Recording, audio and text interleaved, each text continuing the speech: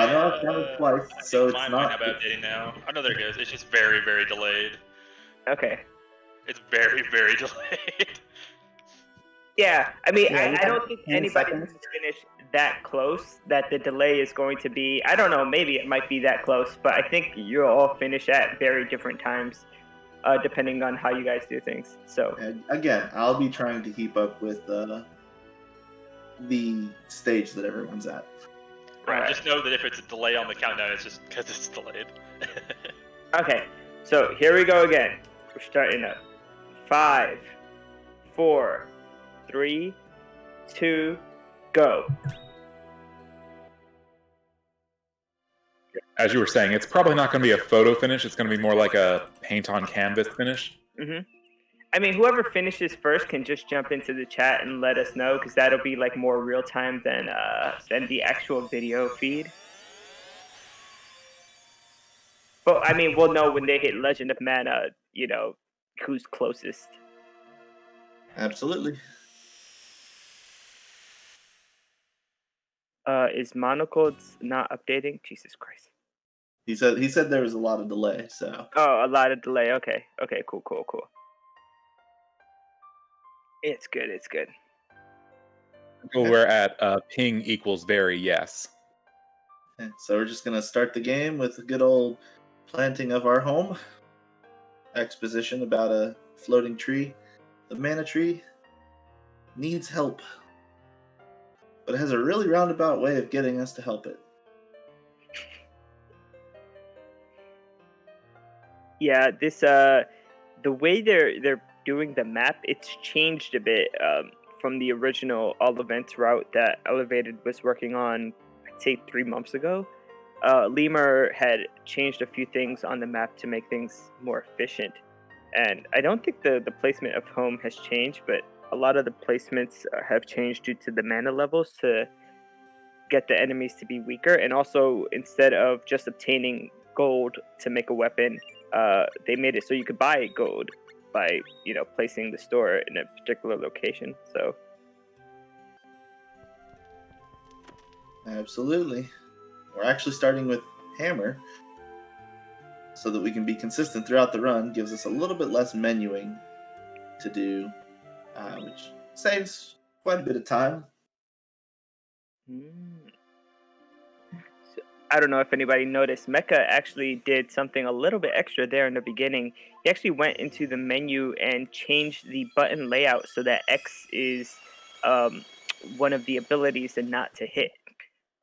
That's an interesting tactic to use there. I guess it's easier to do jump cancels and stuff with his having X next to the jump next to the power hit button instead of 0. It might be some kind of sliding motion Yeah, that he in particular does to make it easier to pull off. yeah. So in general now, what they're going to do in the beginning is get the Jade Egg and the Wheel, both. They are going to hold off on Lost Princess for a while because there is a bit of a skip where you don't have to go throughout the entire McKiff Caverns to fight the Duink. Right. So they'll hold off on that until after they enter the Tower of Lieres, and then they'll just continue doing Luon Highway. It seems like all of the streams are somewhat converging. Well, Elazel does have a bit of dialogue there. We've got to recruit Elazel to get the Jade Egg. But as mentioned, we're not going to be planning to go and actually complete her quest for a good while here. So we're actually going to swing around and get Niccolo. And then Elazel will leave us, but she won't take the Jade Egg with her, so we get to keep it. Mecha has decided to play the organ nice and early. Nice. Dun, dun, dun. That was interesting. I wonder if the other ones will do it like towards the end, since nobody else has gone into the church. Doesn't look like it. Yeah, it looks like they've just decided to hold off to the end.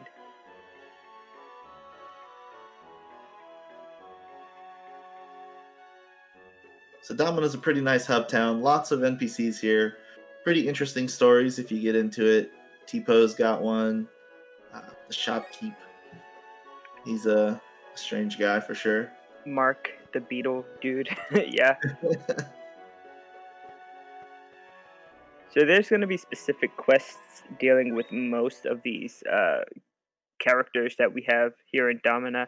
I think the only person who doesn't have a quest is probably the fruit lady.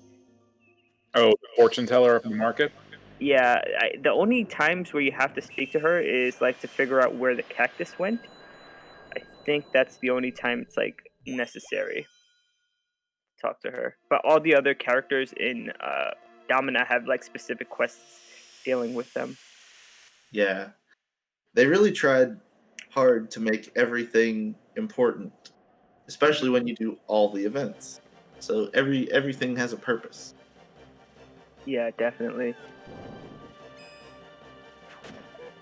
But we're starting off with Nicolas' adventure here. He's wanting to make some riches on the highway. There's some bandits, and he's going to profit off of them. So we're going to help him do just that.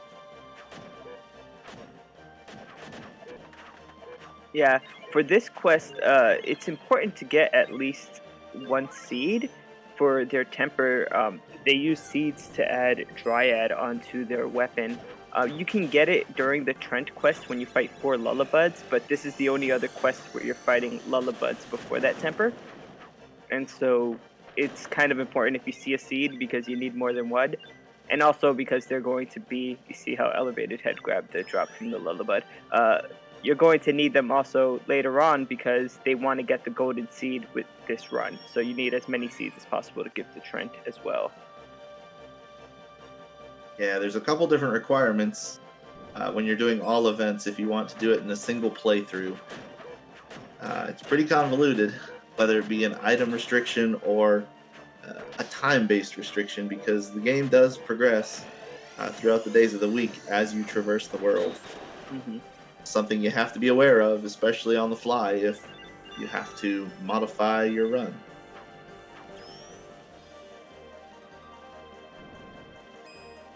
One of the missable quests is really early in the route, correct?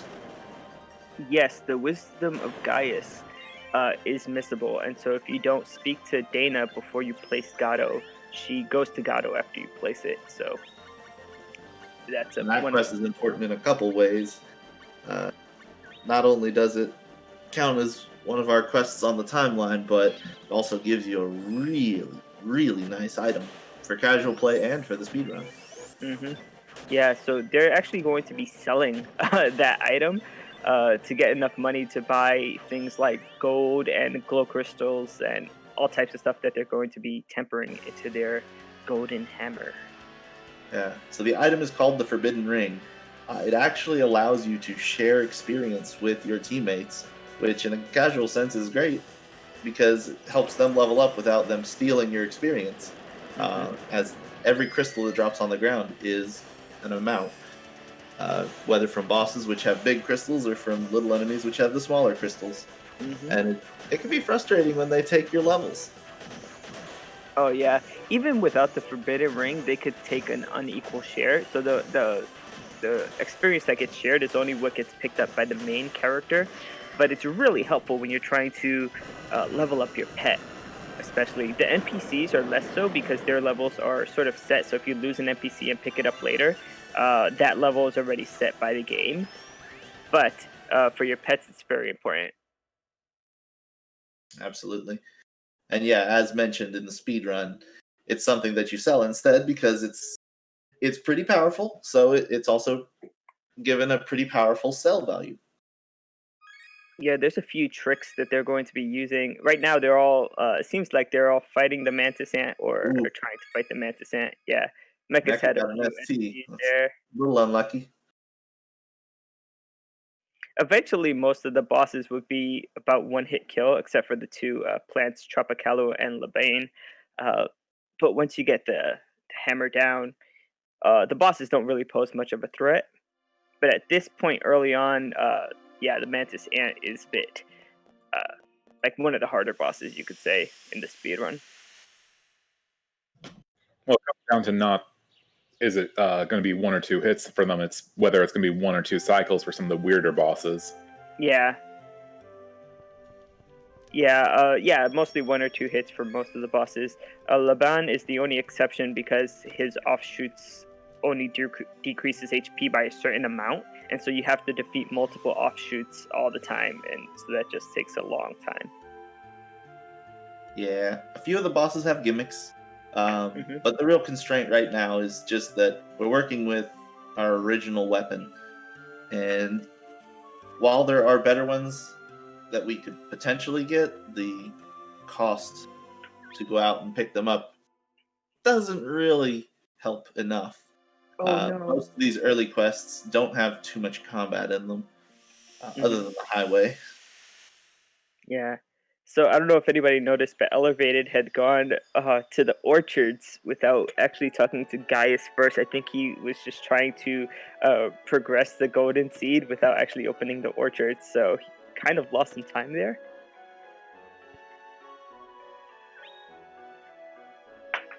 So usually the next quest that they complete, Monocled is already on it, is the pet quest. So Indomina in the outskirts, Duel will teach you how to capture an egg. And so that's important to do early on. You really only need the pet for one quest, and that's during the Dragon Run to open up uh, the, the panels on the floor for the Bone Fortress. Well, that's an interesting way to do the pet capture. Hmm. Now, this pet in particular will be a black chocobo if you have Final Fantasy VIII saved on your system, correct? It'll be a yellow chocobo. It's just a chocobo, yeah. And Elevated has a redeem, so if anybody wants him to get a black chocobo, a chocobo next time, that could be redeemed for next month. Yeah, it's something that he's done before. It's not like exclusive to the Final Fantasy VIII. Like if you wanted a chocobo, you can go to the Norn Peaks, and I think you could get an aerial egg. And if the aerial egg has an HP of 60, then it will hatch into a chocobo. But it's cool, like, instead of getting a rabbite for your first pet, to get the chocobo. Which is probably something we should talk about. This game has some interesting interactions with memory card saves of other games. So there's the Final Fantasy VIII chocobo interaction. There's also an interaction where you have a Saga Frontier 2 save. When you go to fight Deathbringer 2, you'll have an extra scene with the 2 bandits from the Luon Highway. They will be dead and now serving Deathbringer, which is an interesting little thing. And then when you kill Deathbringer, you get a Haishishorin sword, which is a sword from Saga Frontier 2. It's basically one of the stronger weapons in the game, an Attack 62 two-handed sword, kind of like Masamune or Excalibur, which are high-level drops. And then the third interaction is with, I believe it's Chocobo Racing, and let's see about that. Yeah, you would go to Palpata Harbor, you talk to Skippy, and you'll get the fastest wheel. So, yeah, those are 3 different interactions that this game has. If you have other Square games, you can get extra stuff.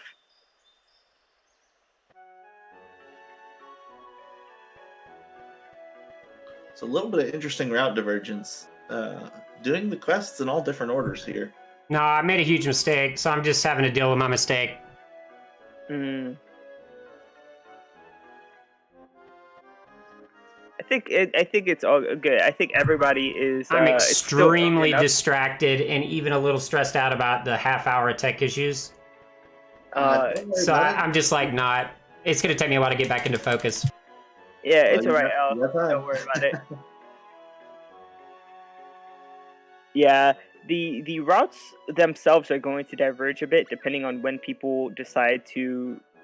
Like Monocled had already done the Oregon, so when people decide to go play the Oregon, when people decide to farm stuff, and I know at the end of the route, even recently, the different records on speedrun.com are different routes. So, Oh wow, that was a close one for Mecha there. but he got the egg, so that was good. That was actually a pretty cool way that he did it. Just dropped the dice parry right in front. Oh god, there you go. No, Elle Nice. got the egg too. Monocled is he's already spoken to Gaius with Dana, and now he's doing a bit of weeding there. Very important to grab any seeds that potentially drop. The Lullabuds will only drop different seeds, so yeah. If any seeds drop, it's important just to stop attacking and pick them up.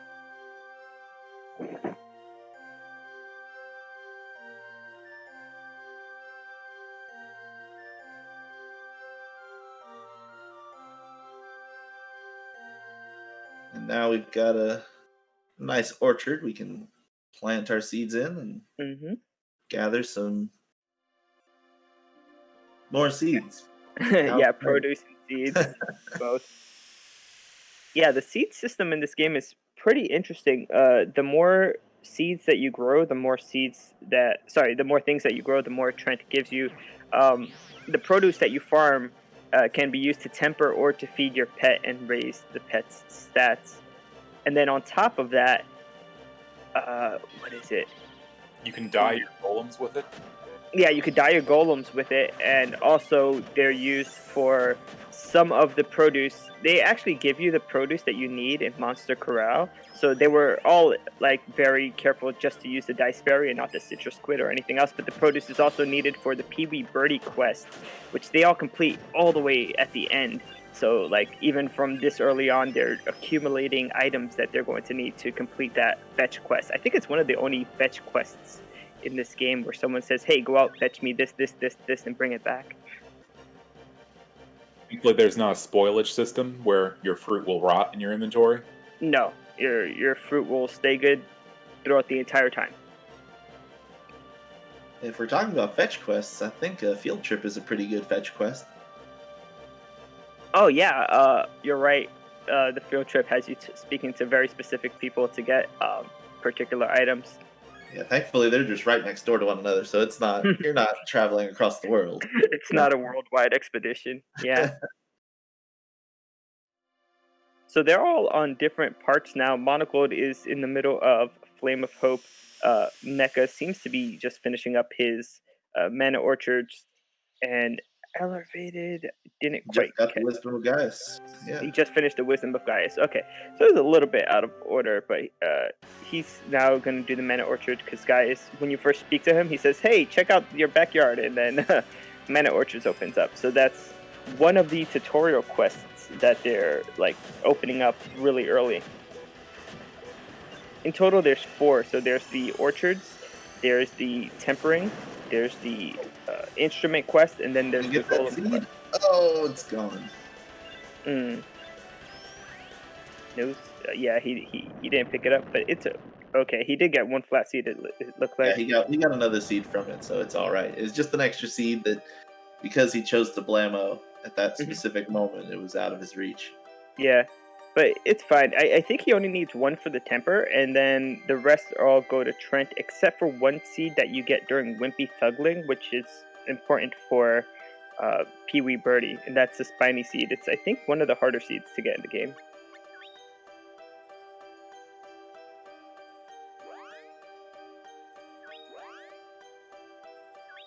Yeah, he has a good inventory of seeds at this point, from the Lullabuds in the Luon Highway as well, so it's not too bad. So for anyone who plays this game casually, little thing to note: sometimes when you bring NPCs along with you for quests, you have extra dialogue. If you bring any of the NPCs with you to visit Gaius, Gaius will give them a lot of information about things that they need advice on. I bring this up because during Flame of Hope, if you bring Elazul with you, who's usually hanging out at the pub in Domina, it gets very emotional because Elazul gets to see his Jumi friend Rubens get murdered, and so it's kind of insane. The dialogue. It's Ruben's finest hour, okay? There's no murder happening. Ruben's only hour. He only appears during this part of the game, and then in the underworld after he. So, yeah. And in that, 45-minute cutscene you get at the end of the Jumai route? Oh, yeah. Actually, you're right. At the end of the Jumi route, he is actually in the Bejeweled City as well, so I was wrong. But, for quests, this is, one of the main quests that he's in.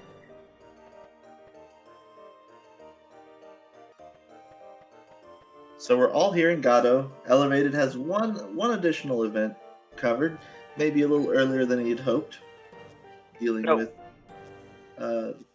the twins. Oh yeah, he did the sorcerers.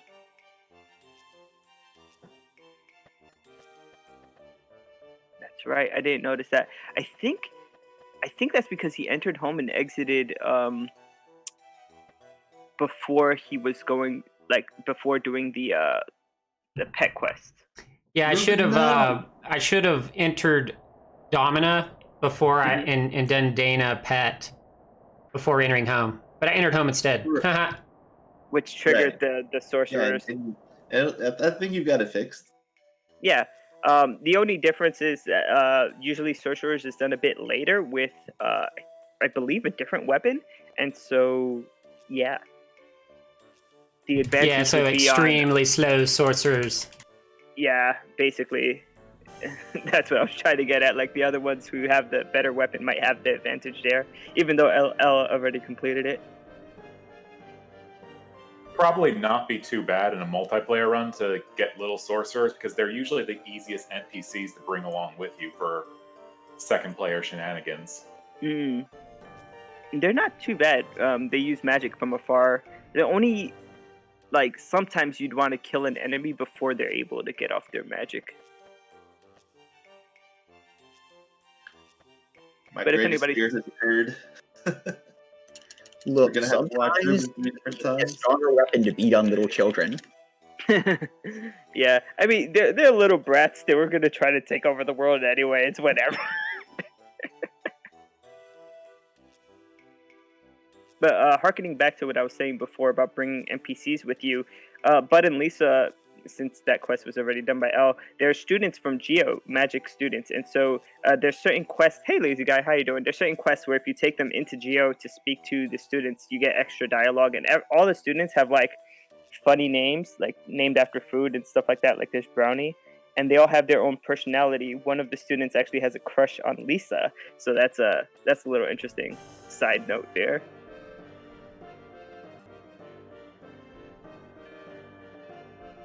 Mecha's already upgraded his hammer to...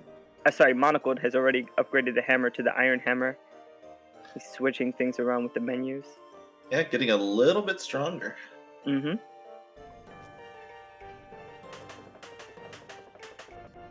Six attack may not look like much, but when it's 50% more than you had before, you're definitely going to enjoy it. Bullying is not okay, Sandra. Ruben, no. Yeah.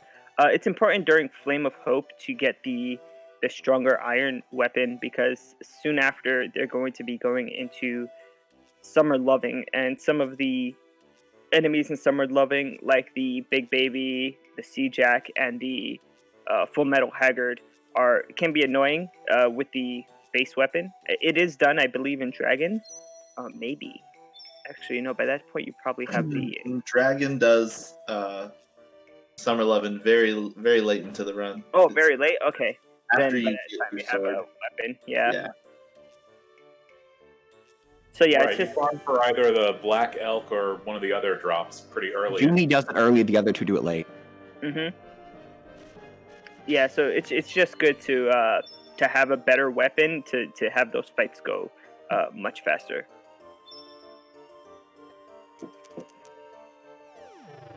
And that's one of the big things about this route. It's very heavy on getting good weapons early until you are able to forge. It doesn't really focus on armor. I don't think any of the routes really focus on armor other than grabbing the Forbidden Ring just to sell. And the reason is, like, you don't really need it. If you can kill an enemy quickly, you don't really need the extra defense. Yeah, in most games, they give you enough to be able to take a couple hits, despite having very low stats. Yeah. And that pretty much holds true for all of the standard categories by themselves. All events is a little bit tougher because as you place more and more of the world gets harder. And eventually you will get to a point where specific enemies, likely the bosses, their special attacks can knock you out in one hit. But these attacks are very choreographed, so with experience, you're able to dodge them. Mm-hmm. Well, and the penalty for death is just simply redoing the fight. Yeah, the bosses, even if they kill you, like he said, you just restart the boss from the beginning. It's not that bad. It's also good to note that a lot of the enemies in this game, the Mad Mallards, the Succubuses, they drop armor. And so every once in a while, there's certain points where it's advantageous to do a total auto just to raise, by whatever armor gets dropped, to raise your stats by that amount.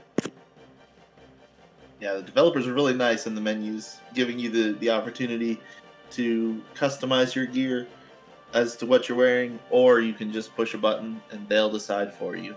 Mm-hmm.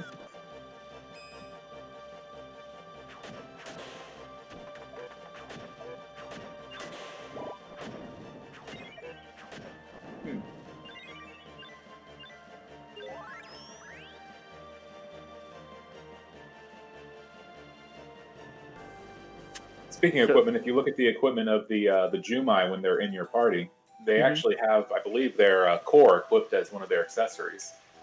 Yeah, the cores are actually, I believe most of them are rings. So Pearl would have a Pearl ring, and Elazul will have a Lapis Lazuli ring. And they're actually things that you can make after you open the Bejeweled City. And I think in some other places they have jewel stores where you could buy the jewels and just go home and temper a ring out of it.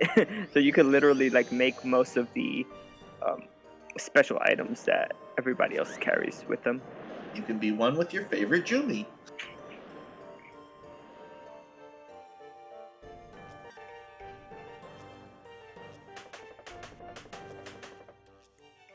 Right.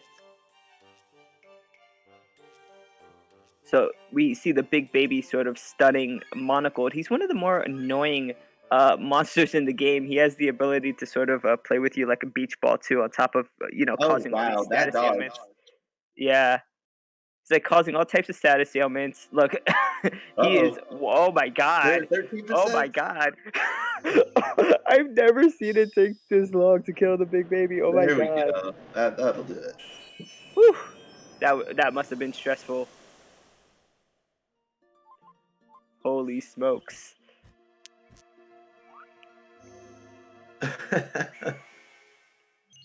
Stressing me out just looking at it. I wonder if that took as long as it took me to kill Bud and Lisa. It's beautiful. It took him a very long time. The big baby was just in the beginning just causing like multiple status ailments and then dodged his hit and then came back for more damage. It was kind of brutal. It was a pretty long fight, yeah. But everybody's in the beach now. Yeah. Moving towards Full Metal Haggard at breakneck pace. Breaking some crabs along the way. How many crabs do we need to break? 20 crabs. So usually in the other runs for Jumi, Fairy, and Dragon, if you do Summer Lovin', you want to avoid the crabs because there's a little bit of a delay in your walk. You stop while the crab breaks. But in all events, you have to destroy 20 crabs to open up some of the events in the pirate ship later in the SS Buccaneer. So the minimum amount of crabs to open up those quests, which is what you want to step on. You don't want to step on more than the minimum because that wastes time. Is 20. If you were going for like 100% run, I think stepping on all the crabs causes you to get an extra person to hang out at your home. And so that would probably be considered part of a 100% run, but that's also very difficult to do. Yeah, there's a lot of flavor. Crab shows up in your library that you can go step on every once in a while. Yeah. It's funny, yeah. It's probably like, hey, did you miss me? Oh, you didn't.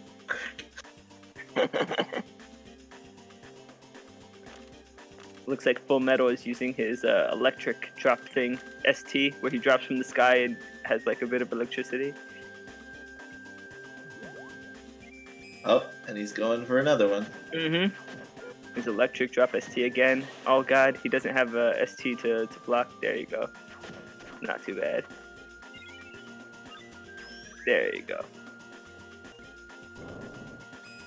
Full metal Oh, big is baby down. for Mecha. Let's see how it goes. Yeah. Oh dear. Oh. Yeah, that's why he's annoying. Oh. That's rough. Okay, that wasn't as bad, I think, as Monogold, but that was still a bit rough. Yeah, he got up and elevated. Definitely Coming right elevated. to the same place. Elevated immediately with the blammo. Says, I am not taking the chance. And with a Fastest silver life, that big baby. big baby to L. goes down. Definitely.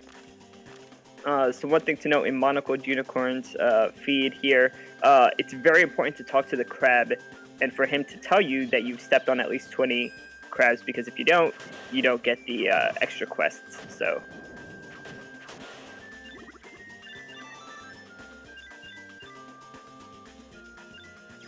So I wonder why the crabs you take out on the beach don't count, just the pink ones. yeah, the pink ones, and Full Metal Haggard I think counts for 2. Like the big one. Probably counts for 1 or 2. But the small ones that are actual enemies don't count.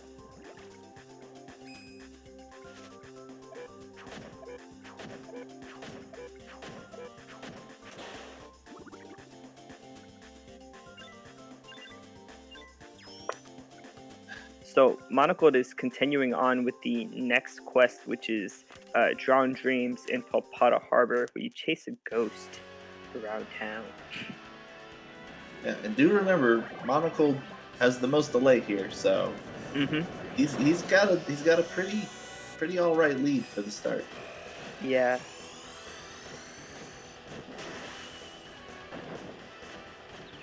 Yeah, just placing a bunch of different artifacts on the world, Nice. making it more exciting. So for the Full Metal Haggard fights that are happening on the lower portion of the screen, Elevated started with a Super Slugger ST, which is a pretty powerful sort of slam your hammer into his face ST. It's like one of the best ones to use. Oh, another Super Slugger. There. Bam! Nice. That was actually a really good Full Metal. Just one ST. I really enjoy jump cancels. Mm-hmm. They absolutely help you keep a boss under control, stopping that second ST from ever showing up. Yeah, stunning them with jump cancels. That's fun. Yeah, because here we go, Mecha's getting his second ST. Blammo, it's over. If Blammo hits. Oh, it didn't hit. That's bad luck. Maybe just a half second later it would have. And Unicorn just got his Laurent hammer. Nice. Moved up from bronze to iron to silver. Yeah, 18 damage to 31, almost double. So it's a big change. Mm-hmm. Got a little bit more item collecting to do, and of course a few more quests before we can start hammering things into it to make it stronger. Mm-hmm.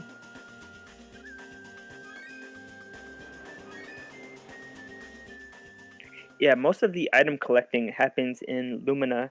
That's where you're able to get the glow crystals and the holy waters and everything else you need. Yeah, we got to thank our buddy Gilbert whenever the time comes for loaning us the money for such an adventure. Yeah, Gilbert's pretty funny, just as a character. I like his story, what happens to him. We were kind of discussing, like, would it be that bad if we did all events but just let Gilbert die, like purposely fail that quest, and just leave him as a stone in the Ulcan mines? This is like a meme. I'm sure there are those out there that would agree with your decision.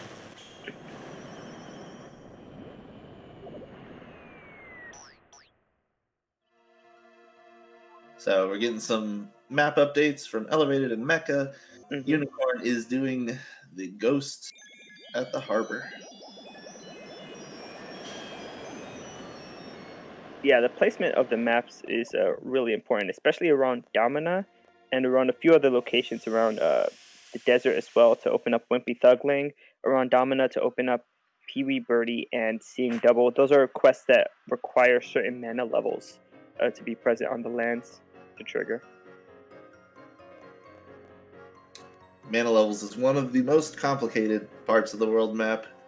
It is very difficult to figure out what you need for where. And mana levels affect not only the story, but also the difficulty of the enemies and bosses in surrounding areas. And how fast your produce grows at home. There's a lot of little things that are tied into this mechanic that is not really explained too well in the game. It is explained, like if you go to the menu on the world map, you press select and they tell you about it. They don't tell you how many mana levels you need, for example, to get the goblin to show up in Lumina, or to get, the Chobin Hood or the succubus or any of the other demi-humans or any of the secret quests. You mean Or the tree icon at the top left isn't enough? No, the tree on the top left is not enough.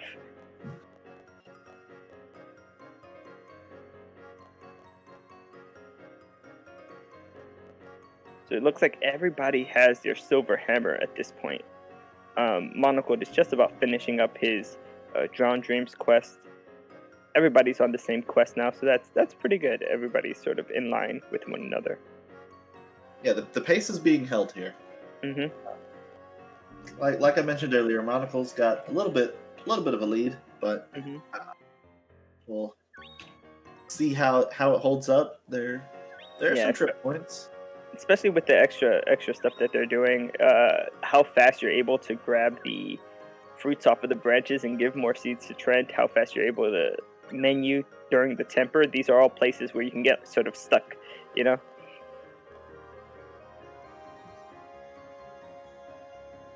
And I'm hoping to see some safety saves at some point. It'll happen.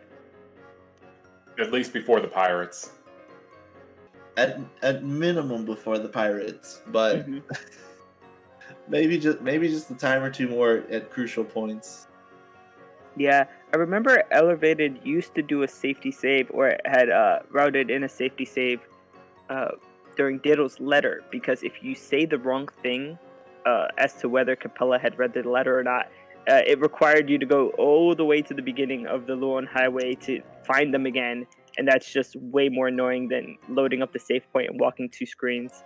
So he used to route that in for what do you call it, like for marathon routing, just in case he made that mistake. Yeah. The highway just has a vast amount of enemies. It's not a great experience if you have to go back and forth on it. Mm-hmm. So as you can see in Monocle's screen, he just did the Lost Princess skip. He just entered the Luon Highway, and the, what do you call them? The big purple things that allow you to transport. The boinks. Yes, the boinks were in there. So the way to trigger the boinks in there during Lost Princess, like without having completed it, is to first walk into the Tower of Lieres. So that triggers boinks to appear, and then you really only have one battle in the Luon Highway before fighting the Luink. It turns what is normally like a 5 or 6 minute quest into about 2 minutes.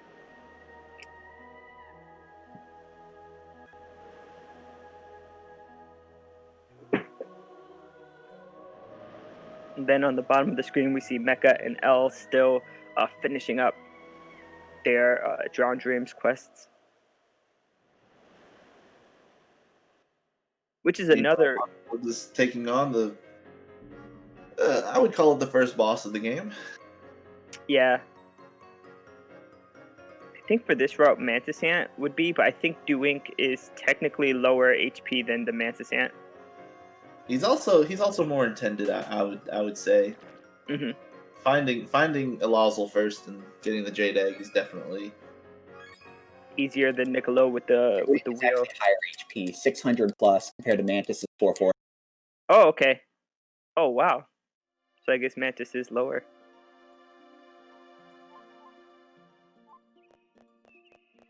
I mean, Mantis Ant would be a callback to Secret of Mana as the first boss. Mm-hmm. Oh, absolutely. Definitely. And so that's actually an argument for the other way. Yeah. Full Metal Haggard also makes an appearance in from way back to Final Fantasy Adventure. I think he's in just about every single Mana game, at least until Dawn of Mana. I don't know if he was in Children and Heroes. He definitely made an appearance in Trials of Mana as one of your first real bosses. Yeah, I don't remember him in Children. Okay. Yeah, but I know you could fight him in Dawn, as well as Trent, the tree in the Mana Orchards. He's actually a pretty intense boss in Dawn of Mana.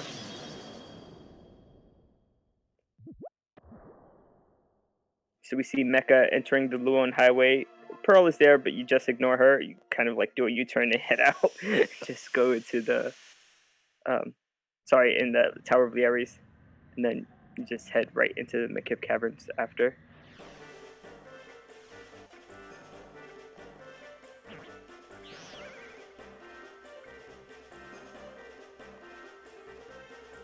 I wonder if that skip could be applied to any of the other routes, just to make things faster.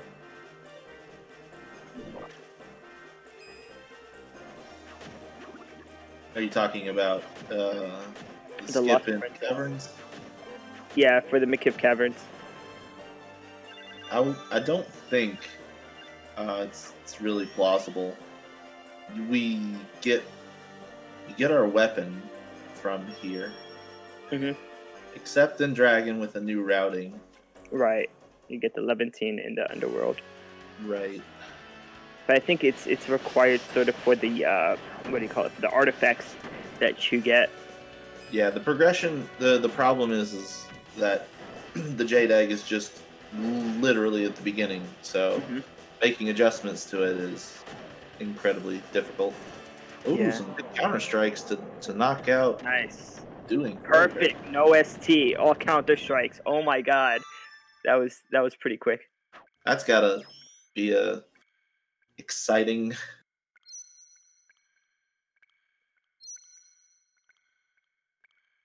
It's definitely a nice time save there for Ellervated. Unicorn learning the Dudbear language. They don't say too much, dub, dud, dudda, gack. There's more, but I'll get it wrong. Much like Newspeak from 1984, though, the words mean so much more than what they lead on to be.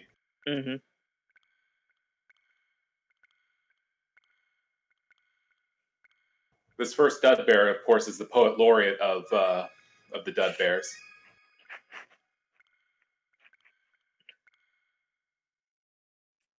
So yeah, selling off a lot of the items, even if you don't need to, helps out a lot in this part of the game, because later when you're forging, that's less menuing that you have to go through with all the items. If you only have the items that you're forging, it's easier to find them. It also helps with all the stuff that's required to buy the 4 holy waters, I believe it is, the gold, the glow crystal.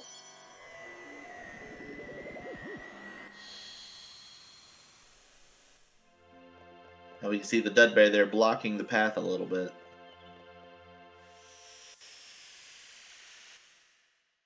But we've given the Dudbears the answers they need, and now we're going to spend our precious money from selling the lamps. Yeah, it's interesting to note that if you play normally and you just give the money to Gilbert, there's more dialogue. So it actually helps, because instead of Gilbert saying how lovely it is that you sold all the lamps and everything, he's like, "Oh, you used some of it. No worry, let's go." It's actually less dialogue.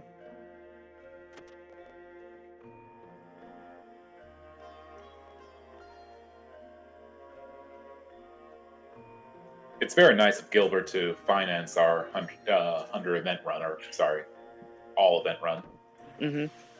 Yeah, he's our sponsor today. Which means we've been sponsored by Love, which is good. Mecha is the first person who's taken a detour to the orchards to do a bit of farming. Yeah, he had mentioned before the run he's looking for some specific items, and doing that might be part of it. Mm-hmm. The citrus squid, I think, specifically adds Undine if you temper it into a weapon. So I know that we had spoken about, or he had spoken about, possibly getting more mana levels onto his items. So that might be something that he's doing.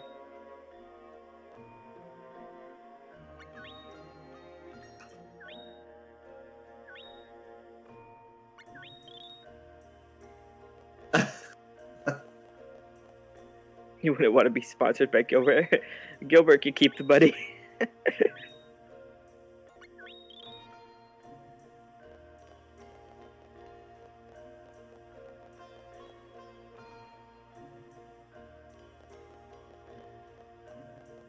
It seems like just about everyone is on the Dudbear quest except Mecha. He's going to do that right next.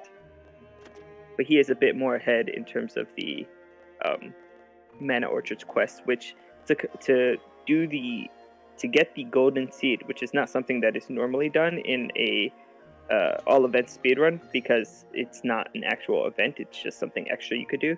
You have to farm 60 pieces of produce from Trent, and the produce doesn't grow that fast.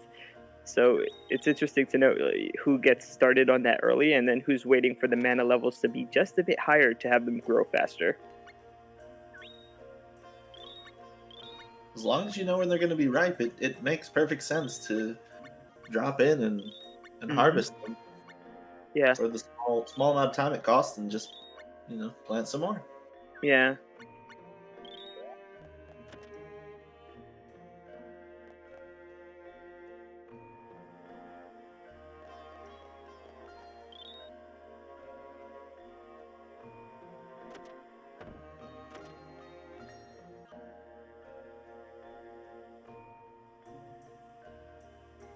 So in terms of like the overall route, after they've opened up some of the tutorials, they were working in Lumina to get more items to temper, and now Monocled is in the Alkin Mines working on opening up the forge at home. So doing Watts drops his hammer would open up the forge, but I think he has to do the other Alkin Mine quest first before that. Yes, you have to go find Watts before he will teach you anything. Yeah. There's also another thing that gets triggered in the Alkin Mines, just in terms of saving time. If you go into the SS Buccaneer first, you could trigger the pirates stealing putty from the Dudbears. So that gets done somewhere in between finding Watts and Watts dropping his hammer, because you're kind of forced to go into the miners' territory, the diggers' territory in the Alkin Mines. So, yeah. It's cool to trigger that the first time you go in. We're getting a lot of acid drops this run. Yeah.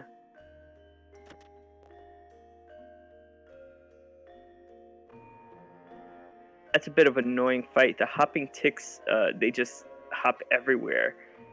There's one a little bit later where you're fighting two hopping ticks, and the area you have to fight in is not that much. It's like a narrow passage. Dropping acid. Yeah.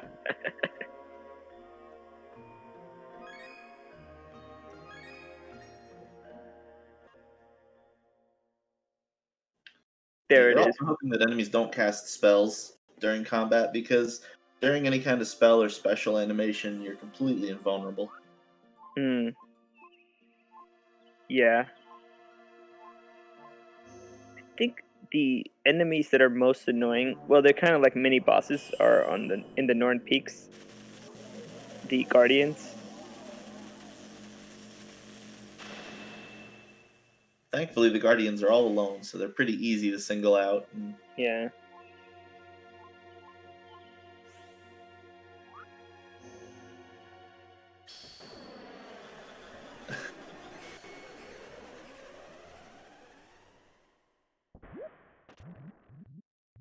Now, Monocled is the first one to come up to this boss. He is one of the more annoying bosses because you kind of have to attack him indirectly by attacking the offshoots. It just takes a lot longer than many of the other bosses in the game. And not only that, the right offshoot is more of an explosive enemy. whereas the left offshoot will confuse your character and wander around the room. But you have to take care of both of them, I want to say about 6 times. Might be 5. Yeah. Yeah, like you said, the right one, once you cut it off, it'll self-destruct. There is a way to kill it before it self-destructs, but it's just better to let it kill itself.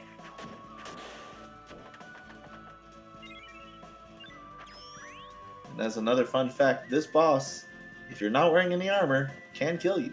In one hit.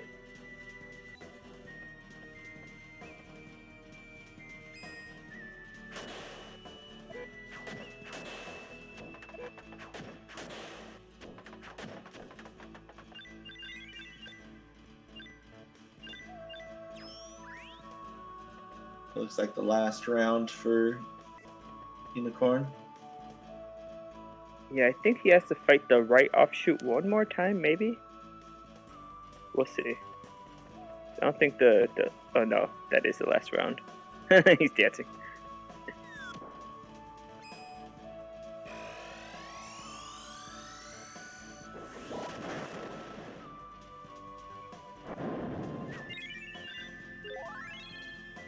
So at this point, everybody's completed 9 or 10 of the events.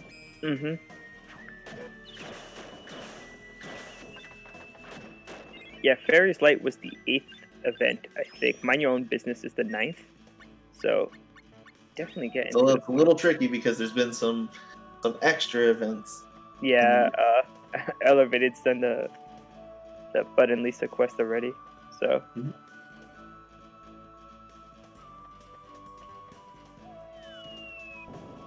But after this, there's 2 more tutorial quests they're trying to get unlocked. yes. So the Golem quest is not too important. You just kind of have to do it. So before the weapon, before you forge your weapon, you kind of have to do Reach for the Stars, which opens up the magical instrument quest, and Watch drops the hammer. So those are like the 2 important ones to make a weapon.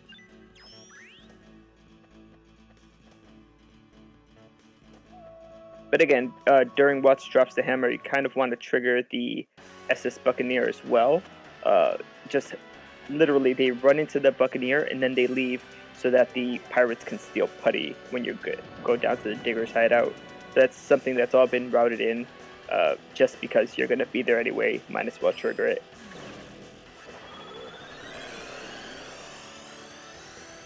Technically, they could do some of the pirate quests at this point, but because they don't have a really strong weapon, they hold off all 4 of the pirate quests until later.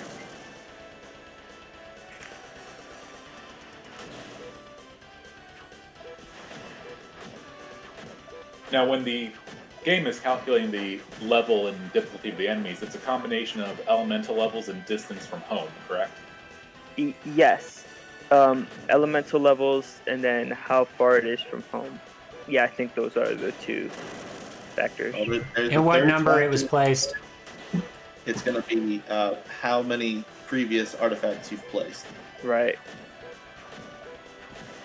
And it's a pretty easy to figure out. It's a 1+1 method.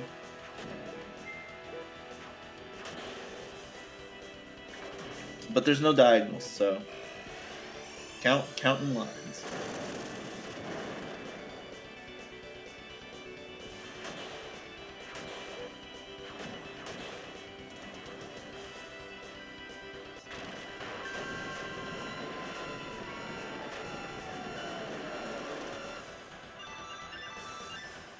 Looks like El just finished his Laban fight. Monocle is on his way to fight the Axe Beaks now.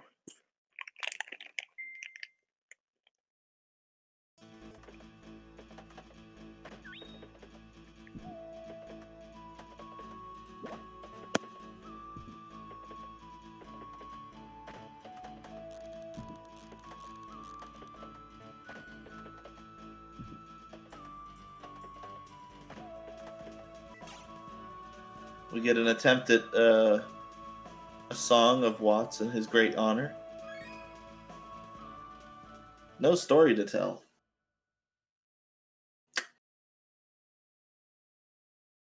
That's a shame.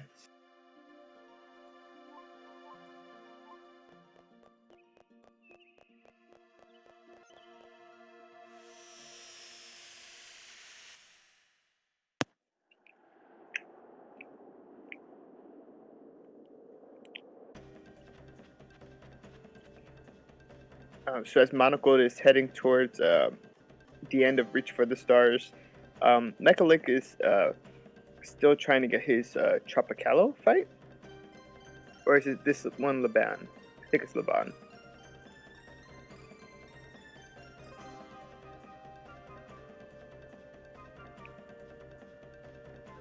So the strategy that I've seen a few different strategies used for the two X beaks. One of the more popular ones, I guess, that they use is to start off with Blammo to separate both X beaks to different sides of the screen, and then just deal with one at a time.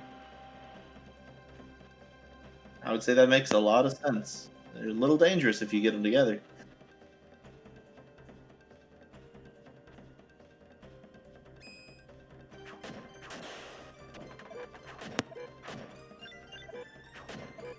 Yeah. Yep. That's one down. Meanwhile, Mecha's dealing with the arms of Laban.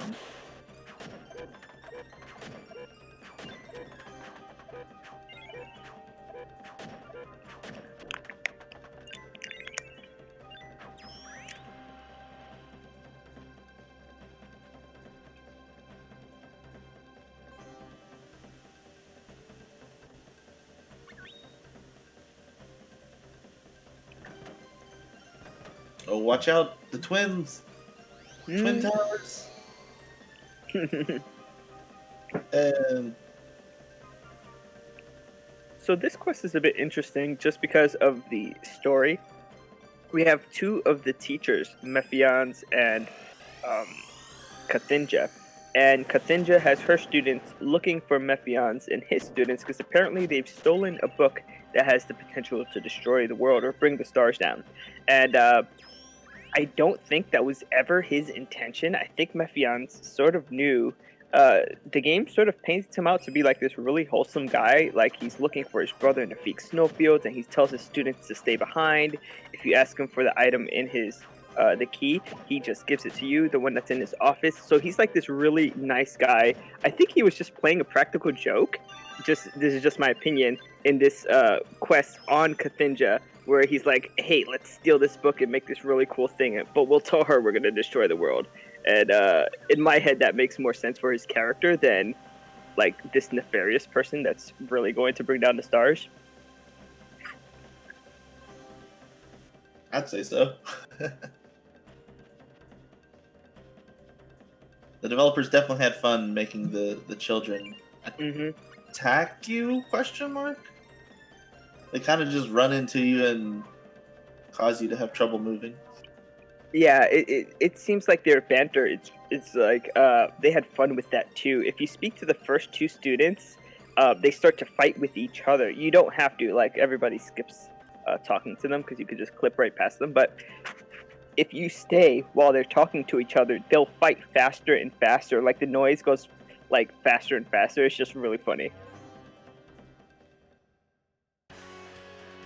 The dialogue during most of the student quests and during the teacher quests too are just like interesting. We have elevated at the Axe Beat fight, starting off with his Blammo. That's a good separation there. I think that's far enough so that the other one will not hit you with the beak throw. Yep. Wow, that's like perfect placement. Perfect counter striking. How much time it costs to go and pick those seeds off the tree? Yeah, it is quite some time. Just because there's so many different produce, and you kind of have to wait for the animation of the produce coming off the tree and then putting it into the box.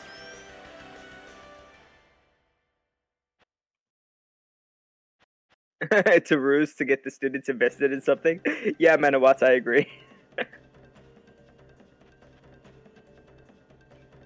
a real world example of the stuff they learned in the classroom, right?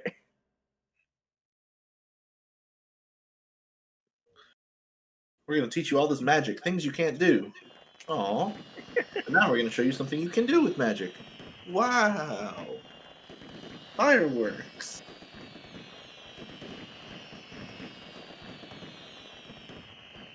Now, is it just one of the professors, or most of the professors at the at Geo that survived the last Mana War? Well, the Cenas was the wife of Deathbringer, and she's a reanimated body now in the afterlife. She's now, well, she's dead. So I don't think she had survived because she's literally an undead corpse. That's a If that, technicality, but yes. yeah, yeah, you know what I mean. Like I don't think that she survived it. Yeah, I'm trying to think. I'm sure that the mirror teacher, I don't remember. Nunuzak is his name, the one that appeared Zach. during Cave of Dreams.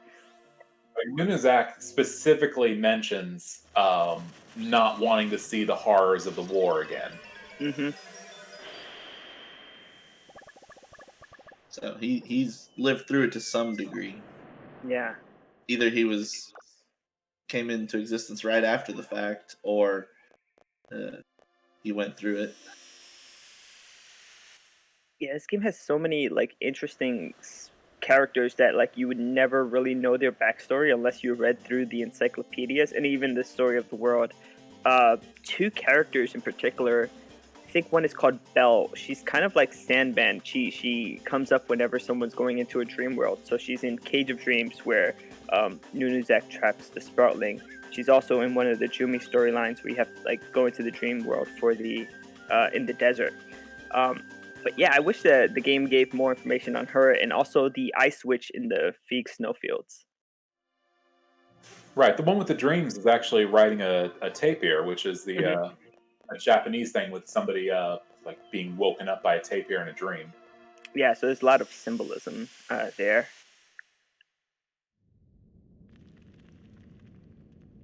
We see Monocle quickly grabbing his produce here now that he's at home. A couple of cabadillos, a needle lettuce.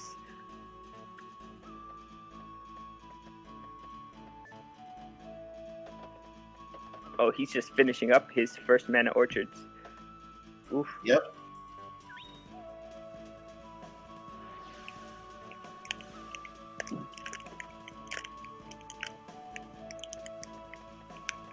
And he's already got the hammer quest, so he's about ready to start crafting here. Mm-hmm.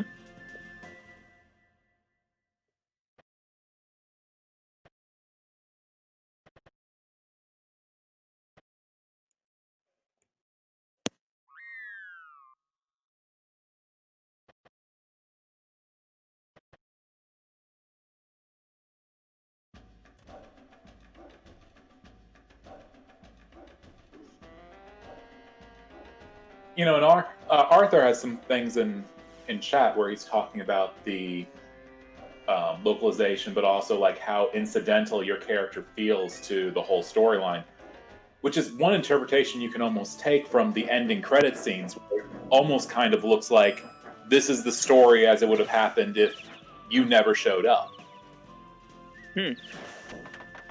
Never thought about it that way. I always thought the ending credits were like after Mana Tree, what happened. Because part of it is all the Sproutlings go to the Mana Tree, and Niccolo's like lamenting not, because he hates Sproutlings, not capturing one to sell before they all disappeared.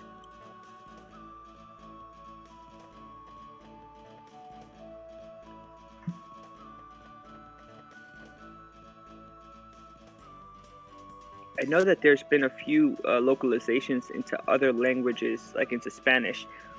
You can download the patch for the Spanish translation online. I don't know if they translated directly from English to Spanish or from the Japanese to Spanish. That's something that I'm not too sure of.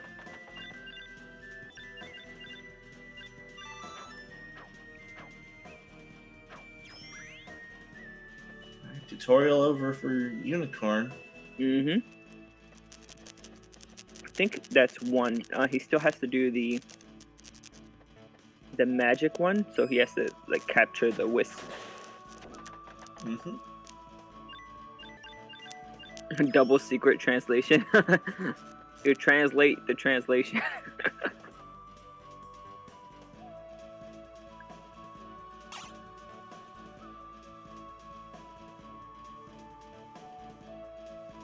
Yeah, so after this magic, right, enchanted instruments, there's really only the golem quest. The golem go make 'em.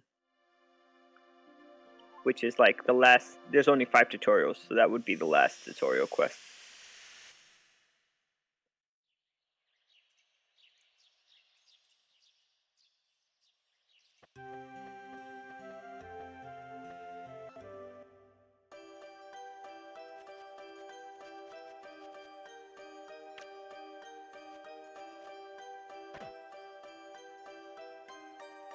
Ooh, looks like Elevated had planted some orange seeds. He got some bumpkins in there.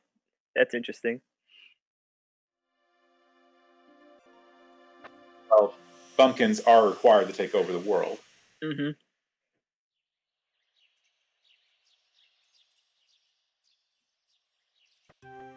I think this is the only run where. Do you do the Bud and Lisa quest in any of the other runs? Hey, so is the Bud and Lisa battle a bumpkin patch? Yeah, maybe. Yeah, the bumpkins look exactly like the pumpkins on that screen. Speaking of translation, No, by the way, it's a the pumpkin Japanese patch. names of Bud and Lisa are Bud and Corona. Bud and Corona in Japanese? Yes. Oh dear. Oh wow, that's hilarious.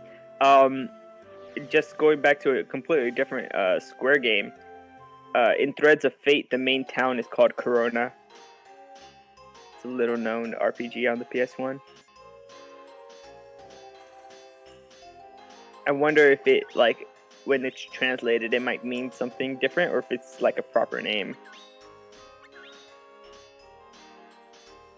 The Japanese do tend to like their puns, so if you were saying all the magicians were named after food things, having the 2 dropouts be named after alcoholic beverages.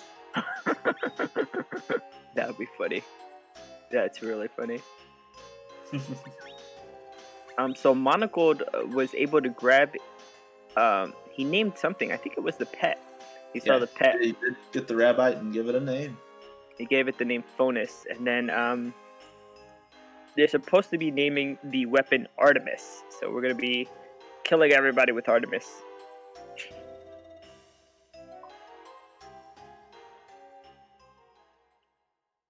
But getting started on the crafting, one of the most unusual parts of the game. There's not really a good tutorial for learning how to craft. It's unfortunate because it's one of the things that's explained least, but that would help out players the most. Because anything that you can craft is way ahead of everything else that drops in the game from enemies or that you can buy. You could just about, I think the strongest weapon is attack 62, and you can craft it up to 999. And so it really is kind of sad that we didn't get a good guide. I think it was the Japanese Ultimania guide for this game is good and it goes into details. But the guide that we got was just horrible. Right, it dropped the ball on that. I mean, I remember, and this will date me, looking up on GeoCities and those message boards how to craft back when this game came out. Because you had to reprogram part of your brain to understand this mess. Yeah. Very generally, what you do when you're crafting is you try to first raise the mana levels, and you do that by tainting the weapon with the different mana spirits. So you can use the coins that get dropped. Some of the produce can taint a weapon. Some items like the sun crystals taint weapons, and then you basically, while the weapon is tainted, want to add energy. So every item gives a certain amount of energy, but the more levels you get in each mana, like it's harder. The more levels you have, and so it's difficult to reach the correct amount of energy to make it raise more. And there's certain ways around that. Certain items you can use as catalysts, for example, the sulfur, which decreases the amount of energy necessary for certain manas to raise.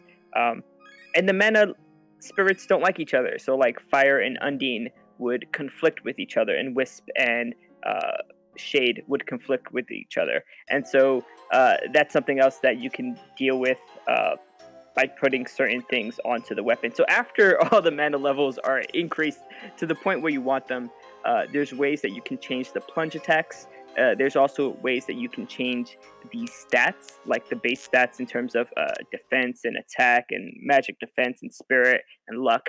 But then at the end, you basically want to just add items that multiply for a weapon what is the attack that you have. And at the end of this temper that they're doing, they're all going to be using 4 holy waters, and then eventually when they get the giant's horn, they'll be adding on the giant's horn.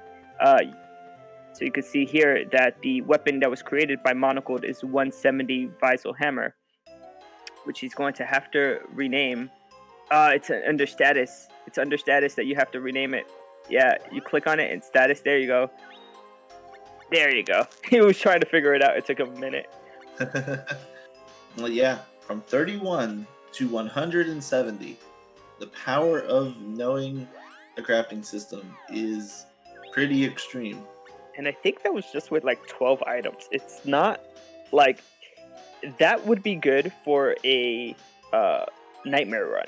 Probably not for No Future, but for a nightmare run, that would be a respectable weapon. Yeah, so a nightmare run puts everything in the range of 30 to 60.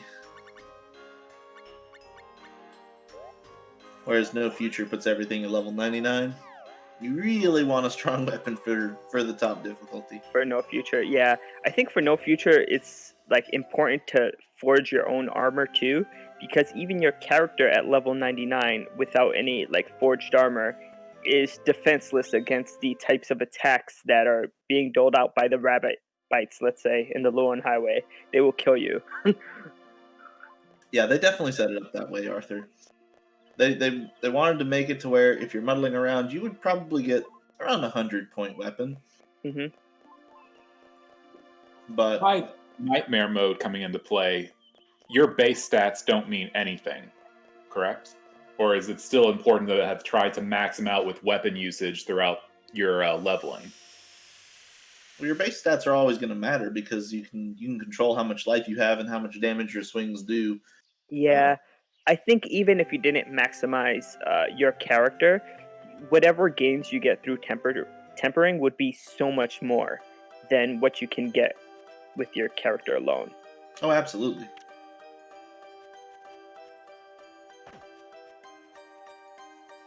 So assuming you've tempered well, it wouldn't matter. But if you're just like tempering whatever, then it would be important.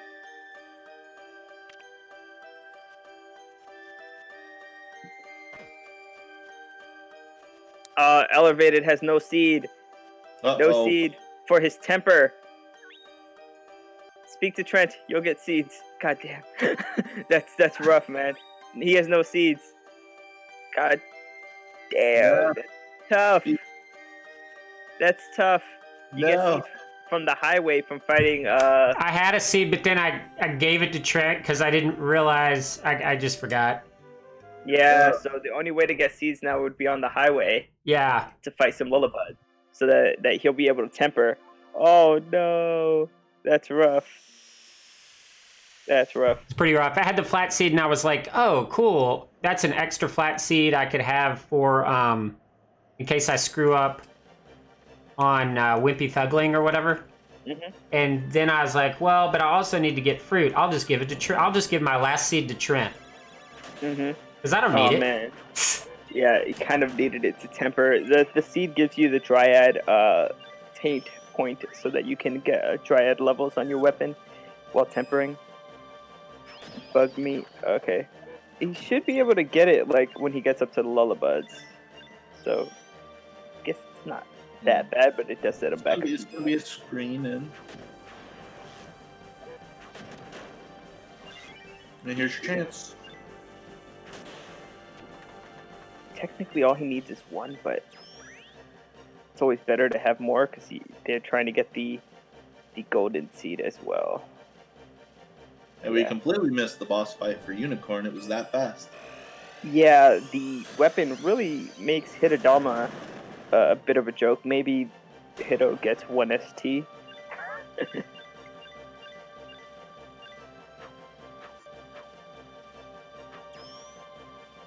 And the game knows you need that seed. Mm-hmm. Yeah, it just doesn't give it to you. Just doesn't give it to you.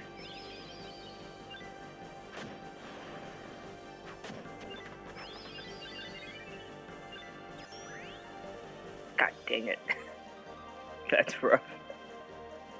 Now, the routing here isn't so tight on the days that it's going to mess Elevated up later on with, what day it is on certain events. Or is he just going to have to deal with it on the fly? It won't mess him up that bad because the way we have the route written, we know what happens on which day. And so if you need to sleep a few extra days or walk around on the map a few days before you enter, you can do that pretty easy.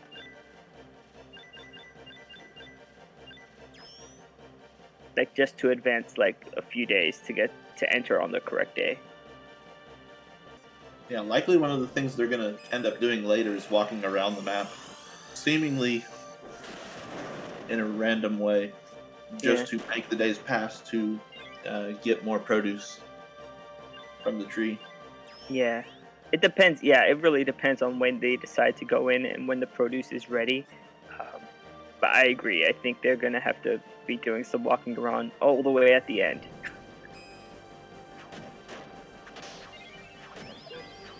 Damn, that's just not lucky.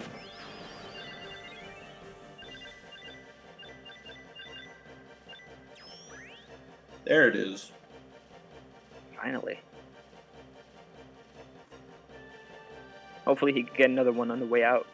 So I think he has 1 or 2 Lullabud fights.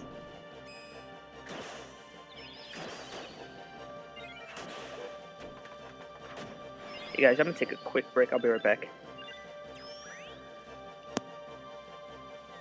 Unicorn progressing along the dragon storyline here. He's got Lark from the underworld, and now they're going to hunt the first dragon, Cereberon. His name is hard to say, so we call him Aggravator. He's very prone to using his special attack, which makes him invincible. So, in these situations, like with Lark around, it's really nice because Lark is one of the more useful companions from his not ST ability. What is it, the Link ability, or how they put it? Synchro. Yes. Yeah. Each of your allies does have an ability that can link up with you. You see the lightning bolt at the top of the screen around the health bars. Whenever that link ability is active, and it's distance based. Some of them are useful, some of them are not. For this category, I don't think that's really worried about so much because you're changing your ally quite often. That's true, and one of the reasons why Lark is good is because it's damage versus dragons, and you bring him to a lot of dragon fights. Oh yeah, and that was purposeful. He's a dragoon. That's his job. So they definitely wanted to make him feel like a good member of the team. His AI is also not bad. Right, he does. He's not like Elazul, where he tackles the person on the other side of the screen while you're trying to kill him. Yeah, there are a lot of interesting skills that you can learn, not just special attacks. And that's unfortunately something we don't get to see in this run. We specifically choose certain skills so that we learn certain special attacks, and that's all you need. Yeah, I think go ahead. the hammer attacks, its highest attack, it's really narrow range, so it's hard to pull off. Like the enemy has to be in a very specific area in front of you to do the level 4 ST. So basically what they do is they try to get attacks that are very, very helpful. Like Blammo is helpful in killing off multiple enemies. Super Slugger is extremely strong for an enemy directly in front of you. So those STs, they try to gear towards that. And then for abilities, once you have Counter Strike, it's, you don't really need much more. Yeah. Counter Attack Strike and spin to some extent. Mm-hmm. Yeah, Like the other Counter Strike, we had to learn counterattack first, which does 8 times your damage when you hit with it. I'm not sure what the multiplier is. Counter Strike is double counterattack. It's a pretty big number. It's extremely good. Not necessary once we have such a strong weapon. Mm-hmm. Because if something's going to die in 2 hits to your current weapon, Counter-Strike actually has a longer setup because you have to let them attack you. Mm-hmm. They might not be willing to do so quickly. Monogold has a good setup here with the Guardians in the Northern Peaks. He keeps on running behind them so he could push them towards the exit. He'll be closer at the end of the battle. It's a good strategy. Yeah, there's definitely a lot that goes into the combat. Mm-hmm. You want to push the enemies to an edge of the screen, not only because that's the way you're going to go after the fight, but when they die, they will either drop an item, which lands in place, or they will drop a lot of experience, which goes in a circle around them. But the EXP generally can't get off the screen, so it will actually get stuck on the edge, and it's easier to collect. Mm-hmm. The only exception to that is during certain boss fights. If you push them too far off the side of the screen, their experience can get outside. They're still held in place, but they're too far off screen, and you can't actually reach it. You just have to wait for it to disappear at that point. Mm-hmm. It's an interesting thing when you're routing, or not routing, but optimizing the multiplayer part of this, to have your second player know, okay, I need to go pick up this experience or this item so the main person can run to the side of the screen to be ready for when the fight's over. Yeah. Multiplayer is something that I would love to do in this game. Oh, hell yeah. It's a Anybody in New blast, York I City? can tell you that much.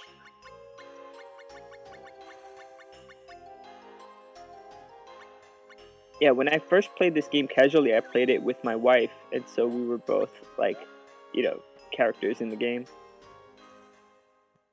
Go ahead. Weapon named Artemis. Nice. But yeah, being the second player, I mean, you're sitting around and just waiting for when you get to be awesome. So like the Jumai % route, that was fun being Lady Black Pearl because it was like, here, Art, have your special all the time.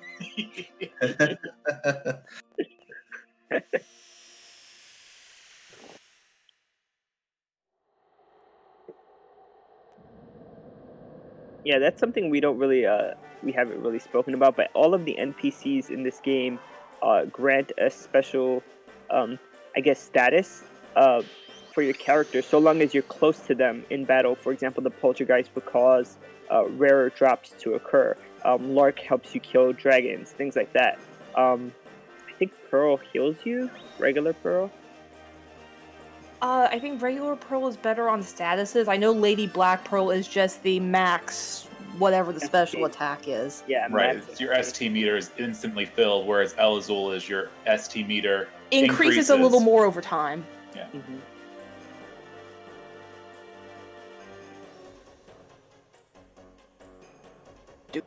Nicolo is more money drops. Of course. But your monsters also have abilities, and some of them are pretty decent. Polterbox, I think, is like Well, they were Better- talking about Poltergeist with better item drops. better rare items, right? Yes. Yeah, so the items have like 8 tiers, so it'll help you it basically raises the tier from which you can get items, and so you tend to get rarer items with the Polterbox. Yeah, some of them are very specific, like Cures Confusion, or like stronger attack against undead enemies and things like that.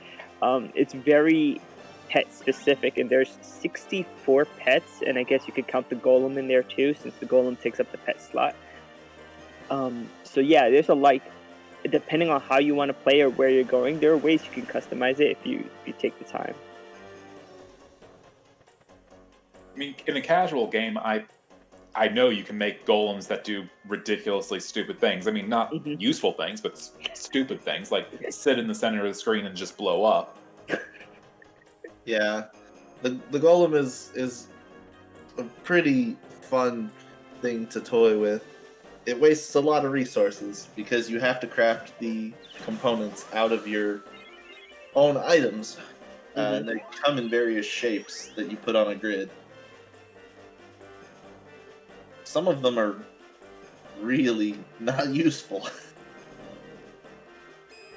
Yeah, I think it also depends on like if you've tempered a weapon, those like high stat items will cause greater stats on your golem. And golems are so customizable because like your character, they can have different weapons. You can use the produce to color them differently. Like they could be more aggressive or more docile depending on how exactly you make them. There's an entire guide on GameFAQs about what to do, you know, to get the golem you want.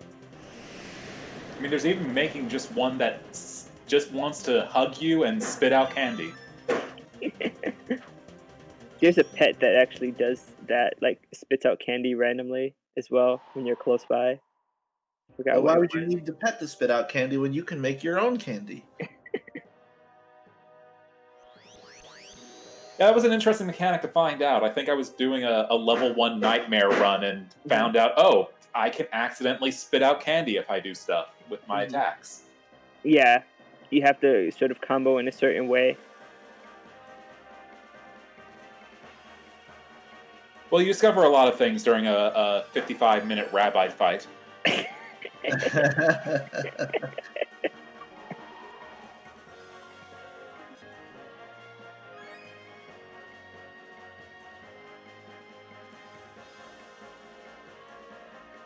Monocle told the the night that he would leave, so he had to leave and come back. That's a bit of a time.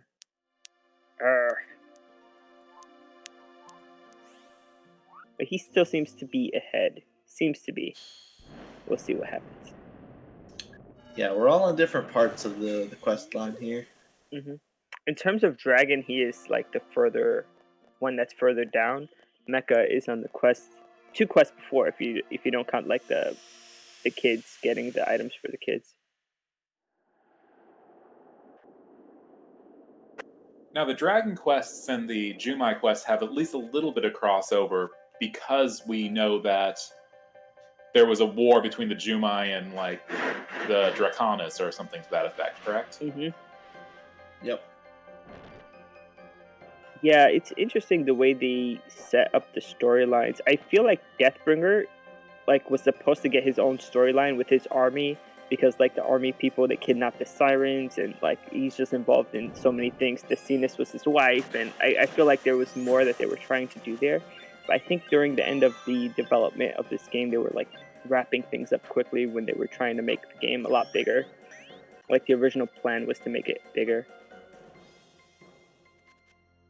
It seems very much like they were taking their cues from Trials of Mana with the 3 different storylines, the interconnectivity, but trying to also let players maybe experience all of it in one playthrough as opposed to Trials where you kind of literally only go through like part of the storyline near the end of the game. Yeah.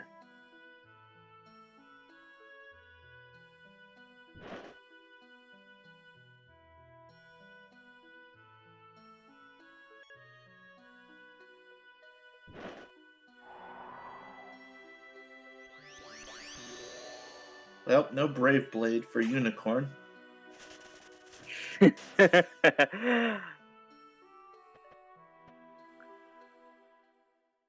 Blade is one of the stronger weapons you can get without doing any kind of smithing, but it's only a 12.5% chance to drop. Only from the sword enemies. This is an interesting fight with Sierra. In a normal game, it would be, well, I mean, you'd be counter-striking too. One counter-strike is good enough here, but she has a tendency to, like, do gymnastics around your character and not, like, stay in one spot long enough to hit her. Oh, absolutely. She's kind of like the hopping ticks in that sense.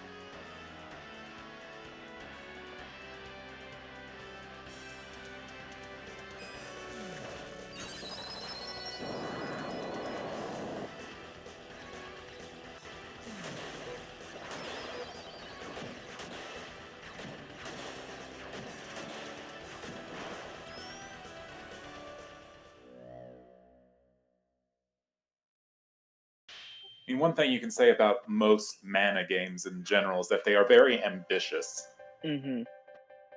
This one's crazy ambitious. There's so many different systems baked into this one. Yeah, it seems like they always try to do new things with each of the mana games. Like, Secret of Mana was pretty straightforward. Trials of Mana had, like, the branching patterns. This is, like, so open-ended. You could go through the entire game and not see half of it. And then Dawn of Mana just had, like, this really strange battle mechanic. Yeah. They were just doing so many different things with the series. I mean, with every artifact placed, you've still got empty space on the map. So if a game like this was produced today, it would be like DLC. They'd be like, let's put more artifacts, add more story. Well, if a game like this was produced today, they'd probably try to up the roguelike elements of it. So make it easier for you to go through multiple playthroughs really quickly. That's true. Maybe. Yeah. Actually, Rogue of Mana would be a very welcome addition, I think. Yeah, sometimes I think this game is a bit too easy. Like, when you die, you just restart, and there's no real healing items. I mean, I guess the candy and the choco bars, but they're not, like, once you finish a battle, you get full health anyway, so it's not that important. There's no items that would, bring you back to life or anything. But I feel like if it was like, once you're dead, you have to start from a save, that might have made the game a bit harder. Just in terms of casual play, like speedrunners, they'll figure out how not to die or how to die to their advantage. I want the substance to stay. If anything like this is produced at any point in the future, it needs the story beats. Oh yeah, I think this game would do well if it had like, I love the artwork, the hand-drawn artwork, but if it had sort of a different style, like the Octopath Traveler style, where, like, the entire world is a big map and, the foreground is kind of, like, blurry, but it still had that hand-drawn characteristics, I think that would lend itself well to this world. Oh, really nice Blamo from Mecha, taking down Aggravator. Before he could do too much. But would you like it to be the Octopath Traveler or the new Mistwalker style where they're making everything in dioramas and then inputting the characters on top of that? I don't know. I really thought the Octopath was good. Or if not Octopath, in the style of, I don't know if you guys have ever played, what's that Vanillaware game? Dragon's Crown. That would be a cool style to make this game in.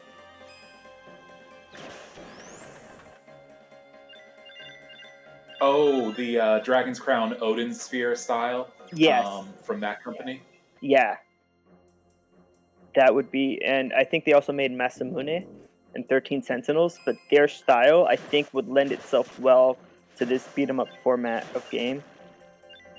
Just, like, in terms of, like, the artwork and the way, like, just in terms of, like, the way things work, too. And menus, like, to update the menus. Because this game's menus, I mean, they go well, but they're not really... I think the rest of the game looks so much more beautiful than the menus do. You know what I mean? Well, and new and better information given to the player as they're going through, like, things that actually physically tell you what's going on with the weapons, like, that's hidden now, being actual meters on the screen. Yeah, that would always be useful, too. You like those 8 icons at the bottom of the screen that just have numbers beside them. You're like, huh? Well, actually, so you're talking about the world map, the mana. No, I'm talking about in the player status screen. Oh yeah, yeah. That I think you can actually put your mouse over them, and they'll tell you what those numbers are. Like you can actually move the cursor to them. I believe. It's just something that's a little bit clunky. Yeah, it is. I agree. The menus are very clunky and need an update. Monocled, I don't know if we saw, just beat Deathbringer 2, which is one of the rewards. He came back after defeating Jahara and fought a version of Deathbringer that's half Deathbringer and half Jahara. So that's cool. I think Mecha's just starting his Bone Fortress events. Goodness, it went by Right, so fast. Deathbringer 2 is much like the serial killer in Silence of the Lamb. Is just wearing Jahara as a suit. Yeah, it kind of has like Jahara's head, or well, not head, skull, I guess, as a shoulder, and the arm is like made of Jahara's bones. It's kind of wicked the way they were able to mix the two sprites to make this different boss character. And his STs, I don't think Monaco would let him live long enough to see an ST, are actually a bit different than the original Deathbringer as well.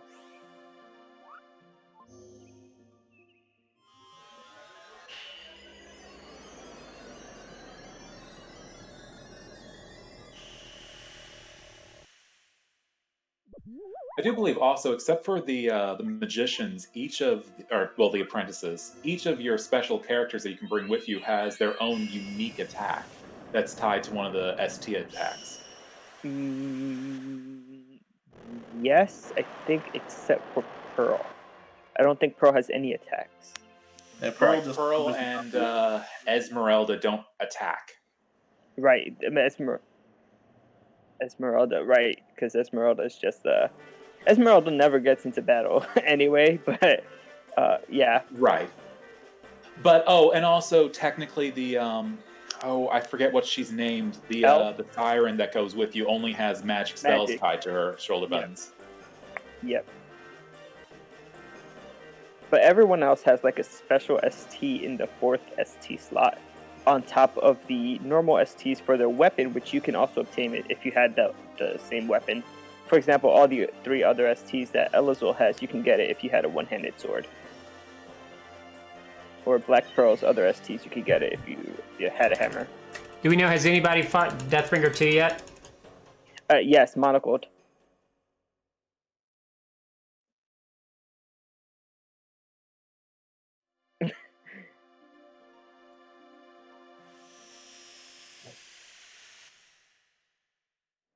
Quite the sell on Mecha's screen there.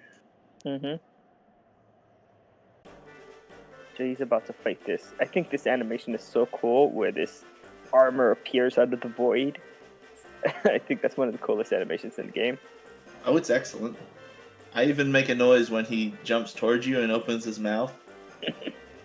Except it's a chicken noise for some reason. I'm just like, oh!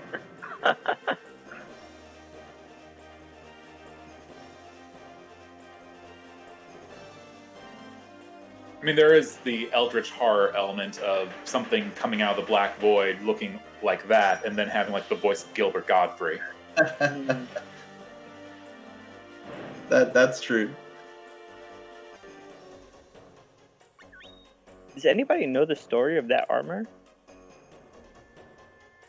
I do not. Yeah, it's really weird. I don't think there's a lot of backstory for him. But like in the Bone Fortress, if you go all the way down to the bottom of the Bone Fortress, I believe Toma's brother is in there. So Toma is a soldier that's out in Palpata during Drawn Dreams. He's like important to that story. But his brother, I believe, was one of the soldiers that was on the boat. You also see a similar armor out of the ghost in Drawn. Mm-hmm. That's right. So they're like part of Deathbringer's army, I suppose. But that one in particular is like trying to stop you from getting in there. I was wondering if he had like a specific story.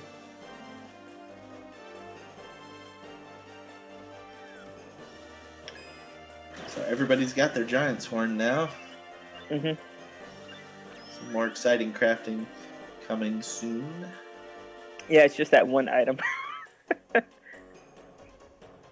But that one item actually gives the biggest boost out of every other item that you've added, so it's well worth it. And I mean, any kind of dragon item is incredibly rare in the game. You really don't have the chance to get them early. Yeah, the dragon scales, the dragon blood, dragon steak. Like even fighting a dragon, they're very, very limited where they show up.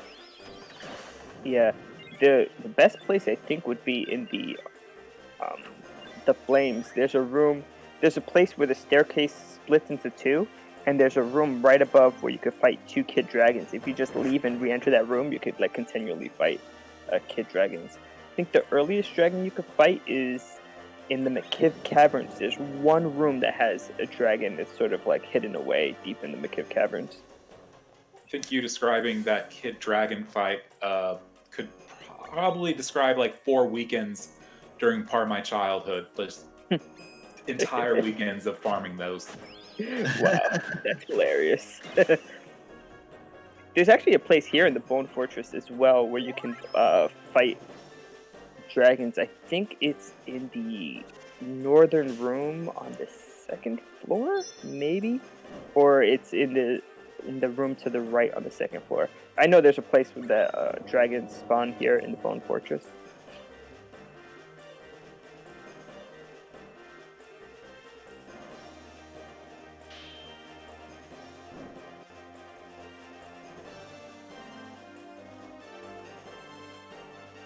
Elevated's not picking up Lark. It's just behind Mecha. Yeah, and do remember, There's Mech is a at a lag. little bit more delay than elevated. The gap is slightly bigger than we can see here on screen. Mecha is actually ahead with the farming as well, so he's taking time out to do more farming than everybody else. Now, the location that Monocle's in, it's actually really interesting in the lore perspective. Like that, this entire place is built up of essentially the bodies of the mechanical soldiers used in one of the last wars. Mm-hmm. It's a big old junkyard. Yeah, it's basically a bunch of toys that were used during the war, and that storyline was interesting too, because that doll, that sort of animated doll that causes the other toys to come alive, belonged to a girl, and when the girl, I guess, perished, the doll took her name. This is stuff that there's encyclopedias about the world history that you obtain after you do the Wisdom of Gaius. You basically obtain a few pages of the encyclopedia after you visit every one of the wisdoms, and if you read through that, that gives the background of all these worlds and stuff. Elevated doing a little trick there to get the Rabbite to join up with the party before they entered the cutscene. Mm-hmm.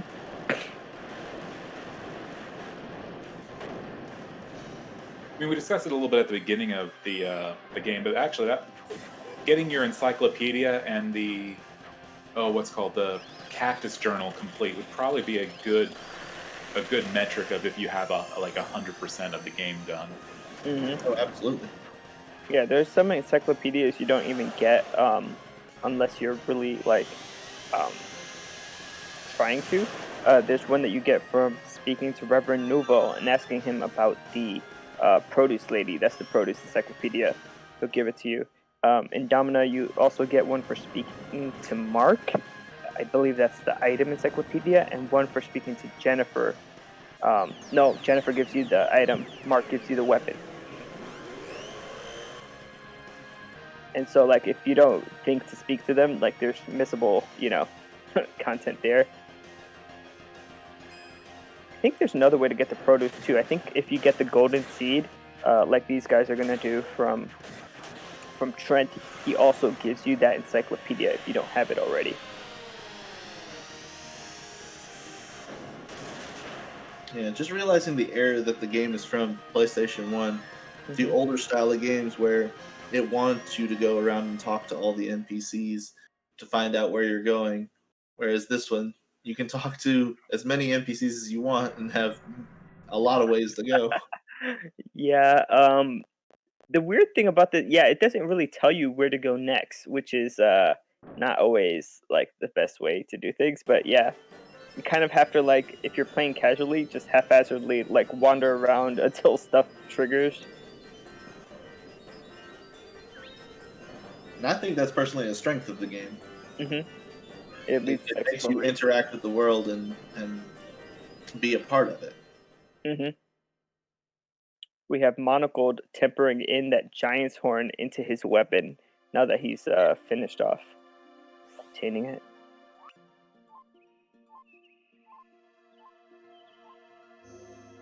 $233.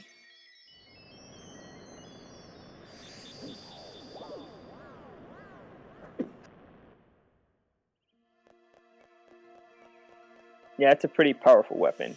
Like that last It was item pretty added powerful. 60. It made me sneeze. Nice red produce there. The cherry bombs, the lily buds. Oh, sorry, yeah.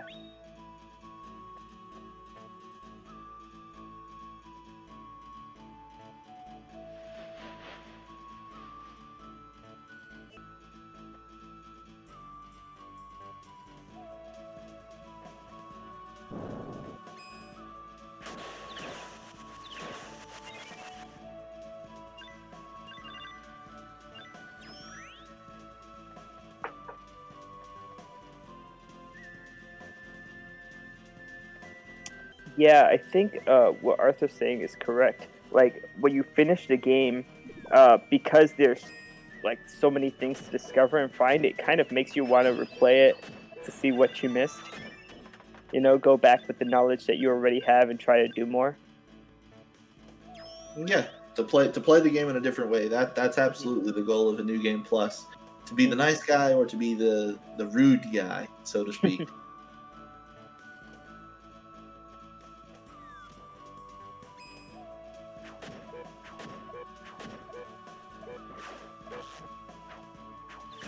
And it makes the game feel like there's so much more content too. So, psychological trick or no, it worked. Yeah, I mean, this is amazing what they were able to put on one disc. Like other RPGs on the PS1, just thinking, Xenogears, Final Fantasy 9, well, almost all the Final Fantasies, there were multiple discs. But yeah, this one, well, I guess it's 2D too, so it's less, polygonal information, more story information. Right, there's no big FMVs. I mean, what FMVs they have aren't really taxing. Sorry guys, just give me 1 second. My wife is calling me. I'm totally a fan of having cutscenes, animated ones in games. Don't get me wrong. Oh, that's true. It's just they take up a lot of space. Yeah. Oh, yeah. I mean, to the point where, oh Lord, what was it? I think it was Xenogears that was being mentioned. They wanted to make the entire, what was it, last third of the game into a text-based adventure when they were originally designing it.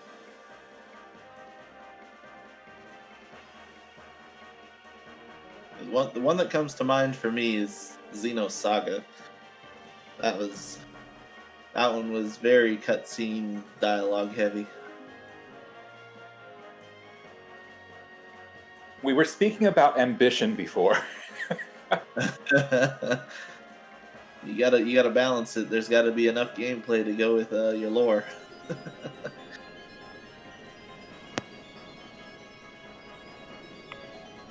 And I mean, even Mana, and going back to like Secret of Mana, you can tell where they were incredibly ambitious, and then somewhere in the end of the game, they were like, "And we've kind of run out of time, money, or space, and this is going to have to end."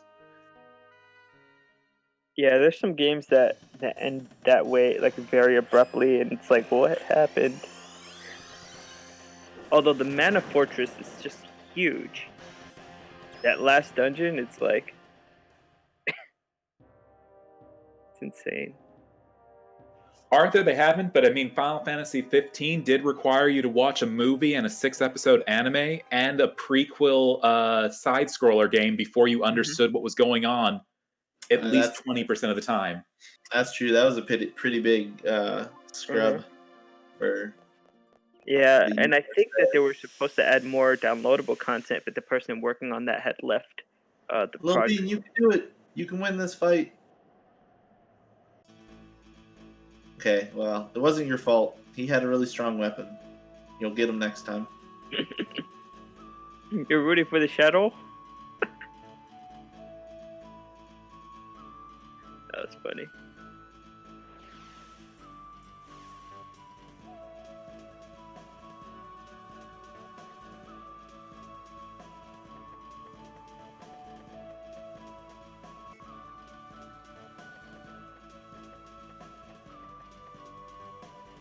Arthur, RPG package with an actual novel. I don't think so. Although I do know that Legend of Mana did have a manga that you can buy separately and read. And I think the story of the manga was a little bit different, but it goes through Elizul's basically story. Yeah, there are plenty of games out there based off of other material. Yeah, I'm trying to think if there's any that specifically come with a book. I don't think that would happen. Yeah. Vec, you read the manga for Legend of Mana, correct?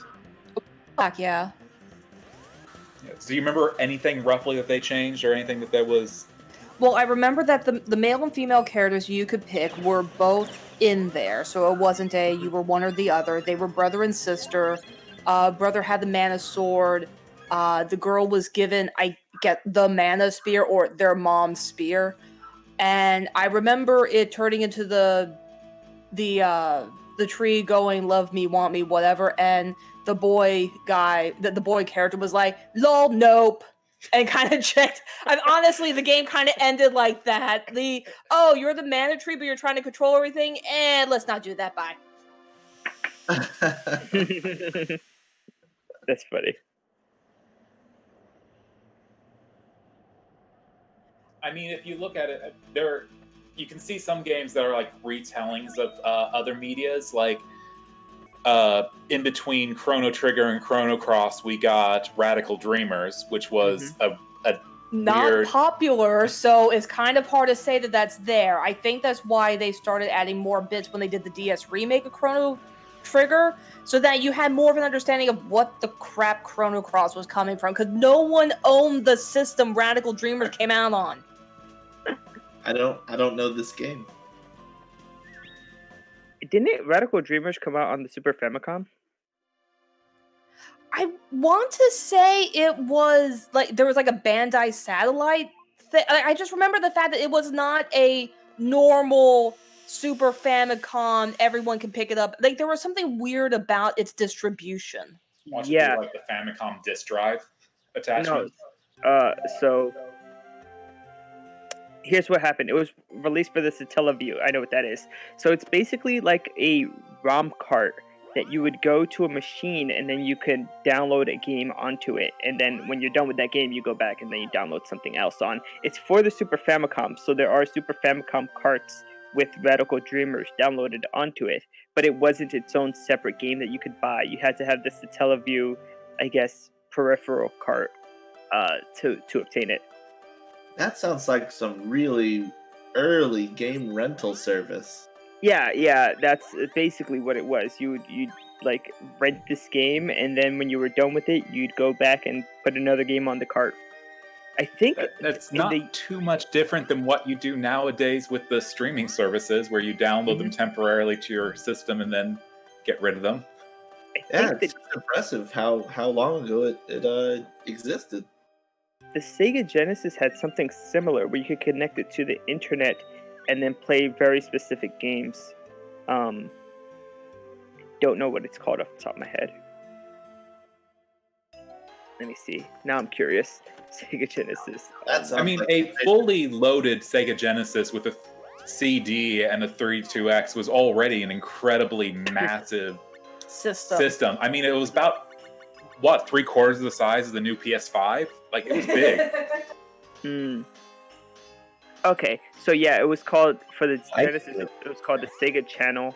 And here in the US, it was the only way to play Pulseman and Mega Man, the Wily Wars, and Alien Soldier, which were released overseas as physical carts, but not here.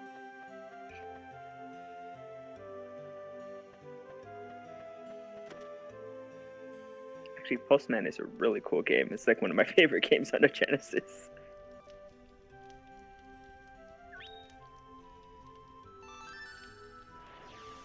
Mechalink is doing a bit extra with his temper here. Putting a few more cleric cards and stuff on his Artemis. Yeah. He said if he got the right amount of tools and got enough money, he could temper it a little bit higher. Let's see what it's up to. Because I think Monogold and Ellervated are both going for that 233. 278. Holy smokes. I wonder if that'll give him an edge. I would say 40 more damage is worth spending an extra minute or two shopping. Yeah, it really depends, because at the point where you're defeating every enemy with one hit, tempering more doesn't help, right? So, and on enemies that take 2 hits, if it's only 2 or 3 enemies, it wouldn't save that much more time as the time it would take to obtain the items. So it's really a gamble, you know, in terms of time. Well, according to Mecha, it's not a guaranteed thing that you can do. It's based on your item drops throughout the beginning of the run, whether or not you're able to make enough money to buy the additional items. And I think you also need a specific drop during the run as well for it to be viable.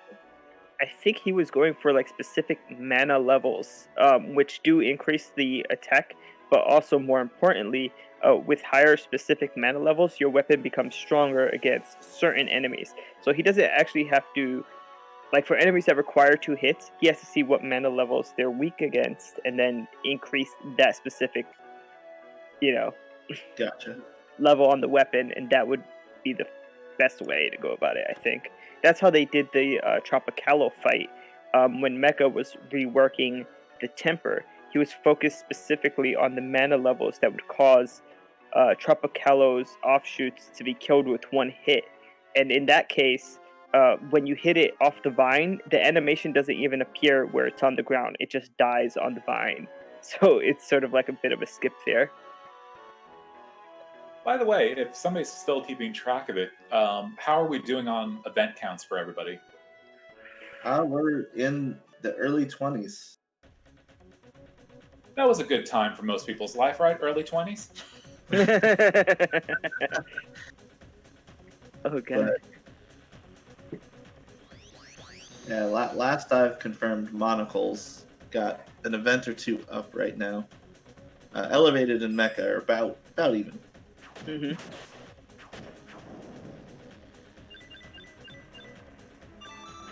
Oof. That was a really good Shadow Zero fight. Ugh. Lil Bean loses again.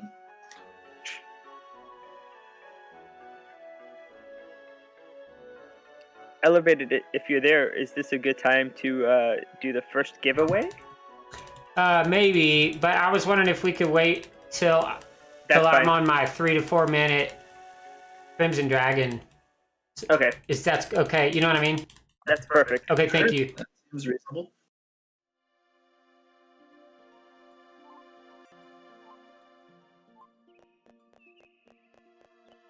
Mecha's got 12 produce right now, so he's in the lead. Yeah, I don't think Monocled and Elevated have really focused too much on the produce. Elevated had the problem with the seeds.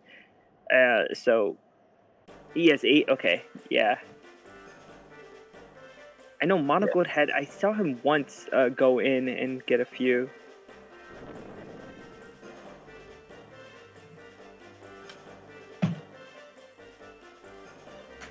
It's definitely an art form keeping all this straight in your head. Oh, yeah. The Ducat fight, that's so cool. the way they carry him off.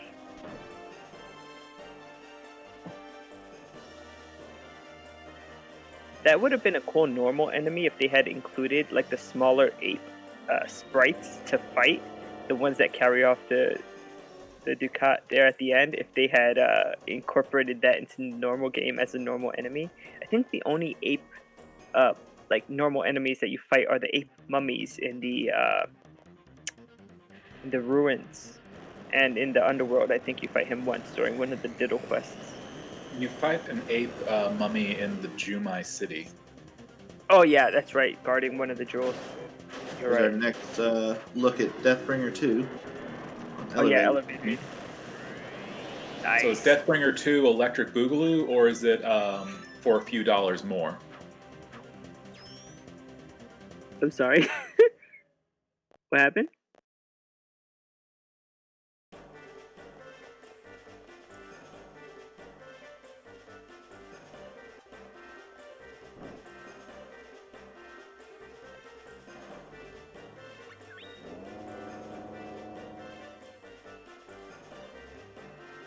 Oh, Mecha's doing the Bud and Lisa quest now. Hmm.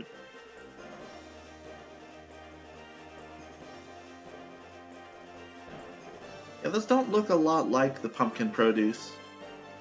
Yeah, they just look like normal pumpkins. I think Tipo calls them just normal pumpkins as well.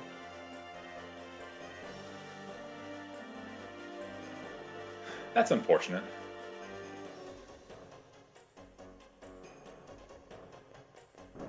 Uh-oh, what happened? Why isn't the door opening? Oh, there you go.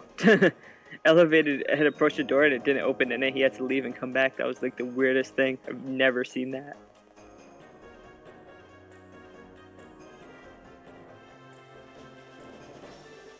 So, Monocled is actually working 2 quests at the same time, and there's a few like times where it's going to happen that way, where you just have multiple quests going on.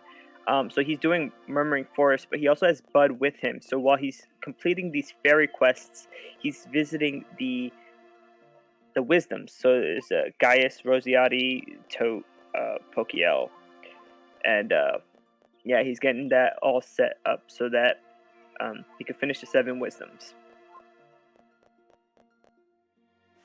Now, the 7 wisdoms show up in, was it 1 or 2 more mana games after this?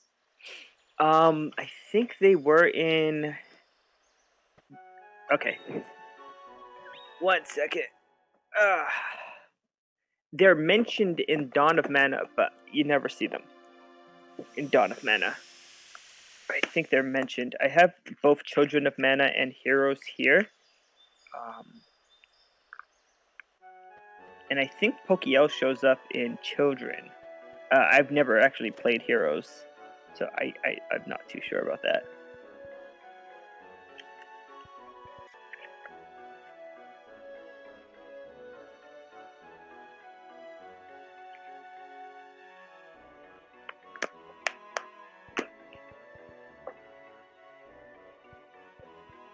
There's Mechalink grinding out the produce again. He has a really good flow with that. Every time he comes in, there's a lot of stuff.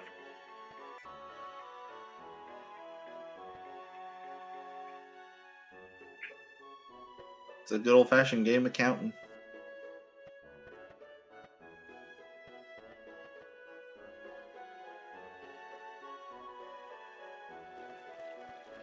Elevated, doing a little bit of circling here. Yeah, I think he didn't speak to Capella when he was supposed to, because Capella's still playing juggling. Perhaps that's what's happening. Like, he spoke to Diddle, Diddle left, but he didn't speak to Capella. There you go. It didn't trigger the Capella scene. That's what it was. And so that's why he's like, why does the Sproutling not say, you know, what he's supposed to say, which is Capella went to speak to the bird. There you go. I saw a bird carrying something. That's the dialogue he wants.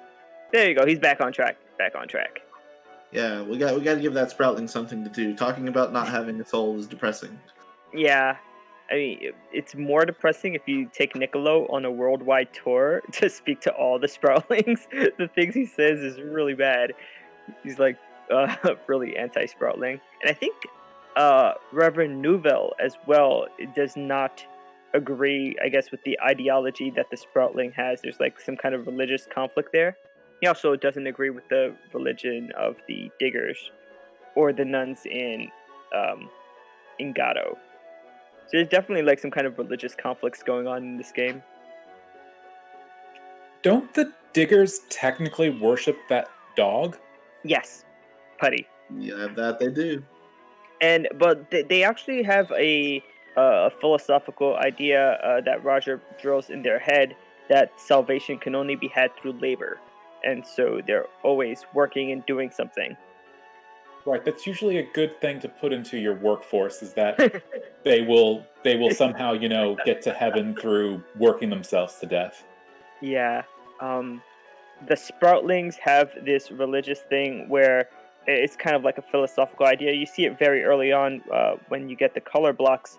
He tells you could create the world. The world is whatever you make it, And so just go out there and create the world. But Reverend Nouvel's like, no, the world is what it is, and you don't make it. And so that's like a difference in ideology if you speak to the Reverend.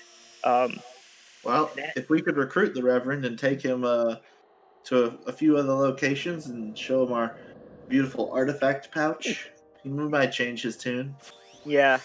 And I think the nuns, let me think, they make the blessed elixir. They're also for some reason, the older nuns that are in Gato are very anti these new nuns coming in.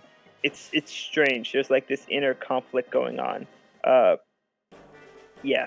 I'm trying to think like what they stand for. I had it like before when I played the game more.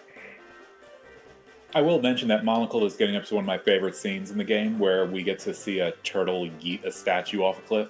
Yeah. Funny you mentioned that, because I actually quite like the scene afterwards, after you fight the Stone Eye. Is that where the walruses are trying to figure out, or the penguins are trying to figure out how to do a triangle properly? Yes.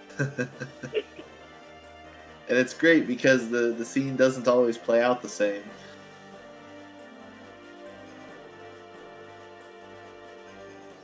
Yeah, they try to make a ladder to get up the wall. They Usually, make the ladder first, which doesn't work because tortoises can't climb ladders. And then they make like a little ramp, which doesn't get all the way up. yeah, Tote is like, I can't go. The first one, he's like, I can't go up there; it's too steep. And then the second one, the walrus is like, that doesn't lead to the top. And it's like, there's no winning. It's like, hey, why don't we just bring our ship around into the lake? Because it's a lake. Oh, that's another interesting thing to note. They've all chosen the guy as the main character, right? Yeah, so there's a few dialogues that are different if you choose the female character. Specifically in the ship, the captain keeps calling the character a dude, and the other penguins are like, but it's a lady, but it's a lady. Right, and then there's I think that was supposed to be like the captain's like, I'm not acknowledging that this is a female character because it's bad luck to be on the ship. Mm-hmm. They always mention the pipes that are in the hair of the female in a lot of the scenes, and they'll mention how cool your hat is if you're a male. Mm-hmm. Well, specifically Jennifer, Mark's wife. If you speak to her, when you speak to her, because here you have to for Rachel, she makes comments about the appearance. And Boyd does in a few of his events. Oh yeah, yeah. I knew it was you, Sandra. You had to be the person who put pipes in their hair. That's not normal.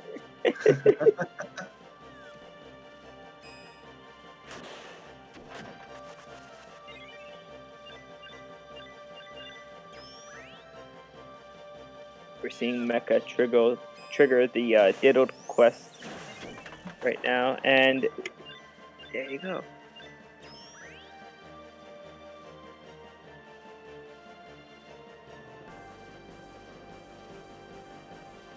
Then on top left, Monocle is fighting one of the cooler looking characters of the game, the Gorgon Eye. And the fight's over. Once you have that weapon, the fights don't last very long, so like you have enough time to mention the boss, and then it's over. Yeah, it's just like, hey guys, check out this cool enemy I found. Aww. But if we were having a competition for which boss looked the coolest, almost a no contest. Who would you say looks the coolest?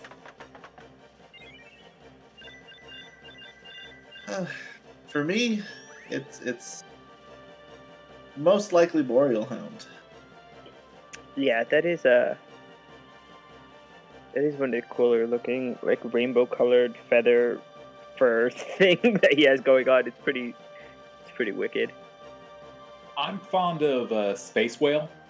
Yeah, Space Whale's up there. Lord of 1,000 gems or something. Yep. And the Jewel Eaters in general, because they look like Scudders from Red Dwarf. Yeah, they are. You mean the ones that you keep on fighting that come in different colors? Yes, when Sandra keeps on summoning. Yeah. They have like this weird face along their neck that once you see it, it's kind of like a person's face that's like fused into their bodies. You can't unsee it, and it's horrifying. Don't tell everybody this. Now we're all gonna see it and freak out. We won't see a Jewel Beast for probably about an hour though. Yeah, it's gonna be a while. Because I don't think they do fairy before Jumi, and so I don't think they're going to be going into the first one you fight is in the Tower of Leeries. They won't be going there for a bit. Yeah, there is plenty to do. We're not even halfway. This is a minimum 7-hour run. Yeah. Well, I think yeah, well this with the extra stuff is definitely 7 hours. I think the world record they're all playing on emulator. It's like 6:30 something now. Just under 6:30. Wow. The record's been changed a couple times now by each of the runners. Yeah, they've been fighting, and to be honest, even the fastest time, if you watch it, there's some mistakes there, so there's time to be saved. Definitely. So if anybody wants to jump in the game and add a little fuel to the fire. Yeah, there's a guide written up for this category. It's pretty long, so you will want to tackle it in chunks, but you could get yourself a really solid time. Mm-hmm. I think that there's still some optimization to be done with the order of events. Still, there was a lot of time saving with towards the end of the event recently, towards the end of the run, with the last Diddle quest and like the things you do in Domina instead of doing them in different trips, just doing them all in one trip, and so that saves some time towards the end as well. The game in general, except for the length of time it takes to do even just a Dragon % run, is fairly accessible because it's not really a getting certain glitches to activate or doing things. It's just playing the game really well for a long period of time. Yeah, that's one of the good things about it. It's not like you don't have to be frame perfect with your jumps like with a Mario run or something like that. It's just like pure play the game fast, like do it as fast as you can and know where to go. A lot of time can be wasted by entering doors you're not supposed to and stuff like that. This game is coded very well. Actually trying to get out of bounds is fairly impossible. Yeah, and they were probably doesn't actually give you any benefit once you get out of there. Yeah, because you have to find your way back in. There's a few skips where you like barely clip past an NPC. There's the Selva skip on Leucemia. I don't know if any of the runners are going to do this today.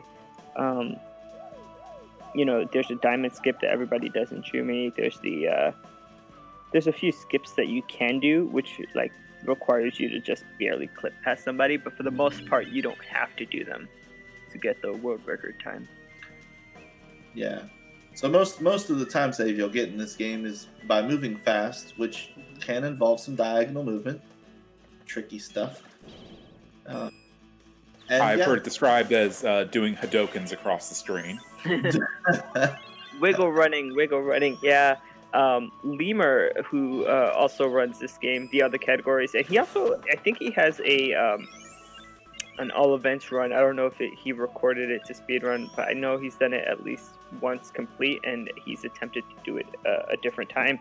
He likes to show his controller when he does his runs, and he has like this insane hand placement where it just looks like his hand is vibrating, but the character is magically moving in the direction it's supposed to go to. Like, he has like this insane wiggle run.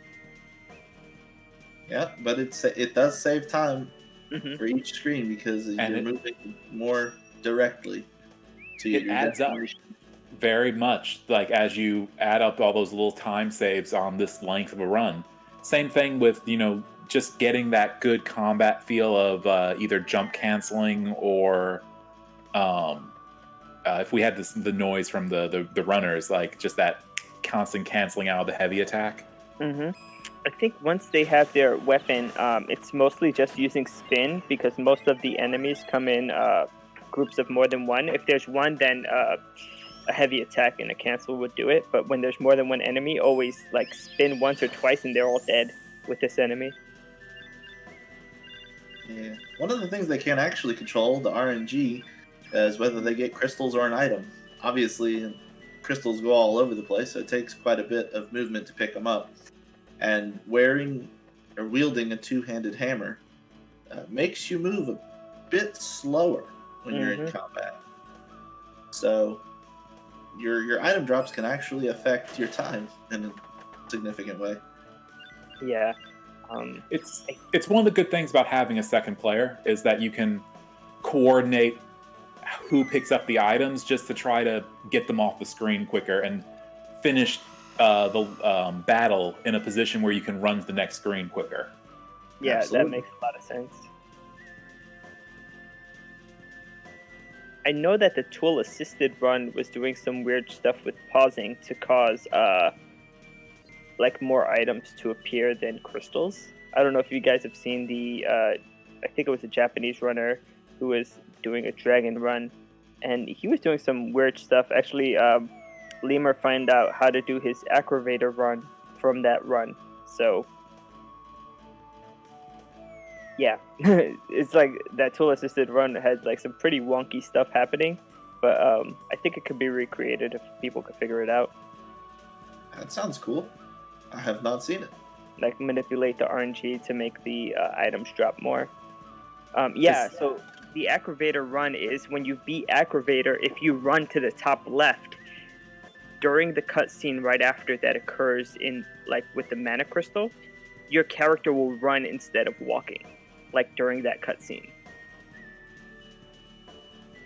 It also had during the tool assisted run, I don't think anybody was able to figure out exactly how to do this, but he kind of clipped past the first 3 guardians that were blocking at the base of the Northern Peaks. He clipped past them. The cutscene happened still when he got like to the doorway, but he was so close to the door, like to the exit of that screen at the end of the cutscene, that it would have been a time save, that was during the tool assisted run. I haven't seen anybody recreate that, but Well, yeah. I know how to get through those 3 guardians, but it always moves you back.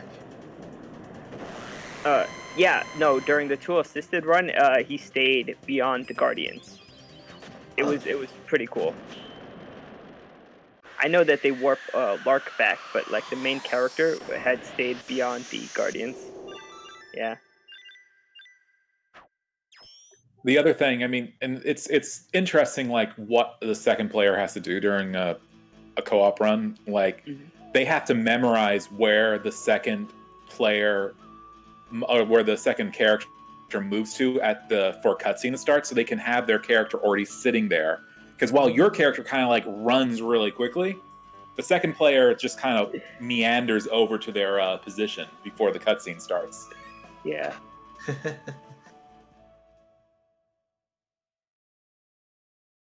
We have Monocled finishing up the 7 wisdoms there and grabbing Niccolo for Nick's business 2, I believe. Yes.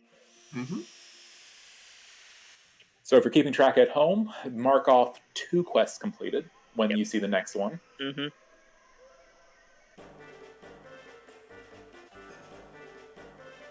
Most of Niccolo's quests are pretty easy. You just go to a place and do a thing, and that's it. Yeah, I think the one In where this case, we're gonna gather some. What were they called? Something ball. green ball bun or something like that. Green ball, yeah. So, but he does all the gathering. We just kind of sit around until a fairy appears. Fairy only we can see.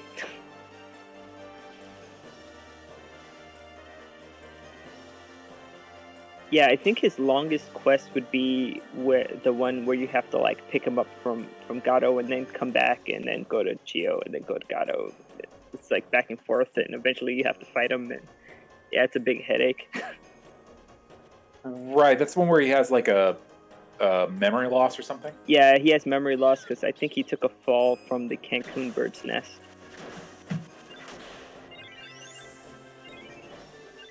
But that quest is interesting because it sort of elucidates the story of Christy and oh my God, I keep calling him Mr. Fuddy Duddy, but that's not his name. That's what Skippy and Hampton call him.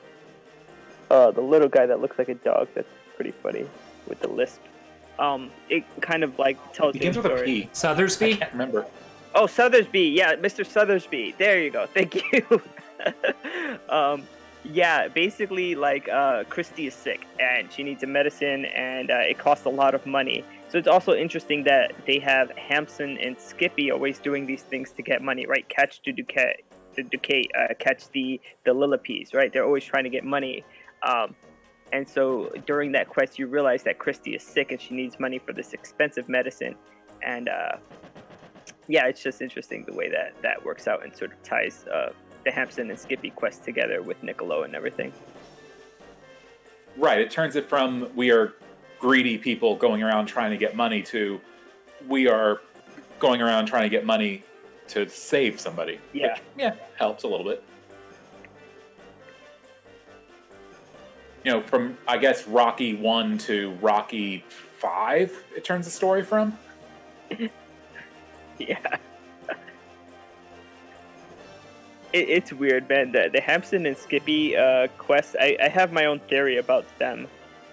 Because, you know, Skippy's really fast, Hampson is really strong. Sotheby has no physical, like, characteristics at all. He's small, weak, slow.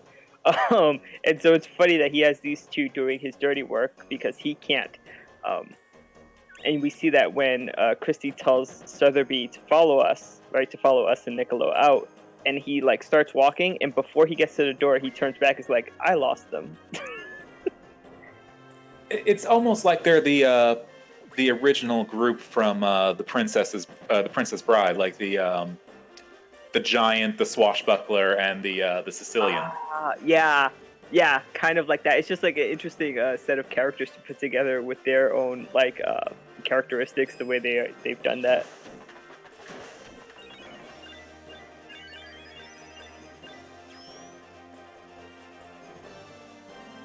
Okay, I didn't mention this before when Monocled was in the jungle, but now that Ellervated's there in Mecha, I think it's going to go there in just a second. There's an item that we're looking to get to drop, and that's rotten meat. You need the rotten meat for the Pee-wee Birdie quest. Now, it appears in one chest in the jungle. More often than not, the runners try to skip it because it also drops from the zombies and a lot of undead enemies, like the 8 mummies and stuff like that. And so it is like a skippable item, but if you want to make sure you have it, you go to that chest and you pick it up. And the chest is the one right before you kind of go northeast into Rosiati's territory, into where Rosiati is. Yeah, it's the one right in the middle of the road that sometimes you bonk into. Mm-hmm. Yeah. I didn't notice if Ellervated picked it up. If they're playing safe or if they're playing dangerous, because you know every time I think I picked up like 3 or 4 already, so I skipped it. Okay, cool. Yeah, if you've noticed that you've gotten it already, then it's cool to skip.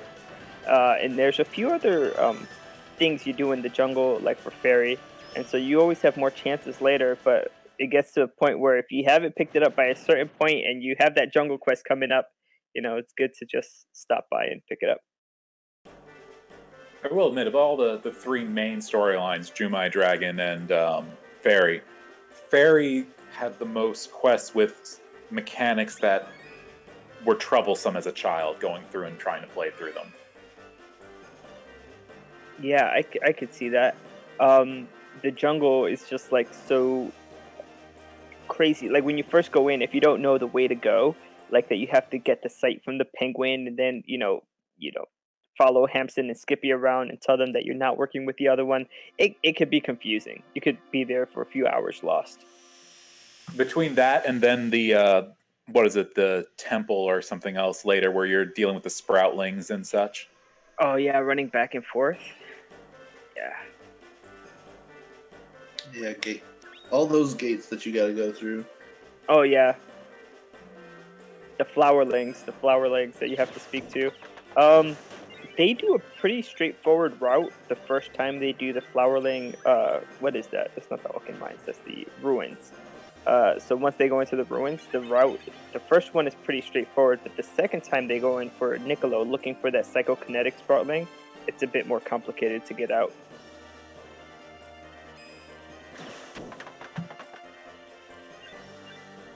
Yeah, they take away half your control of the doors, so you can't take the same route out that you came in.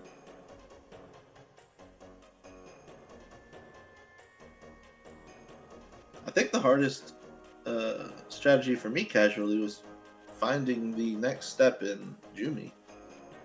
Thankfully, there were plenty of quests to pass the time while I was busy searching, but yeah, it wasn't always straightforward. I agree. Like once Alazal gets sick, you just aren't really sure what the next step is. Right, that whole triggering him out of the bed is not very apparent. I think opposite of that, the easiest one to do would be Dragon. That's like the most obvious because whenever they give you a new land, like the first or second quest is what you need to do. So for the Bone Fortress, it would be the second quest that would progress the story there. But literally everything else that you get from the Dragon storyline, that's the quest that you need to do to progress it. Right, Dragon is definitely the most straightforward. It does take you down to hell where you have but it's during the Diddle quest where you have to dodge the shadows God. or something. Yeah, that quest. Oh my god, it's so annoying. Not only can they body you, they can also just send you back to the beginning. Yeah, so they're annoying for that reason, but also half of them disappear, and you can still trip them while there's no indication that they're there. The only saving grace to that quest is that if you keep on running into them, they do thin out, making it easier to traverse your way up and out of the underworld. But yeah, once I think Mecha and Monocode have both practiced full-on shadows, just dodging them. I think Ellervated usually runs into them to thin them out a bit before trying to go up.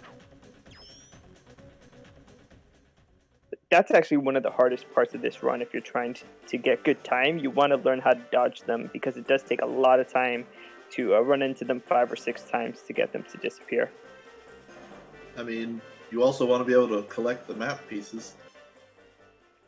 Yeah, the treasure map is annoying, but recently, I think it was Lemur who had, I guess, given the information or told everybody else that if you just hold X while you're running, you can trigger the dud bears to give you the map easier than if you press X upon approaching a dud bear. Huh. So it's I don't think you can hold X while running, but you can while walking. Oh, right. So you stop and you walk and you just have X pressed down. That makes it a bit easier. It's still not easy because they can refuse. Like when you approach them, they could shake their head and just not give you the damn treasure piece. So you're like, damn it, dead bear.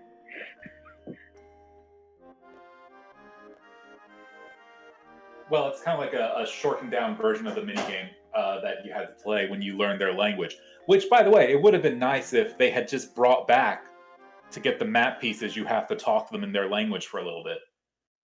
Yeah, it's weird. I feel like all of the, except for the quest in the ship where you're just fighting a boss, the other ship quest where you're that takes you to the Feek snowfields, that takes you to the McKiff Caverns where you're chasing down dead bears for map pieces, and the other one where you're in Medora Beach, I believe.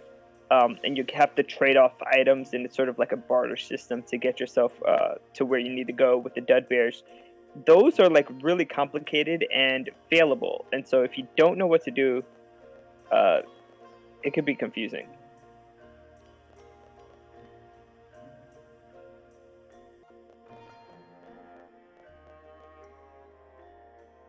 Get our first glimpse at Erwin here, the antagonist of the fairy storyline.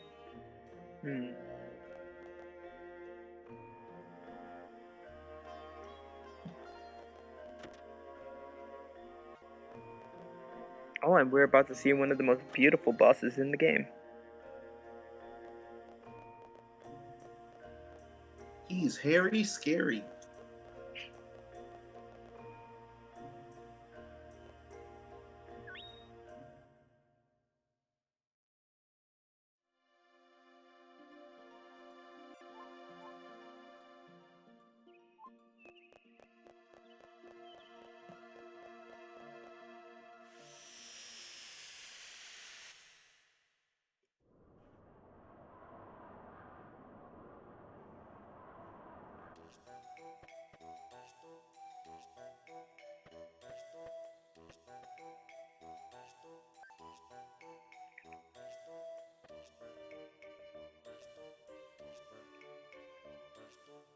There's a boreal hound. See how many hits it takes to. Oh! That's a stun. Oh, wow. Will a boreal hound be kind? That's a no. Oh, and right into ST. It's 2 STs. Blammo should kill it right away. If it lands. It did land. Oh, but 2 ST Boreal Hound is, that's rough. Well, when you get hit by the lightning is very easy to get hit by because you don't have a lot of time to dodge it. Especially if you got to be right next to the hound for Blammo to hit. Mm-hmm.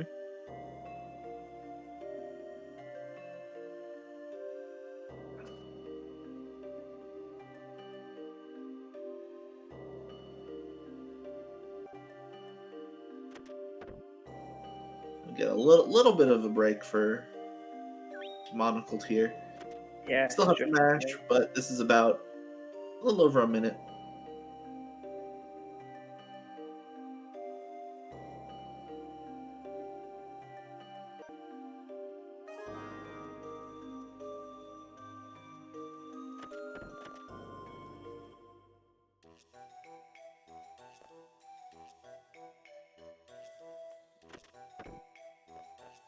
Mecha is triggering the next Ditto Capella quest.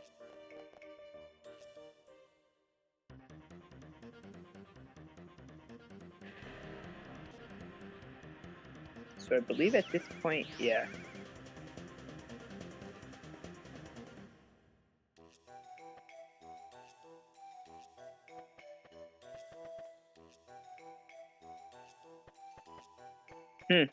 Pokio isn't there. That was interesting for Mecha. Pokio is usually standing next to the shop on the left side.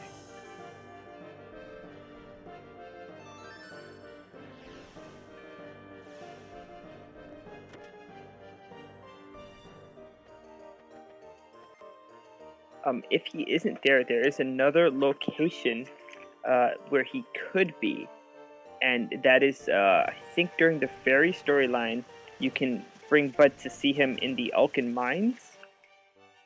He does show up in the Alkin Mines during the flashback, as well as he's there when Watts is there, but I don't know about afterwards. There's also a third place where he could be that you could bring him to talk to with Bud, and that's at home. After you finish Crimson Dragon and you've started Cage of Dreams, he's kind of hanging out outside the shops at home. I mean, you could just wait for the last place that Pokeel shows up at the Mana Tree. I mean, yeah, but then you'd have to leave and then talk to Selva after to finish the 7 wisdoms.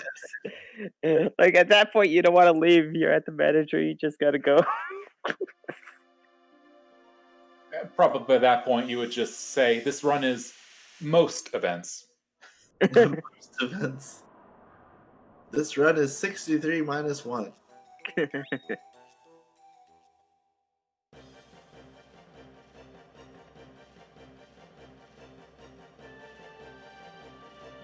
Mecha's making his way back into the Bone Fortress. I think he's going to do his Deathbringer 2 fight right now. I did not know you could push those down individually. Yeah, if you re-enter, it's individual to get them to go down. But you can't do it during the actual event with Lark. If you enter without Lark or without a pet, it'll tell you that they can't open the doors. There you go. Oh no, he just looks so cool. With all those bones sticking out at weird angles. Kind of regal, in a way. Mm-hmm.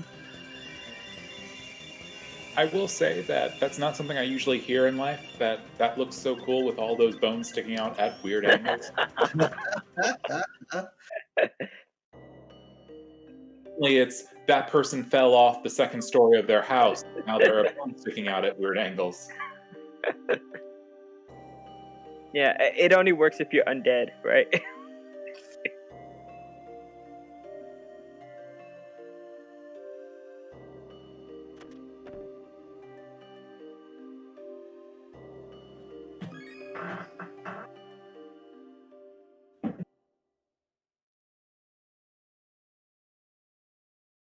Monocled, I think he's doing Daddy's Broom now.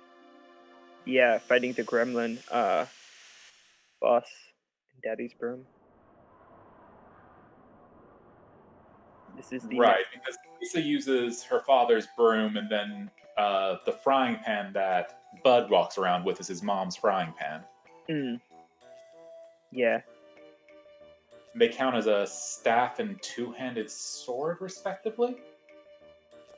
I'm not sure. If I was a kid, I would need 2 hands to swing a pot. No, Artist is correct. Yeah, two-handed sword for sure. Yeah, for Bud. Yeah.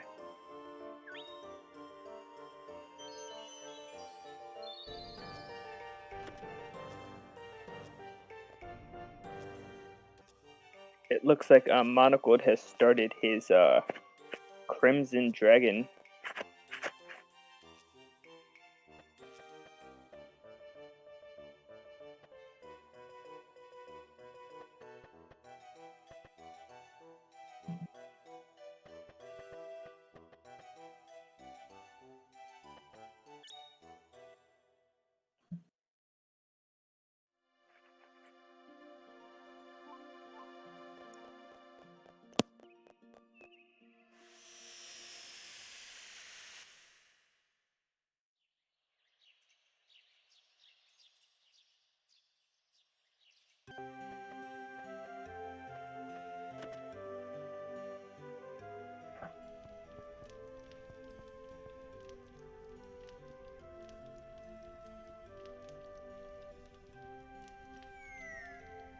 Got the nun that doesn't look like a nun. Normally you'd follow her back into the room, but well, you can just leave and the same thing happens.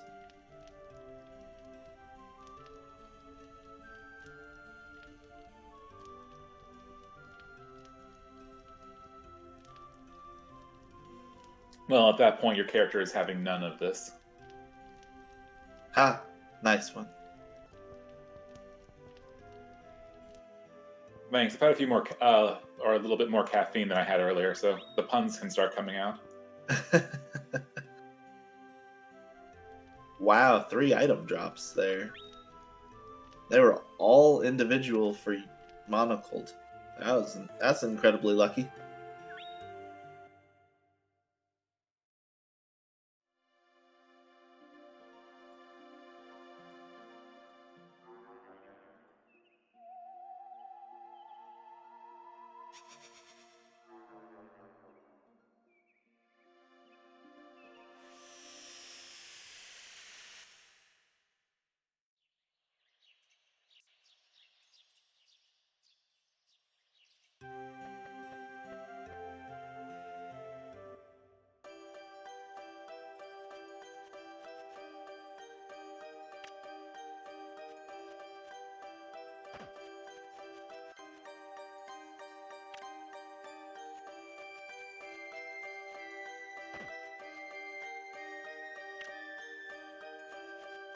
It is unfortunate in the 2-player version of the Jumai route. I just never take Bud with us because you'll accidentally trigger a cutscene with a wisdom every once in a while. So when you have to, if you want to bring somebody else for, let's say, the mana tree, it has to be Lisa because you'll otherwise trigger that one scene with Pokeel right at the beginning.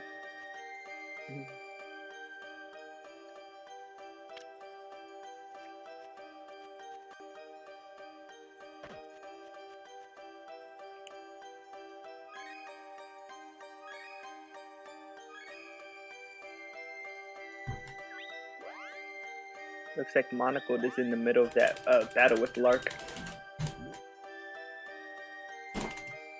Yeah, 15 fruits. 15 so far? Nice.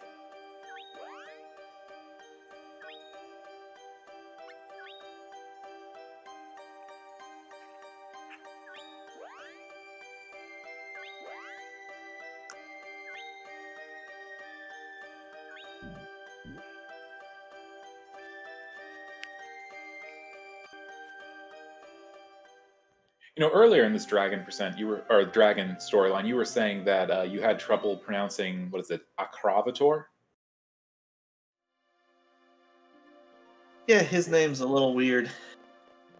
We can go with his Japanese name, which is just Megalord, which is awesome. Ooh, I like that. Megalord.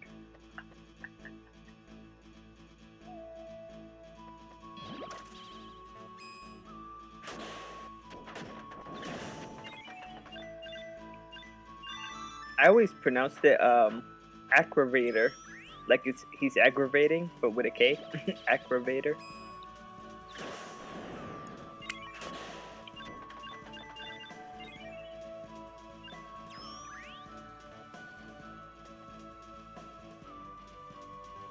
Same? Cool. Yeah, asking me when to put a long or a short vowel with something is not going to lead to very many good things.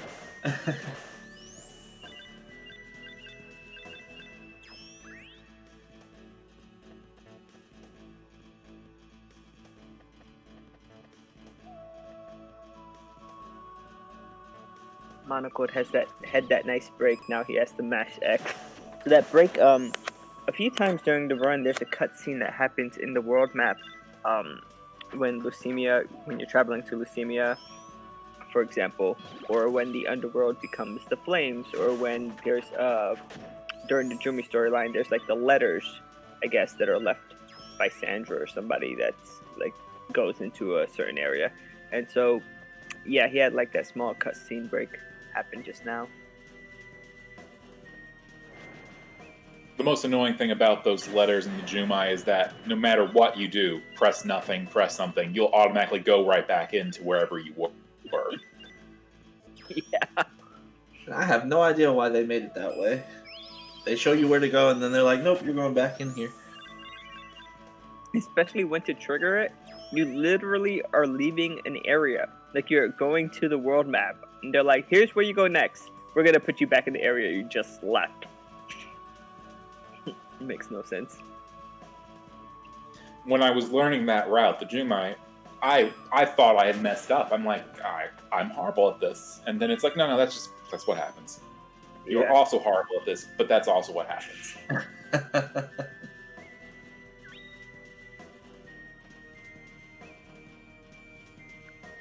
Ezram, you're here. You're a bit Oh, yeah. How you doing?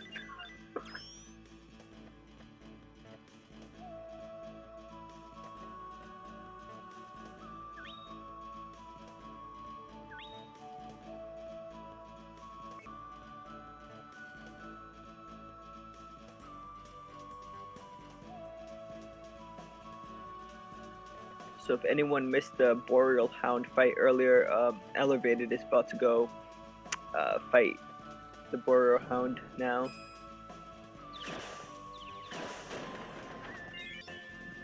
I think Mecha is going to be the first to get all of his vegetables, like produce, in. oh, for sure. Yeah. Maybe he's doing it this way because he routes his map slightly differently. Oh, he got it. Well, they gave him the item encyclopedia. Did they give him the golden seed? No, you'll get that first before you get the seed. Okay. I'm kind of, my strat is to wait till I get the mana tree, so maybe it goes a little faster. Yeah. Okay. Cool. Yeah, that makes sense to me.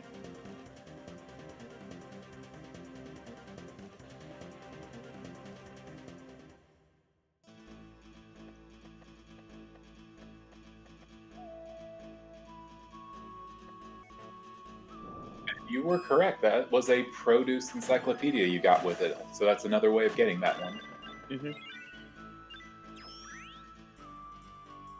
Yeah, the easiest way would be when you first go into Domina, ask Reverend Nouvel about the produce lady.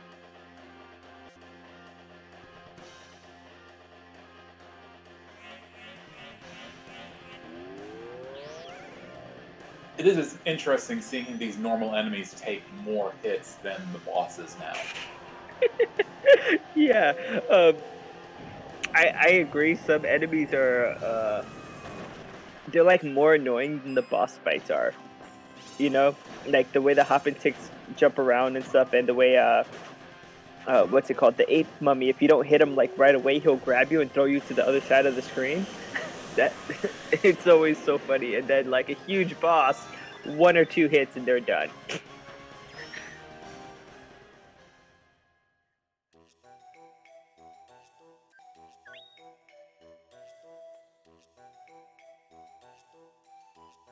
Mecha triggered that shadow animation so that the shadows are basically capturing Ditto and bringing him into the underworld. Nice.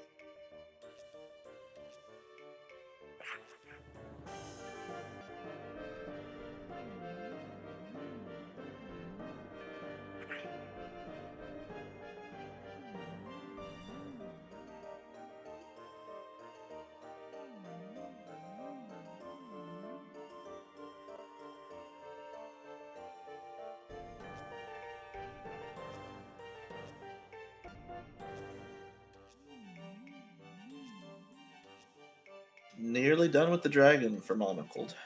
Yeah, he's just got that last orb to trigger here. He'll have earned himself a nice couple-minute break. Mm-hmm.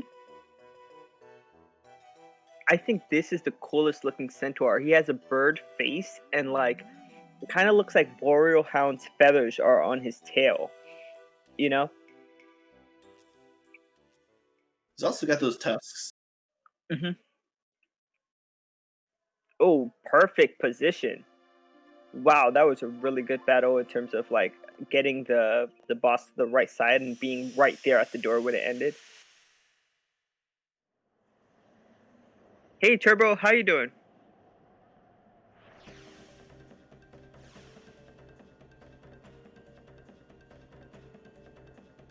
Now, essentially, this centaur model's also used the top of the Tower of Lieres once, correct? I believe that's a different centaur. Give me 1 second. I have the strategy guide here with the bestiary. Because the Lark the Centaur looks different than the other two. So the one in the tower, I think, is the Iron Centaur, right? Yes. Okay, yeah. So the Iron Centaur does actually look different. Okay. Yeah, Just superficial, just from not seeing him side by side. Then. Yeah, he has a huge axe, sort of, that he's holding. His armor is more clunky, I would suppose, and then his tail is furry and not feathers. Lark And by the way, has just to keep with the theme of how cool some of the Japanese names are, Draconis is not Draconis in Japan. Is it Tiamat? It's Tiamat. Yeah. That's reasonable. Yeah. Wait, what was Tiamat it? Cravator again? Megalord? Yes, Artist? Megalord. Megalord.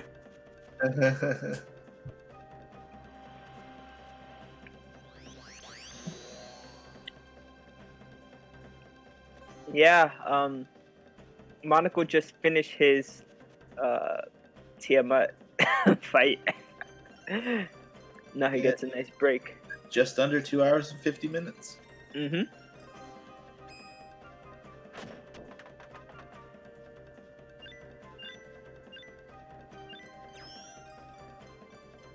So another really ambitious thing they did in the game was the fact that the artifacts have their own cutscenes for each storyline. There's one artifact that part of it just has a nice little change, except for Injumi. That one just is given to you. You mean the Bejeweled City? Yeah. Yeah. Yeah, the final artifacts, they go through changes. That's true. Right, it's true, because this is the underworld becomes his final zone, and then we have I forget what the dang worm's called. Leucemia. Yeah, that thing. It shows up as a snake in the sky that you really can't access easily, and then once you beat it, it crumbles.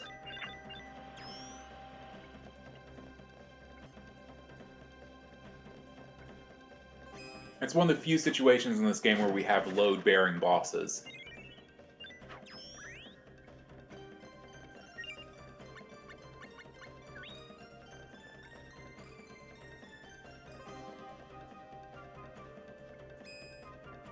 Yeah, Elevated had done a total auto right before this ape mummy fight, preparing for that Count Davila. I can't believe I missed the other Count Davila fights with Monaco the Mecha.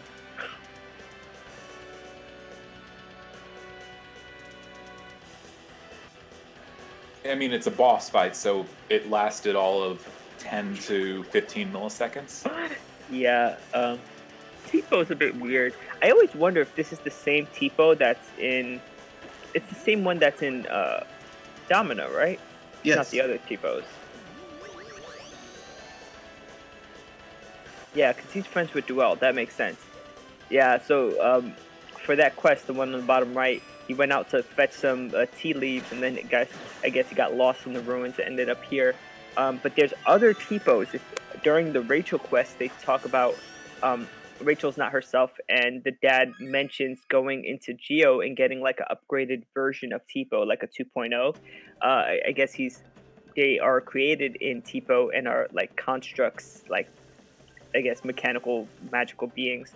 And so in Geo, there's actually two Tipos. There's the one that runs the hotel, I guess, or like, is it a hotel or is it a restaurant?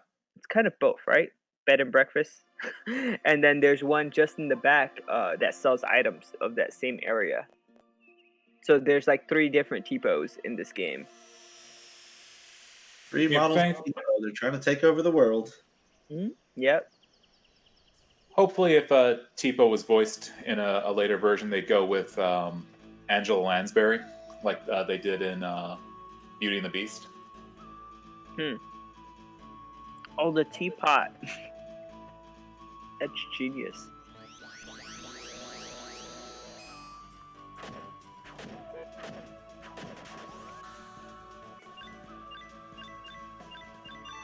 Though it would very much be a very different story if you find out that Beast was using his his cutlery as weapons of war in a previous life. The entire Beauty of the Beast, I have an issue with like that entire movie. Like she's obviously been captured and kidnapped and brought into a house full of demonic furniture. And this guy just wants to save her, Gaston, right? Like his whole thing is, oh, Beast, like Belle was captured, we have to save her, and he's the bad guy. I'm like, how? There's a good analysis of it from the perspective of it's trying to subvert the normal. There's a hero, a princess to be saved, and a villain, because in the end, Belle is the hero, Beast is the person to be saved, and Gustave is the, or whatever his name is. Gaston, yeah, he's the villain. Is the villain. And they do something, it basically like subverts that triangle. Yeah. I just don't think it's entirely healthy for her that she gets captured and then falls in love with her captor.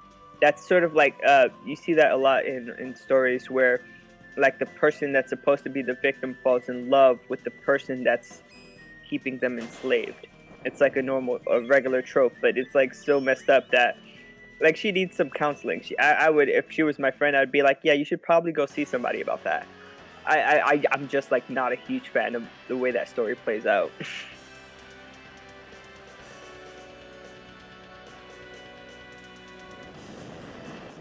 It probably still has parallels you can take to what is it? One of those old British novels, Pride and Prejudice, or something like that. I can't remember which one. I'm not sure off the top of my head, but I think I remember reading that a long time ago.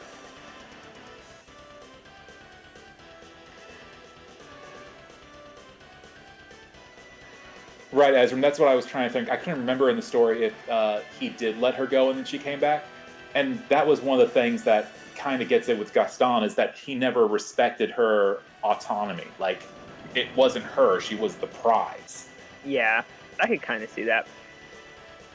I just think there's something noble where Gaston hears that she's been captured, and then he's like, everybody, let's go save her. And then, like, he storms the castle to try to save her because she was captured, I don't know. I just feel like maybe he just didn't have to die. Maybe just learned a lesson, perhaps. It's harsh. I mean, you get a really great song out of him, but then again, all Disney villain songs are good. The villain songs are usually better than the hero songs in Disney movies. Yeah, I could see that. Oh, right. Be prepared. Oh, Lord. I have friends on the other side. Mm-hmm.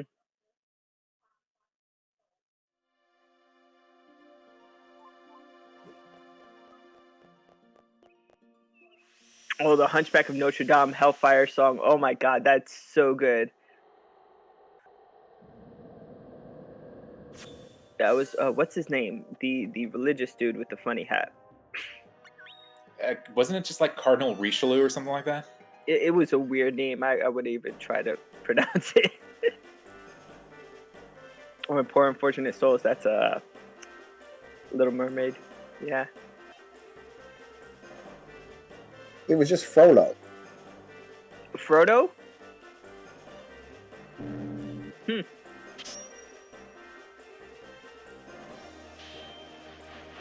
That was such a good movie. I haven't seen that in years. Belle has Stockholm Syndrome? Yeah. Agreed.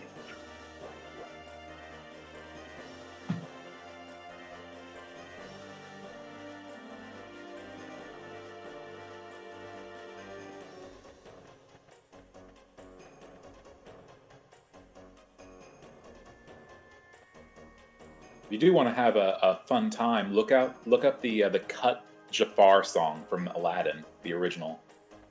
There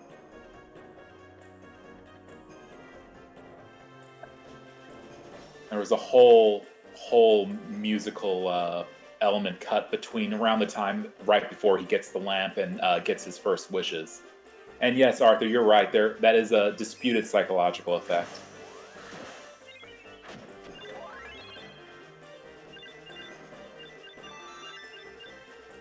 Yeah, I kind of like when the bad guys have, like, you can understand their motivations. Jafar was just wanted power, so like, for example, like Aladdin is kind of hard to relate to him. But like when the bad guy is doing bad things for good reasons, and then you're like, oh, I understand him, you know? Jafar's motivations make a little bit more sense when you get to, I think it's somewhere in like the second movie or the third, where you realize that the Sultan had no clue how to govern his kingdom. Mhm. So Jafar was trying to replace an inept monarch in the end. I see. Yeah, I can see that. I mean, he didn't do it well, but Right, he was trying to there balance is a sense that all the poverty that was going on in that time might have been, you know, exacerbated by Jafar.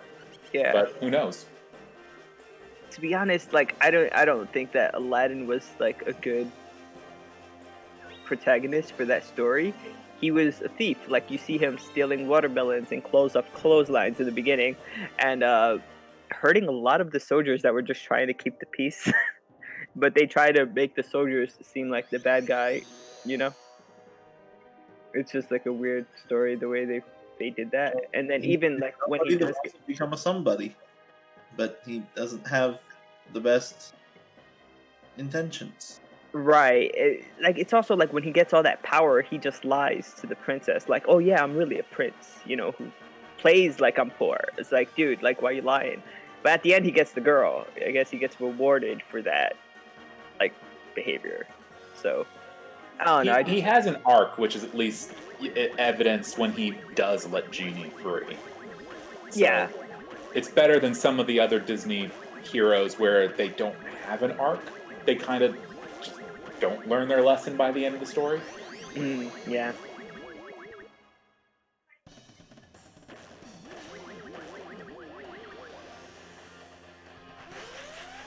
Yes, Mana, was a song that should not have been cut. It is great. And even like the proto animation that you can see on YouTube when you look up that song is wonderful.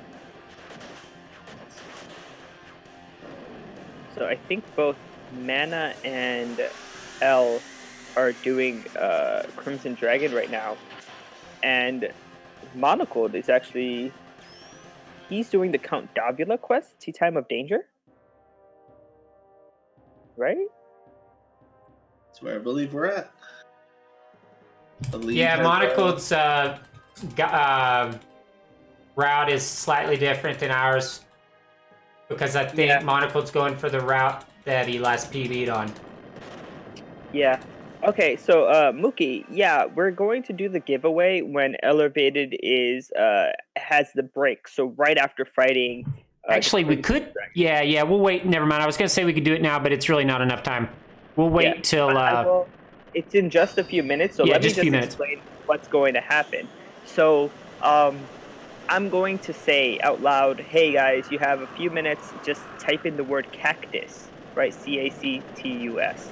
And if you type in the word cactus into the chat, that would enter you into the giveaway. And then Ellervated is going to click a button, and Nightbot will randomly choose someone who was entered to win. And then we'll see that message pop up in the chat. What is the prize? It is a Steam Link code, I think, to get a game on Steam. Let's see. Yeah. It's basically like a Steam code that you could put into your Steam account on the computer to get, to get a game. Is it a mystery game? I think it's like money for your Steam account. Okay, so you could buy a game with it. Credit. Yeah, Steam credit, I believe. If I'm wrong, Monocled will he's the one who sent the codes in, so we have to thank him for that. Yeah, he could correct me if I'm wrong.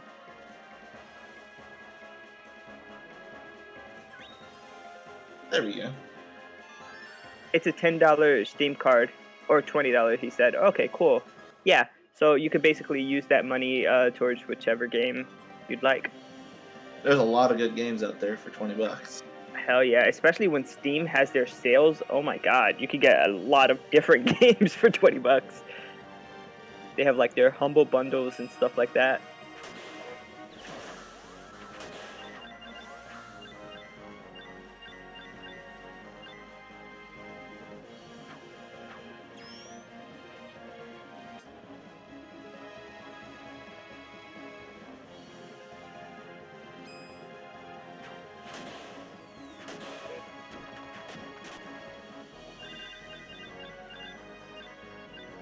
Draconis' castle is a pretty interesting place to explore. Got a The lot of flame? blocks Yeah. you have to undo to be able to head in the correct direction. You can go in a circle many a times before you figure that out. It's really weird because of the trapdoors. Like literally, Draconis is behind this door, but because there's a trapdoor behind it, you won't be able to go through. And the way they set it up, it makes sense. But if you don't know how to get through it, then you get caught in a loop. So the way you're supposed to do it is the way it's done in the speed run, where you're activating these 3 different orbs, and the 3 orbs they get activated after you fight certain battles. So there's the land dragon, the sky dragon, and then the centaur. And so that activates the 3 orbs, which also cuts off the trapdoors and leads you to Draconis. But it's not obvious where the orbs are. And so if you don't know where they are, you end up just going in circles. Right, you just end up finding one, and then you don't realize that some of the trapdoors are no longer trapped. And yeah, that's another thing. Like if you don't know that that path is open to you now, you just like. Yeah, that actually sells for a lot of money. The dragon steak too. Like the meats are kind of useless unless you're using them to temper a type of material that you would want to temper using cardless tempering. But like all the meats are good for that except for this dragon steak because it just sells for so much money. I think it's 1,000 or 2,000 gil that it's always better to sell it than to use it for a temper.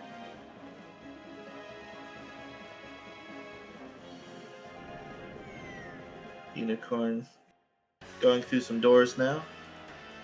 Oh yeah, he's already in Nick's business too.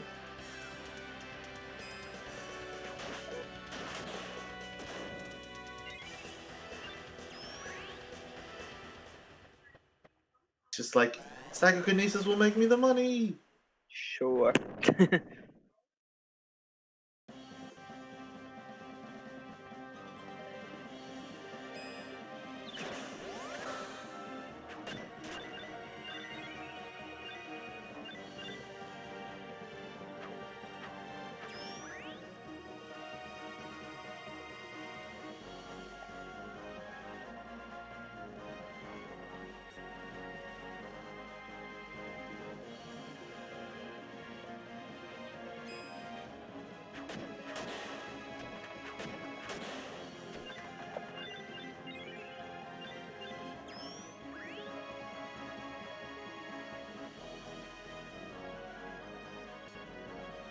Black elk.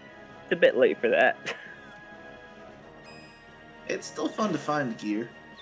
Yeah, that's true. Some of the drops, I think the face enemies, I forget what they're called.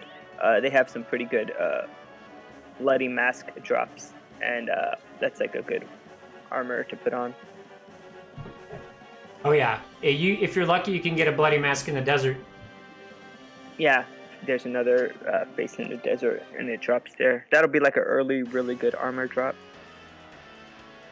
But from the desert, I think the best drops come from the Mad Mallards. They drop helmets that greatly increase your defense.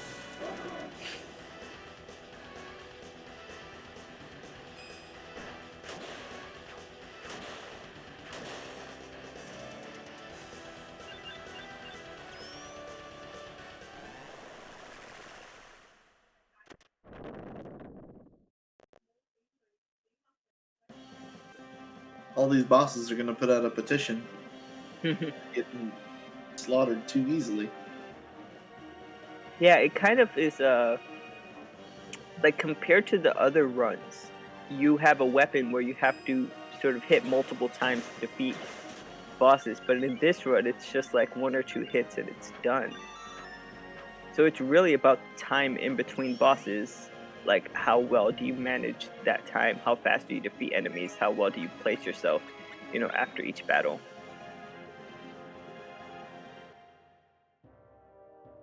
Nice total auto right before Draconis. Usually Draconis could be killed with a 233 weapon with just a blammo. And now would actually be a really good time if anybody wants to enter the giveaway to type in the word cactus in the chat.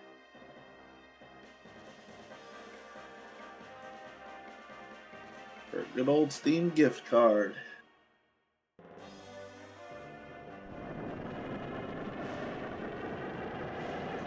That's right. No one will judge you if you use it to buy games you never planned to play.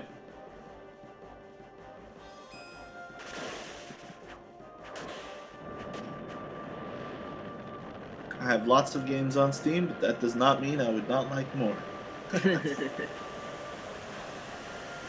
It's funny that one of the best features they added a few years back was the ability to hide games so you didn't have to see them in your library when you weren't looking at them for a while. Oh wow. I mean, it's true. There are some games that I don't play anymore. And there are also free games that they gave me that I have never touched. There have definitely been a few. Have a bit of time from now until the cutscene. Yeah. So now's the time if anybody else wants to enter, I believe there's 3 people in there now. But if anybody else wants to enter, cactus is the keyword. And there will be another giveaway later on, probably, let's say, at the end of Jumi, maybe, or more towards the end of the run. So we'll be doing another giveaway at that time. Jumi's quite a while away. Yeah.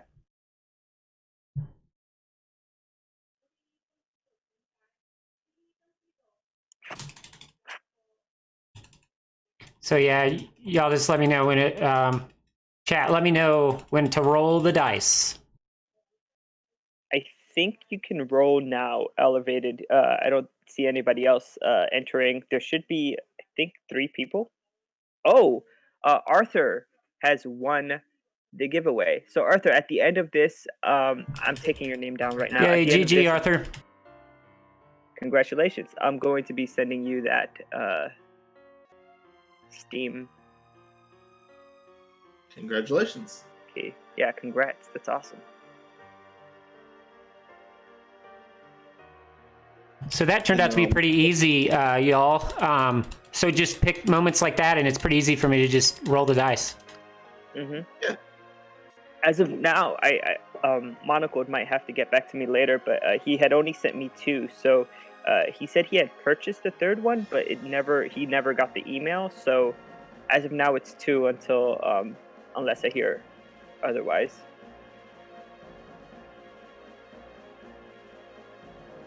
Yep. So Mecha's getting ready for his Draconis fight, and then a nice break. Mm-hmm. It's a solid about 4 minutes. He's got like the most headway into that golden seed. I think Monogold, since he held off on doing the tea time quests, it's hard to tell where they are, like in terms of like 1st, 2nd, 3rd. I'm pretty sure Mecha's visited his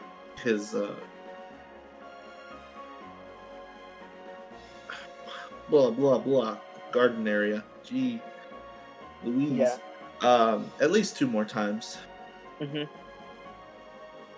So I just know that takes up so much time, like going back, farming, like. To be honest, it's still anyone's game. Like there are some monsters, even with armor, that they could just kill you, and at that point, you know. We haven't made it past one of the big cruxes of the run because there is a safety save coming up in the near future. Yeah.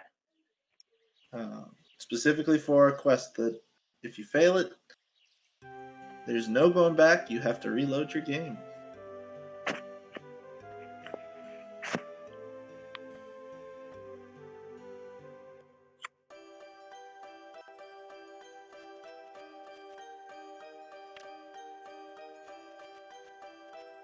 I think Monocled is triggering the Siren Song quest. Some of us still have to find Pokio.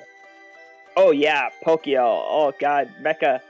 I don't know if you've been listening, but Pokio, you can grab Bud before doing Cage of Dreams, and he could talk to Pokio outside the house. I think that might be the safest way since you have Cage of Dreams coming up pretty soon. Peach Puppy and Apricot. That was my thought here, right? Like I was just like, finally do Dragon, get Cage of Dreams, get Bud for Pokio. Yeah, if it doesn't work, if for some reason you have to take Bud through Cage of Dreams and he's not like, hey, Pokio, again, when you enter the Elkin Mines for the fairy quest, Pokio's there, and so you can talk to him then. I vote for Pokio at Mana Tree. That's just me. That's too Yep, late. that was my backup. It's too far. That's your super ultra mega backup. I finally got That's another like a backup safety flat sitting in seed. the last row of the bleachers for a football game. It's not very useful anymore.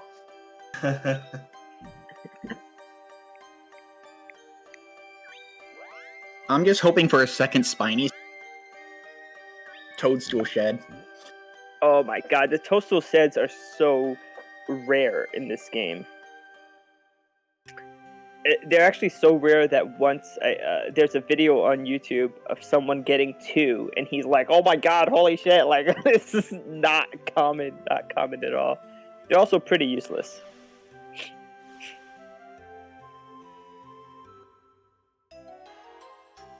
They're great for tempering.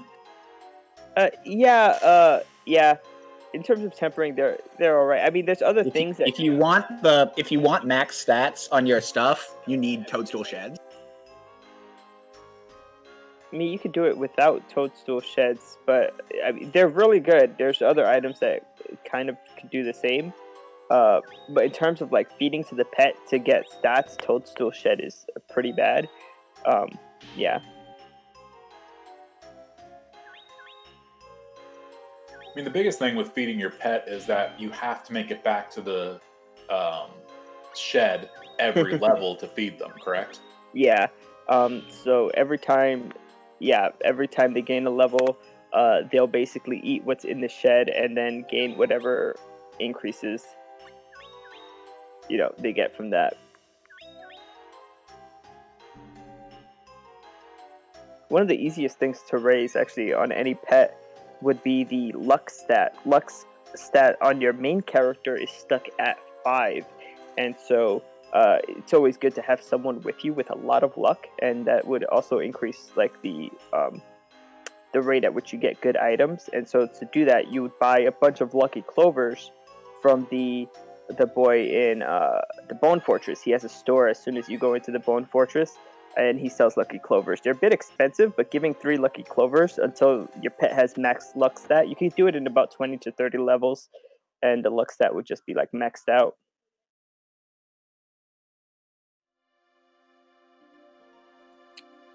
Golem Go Make 'em is done on elevated side. Monocled is fighting the Tropicalo. Tropicalo is also like a staple in all the mana games. You fight him in Final Fantasy Adventure and Secret of Mana and Trials of Mana. But he doesn't have like a face here. It's just like the arms that shoot out. It's just like a small sprite swap from Laban. So it's kind of like a little bit of a cop out. But yeah.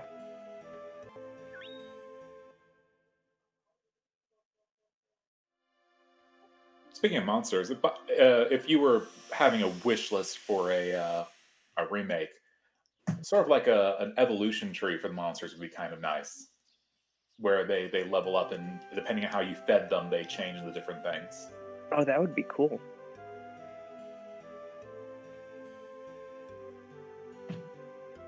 Yeah, one of the things I didn't in the other mana games, they have monsters that are sprite swaps.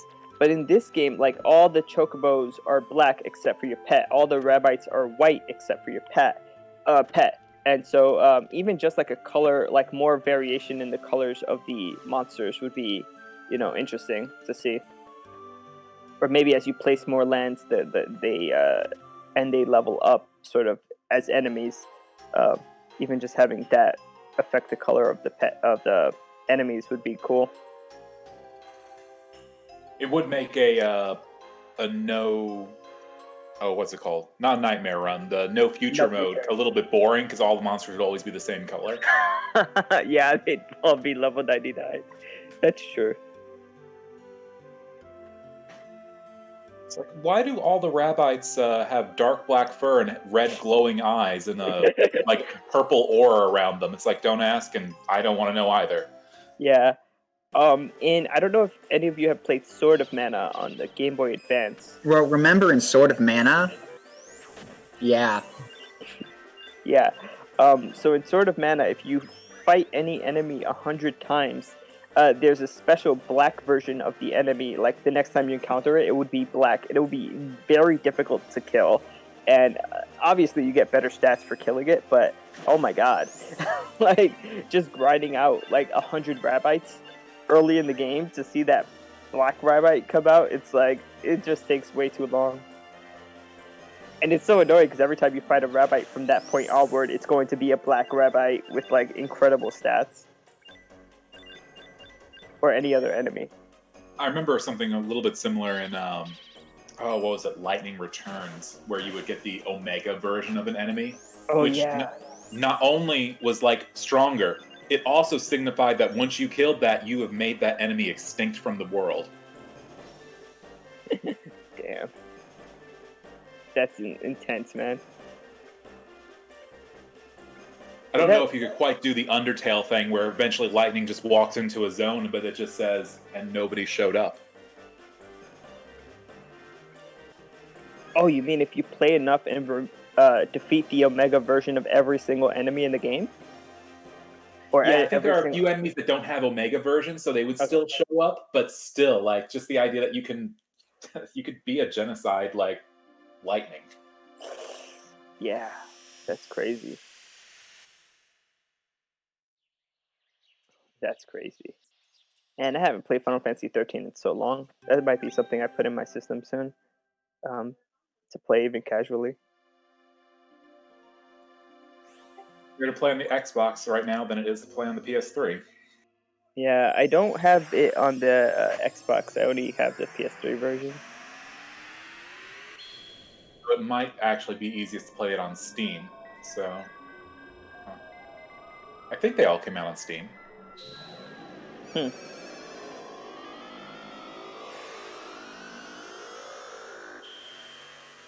So Monaco is still going back and forth with the siren there. It's a bit of an annoying quest because, oh, what happened with Bud?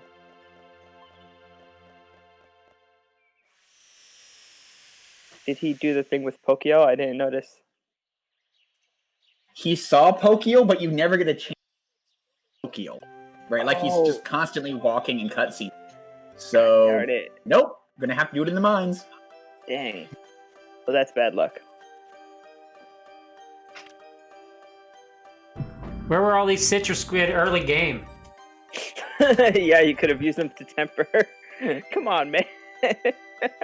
That's funny. I wonder if Mechalink had not skipped the cutscene on the inside, if it would have triggered the conversation eventually. Right, if he had walked in with Bud. That's risky business. That's a long cutscene.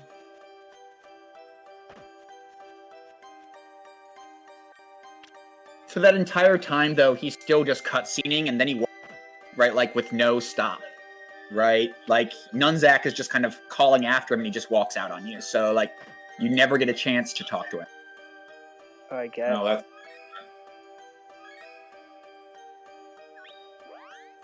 that's rough, though.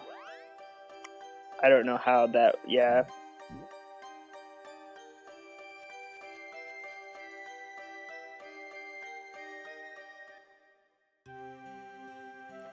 I wonder why Pokio didn't spawn by that store in Lumina. Like, did he talk to him but without Bud by mistake earlier? Or just like in my head, I don't know exactly what happened that Pokio wasn't there. I'd have to rewatch the VOD and figure it out. The quest triggers in this game are pretty much like a NASA level of like switches all in front of you. So figuring out which one wasn't flipped up is going to be a little bit hard. Mm-hmm. Yeah, definitely. He was there when I went and got the Chaos Crystal, but I didn't talk to him. That's why. And then he wasn't there after that. I don't know what happened. I think after you place the Ulkin Mines, after you do like the Watch Drops the Hammer and you trigger this like in the Ulkin Mines, he no longer is in Lumina. I think that's what it was.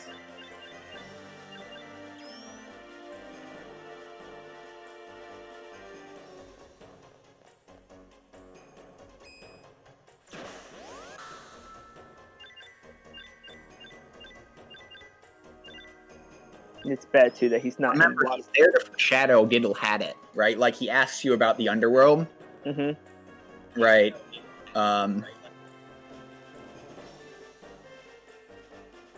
Right, all the way in the bottom of the underworld. I want to see what happens when you talk to him right now. Oh no, he just transferred you down there. There was no talking. So you, yeah, that's rough. That's really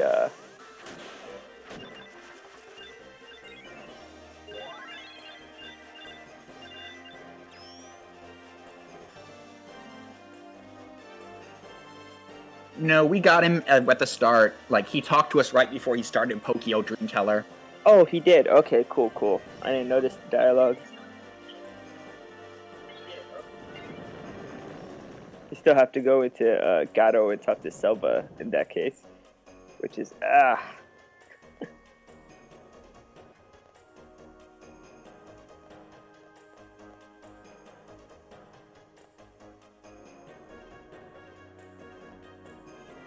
Do we have any more trips back to Gato for the fairy quest, or is that part of it all finished?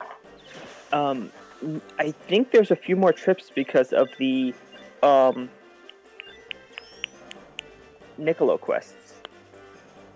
Like, but you'll have Blessed Elixir. Oh yeah, right. No, we'll be going back. Yeah.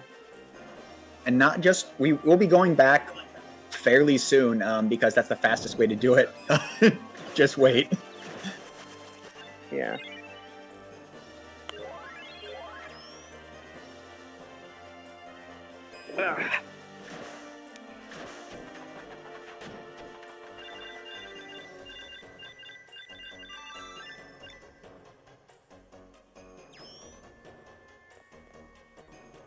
Monogold looks like he's starting the ship quests now.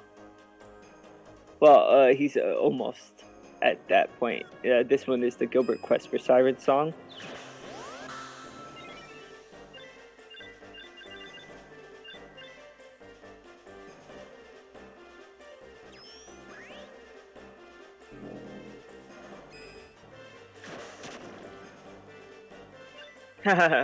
Ellervated had gotten a Brave Blade.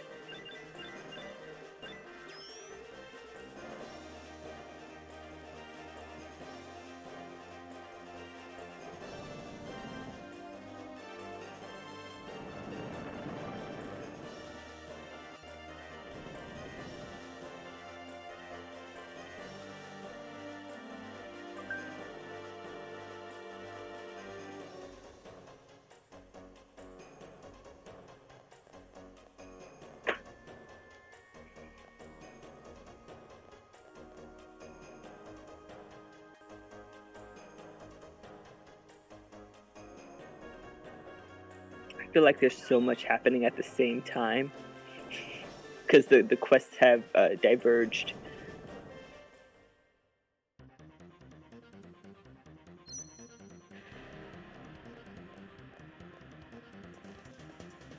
At this point, it's really going to be hard to tell until we're climbing towards the Mana Goddess what's going on. We have Mecha doing Tea Time, Monocle doing the Siren Song, and Ellervated doing... Oh god, he triggered this quest such a long time ago when he walked in. I forget the name.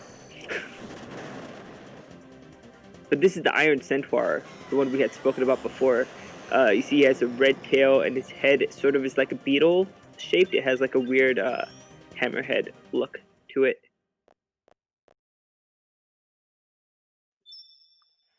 I'm still trying to figure out with this particular sequence in the tower what's best to do when you're playing multiplayer with of course, a much weaker weapon than you have here. Oh yeah, that's a completely different looking centaur. Okay.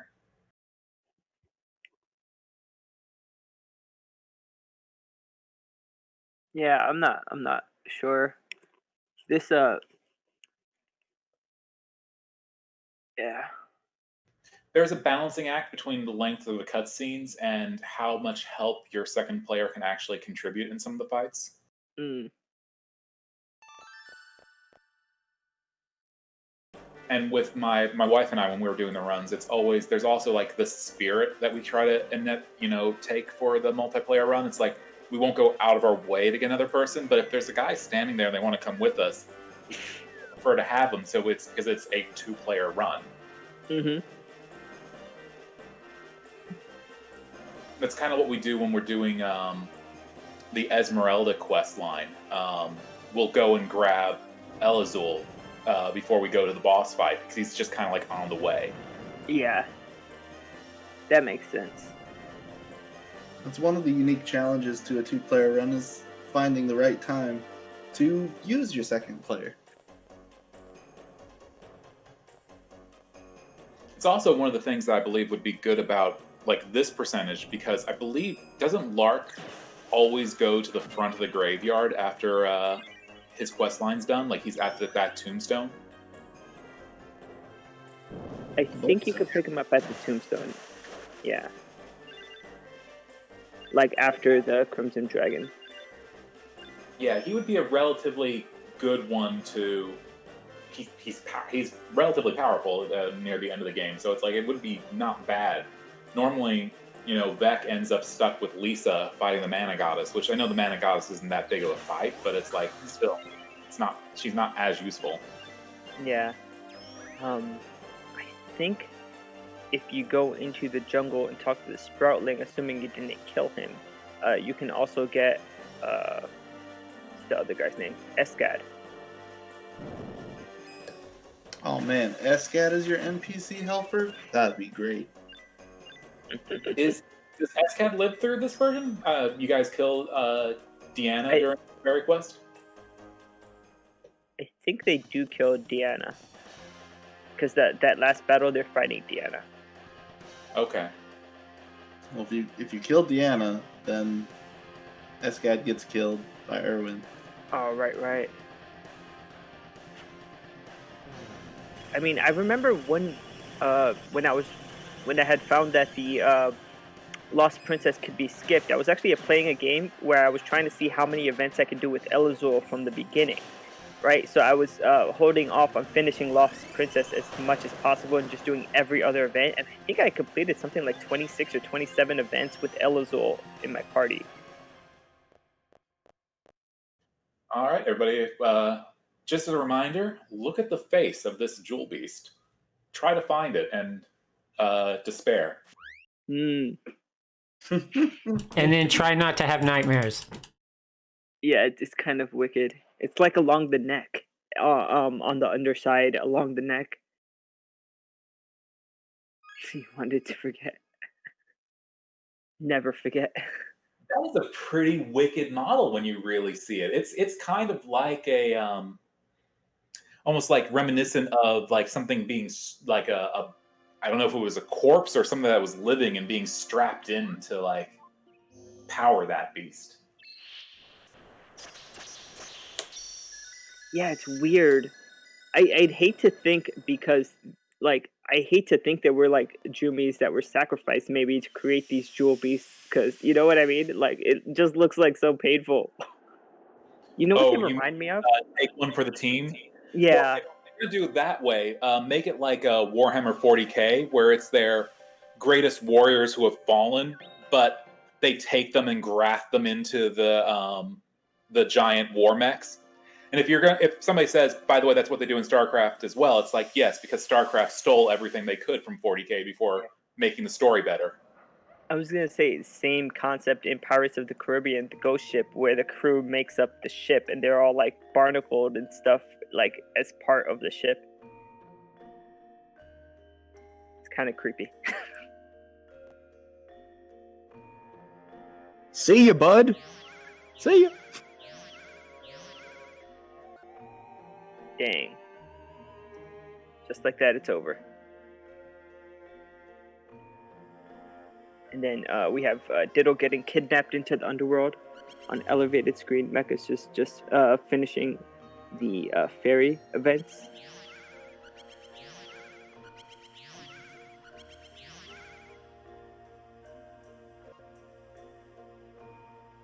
And Monocle's in the middle of the Jumi quest. Everybody's doing something different.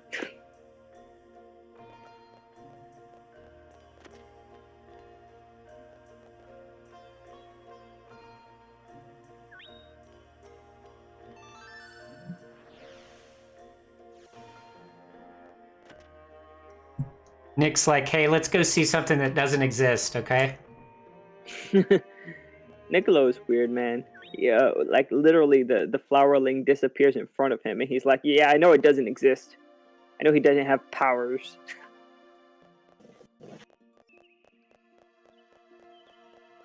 Well, it almost approaches like the atheist golem from Discworld, where you just, say the gods don't exist, get struck by lightning. It's like, nope, still don't believe in them.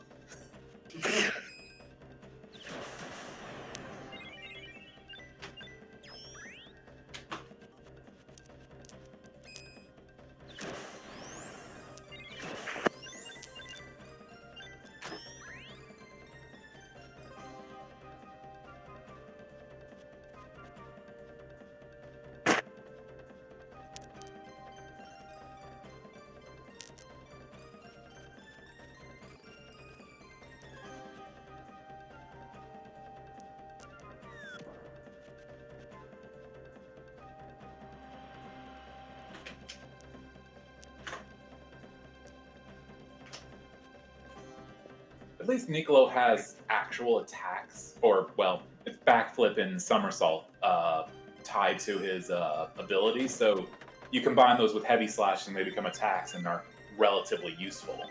Oh, cool. Yeah, I know he has one where he has a ST where he throws a treasure chest and it opens up. Yeah, I can only assume that it's not going to be. It's very slow attack. I'm just thinking about his normal triangle and square button attacks. Doesn't what's her name? Sierra have like a backflip or like a front flip, like something where you can combine an attack to it as well, where she's like jumping in the air. Right. I think he has the same too, because he has backflip and somersault, which or she might have somersault and she has front flip. I don't know. It's a little bit hard to tell because some of the abilities don't really seem that different. They're just like combinations of jump and flip and stuff. Yeah. She probably has high jump the way she hops around.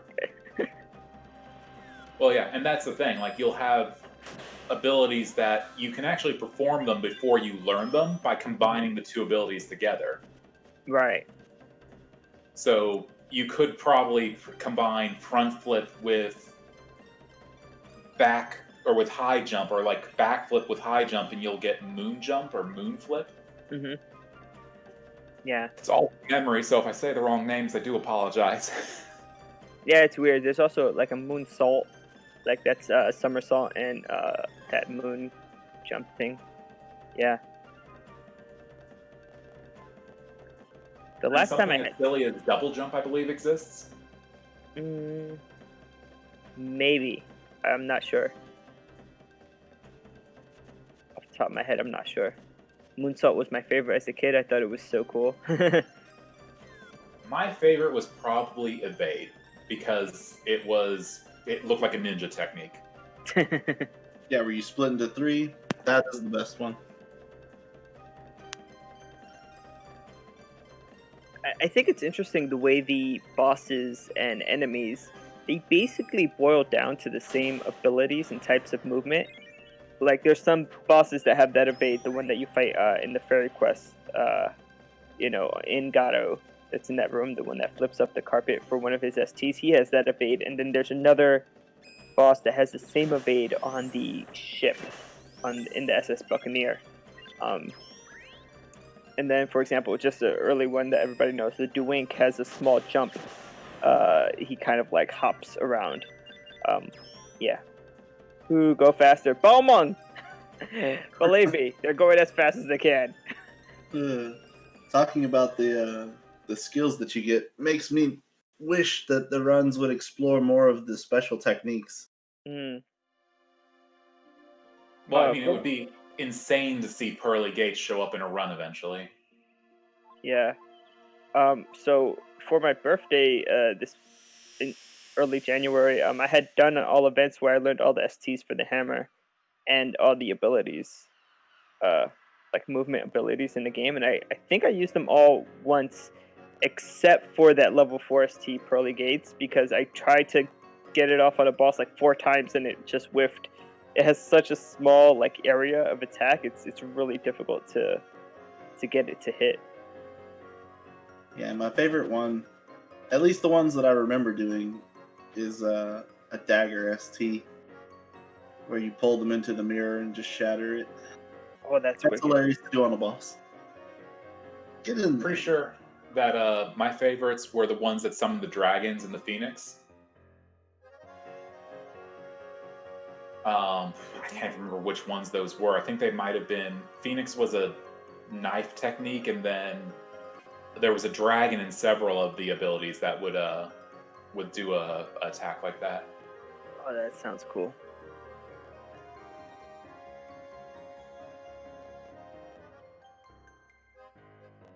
Spearhead Blue Dragon is its area capstone. Spearhead Blue Dragon.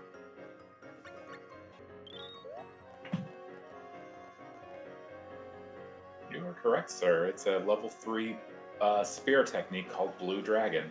Yeah. Nice.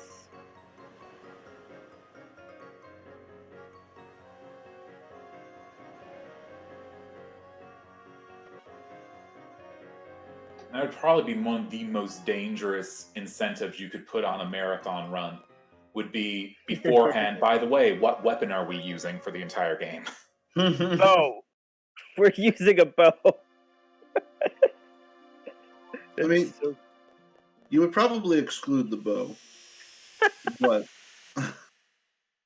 You'd probably want it to be a weapon you can actually pick at the beginning of the game. I don't know. Like, If you could temper, I wouldn't exclude the bow.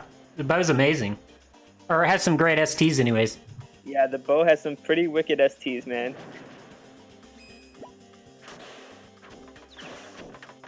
I had made a Deerwood 999 bow for my No Future runs, and that was fun. The only bad thing about the bow is that there's a plunge attack where you just like shoot in the floor, and so whenever you mistakenly do that plunge attack, you're just like wasting time shooting the floor. But the bow is slower, for sure. Yeah. That's true. Well, it pretty much turns the game into a point-and-click adventure where every answer The is big use problem bow with on doing enemy. any weapon that isn't heavy is that you can the only finish you can buy is heavy bait.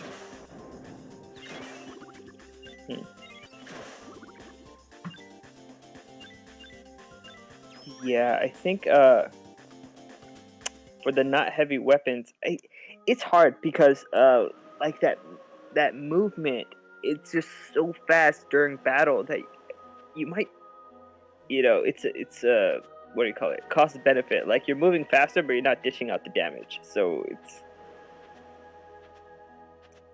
it's hard to know like what the fastest is.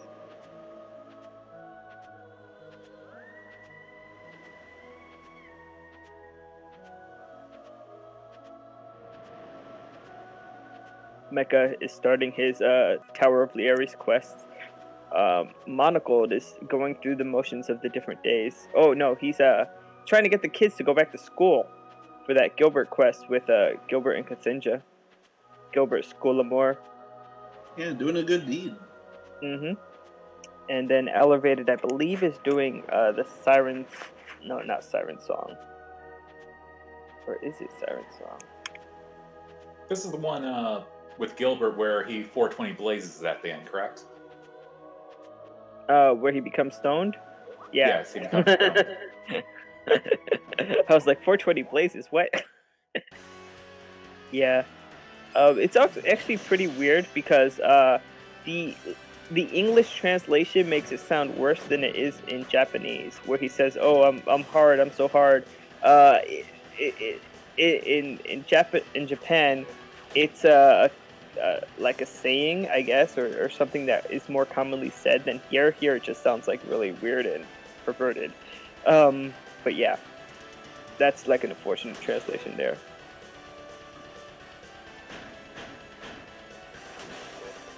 You say unfortunate. I mean, it is funny. It is funny.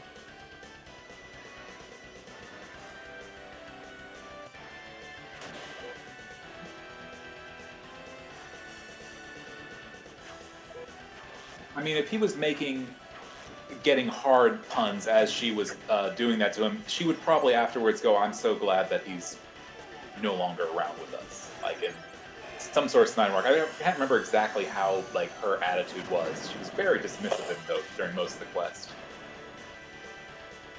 Kathinja? She is, yeah. For that quest, she's kind of dismissive. I remember her from the Reach for the Stars, where the students were afraid to cross her because she has a tendency to turn them into stone. Like the students that bother her too much. So I guess that's what she does.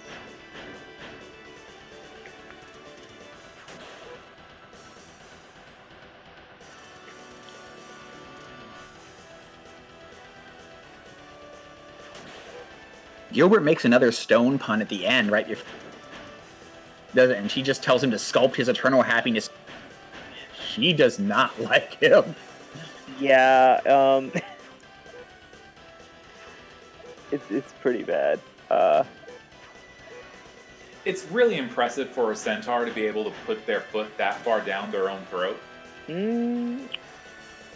Yeah. I mean, there are other games out there that have sort of a similar style to them. When you look at adventure stories, you can just go talk to people and you collect items and you can give them to certain people, and it's wrong. It's not the way you're supposed to use it, and so you can end up with some hilarious dialogue in that kind of manner as well. Yeah.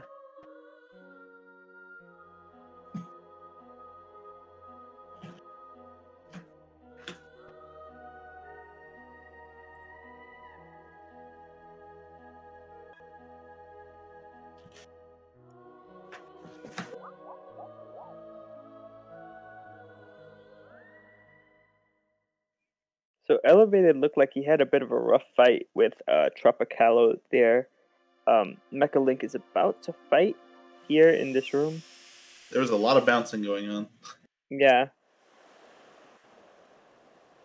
Yeah, Mechalink looks like he's about to fight the Iron Centaur right now. And then Monocled just finished the fairy storyline, right? No, he's in the middle of it. This is the scene that normally gets cut when you're doing the fairy story in the Elkin Mines. Usually like enter to trigger it, and then you just leave and you don't like see the whole thing.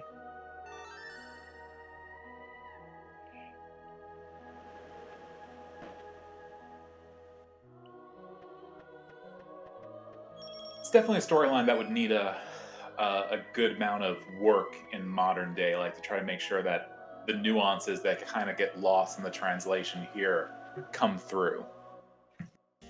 Oh yeah, I feel like if it was to be ported, that there would have to be more sort of. I would like to see like the history of the world played out, but not in like encyclopedia format, but like through cutscenes. You know, like as you play more, then they would elucidate more of what happened in the past. You know, I think that would be a cool way to go about it.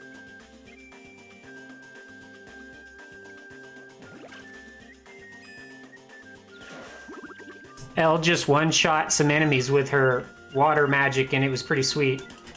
Oh yeah, that's funny. I think she's one of the best fighters. For a reason.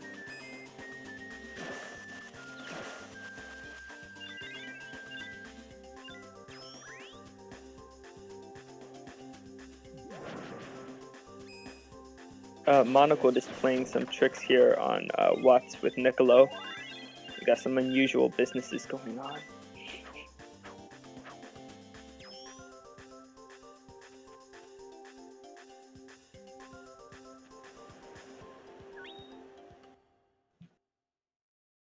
Watts showing that he's an amazing mathematician.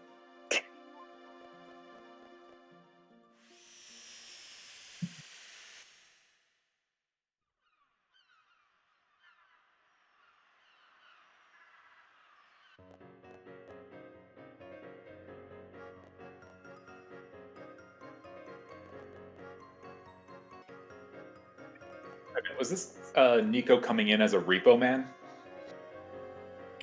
So what happens is Niccolo sort of hides, I guess, silver all throughout Watt's shop, and then comes back and says he hasn't been paid for it. And I guess Watts had used the silver to make items, and Niccolo's like, you have to pay this exorbitant amount. And it's just like a crazy scam that they put on Watts. Yeah, but Watts tries to turn it around. I'll just craft a wallet and it'll be full of money. Mm-hmm. It doesn't work.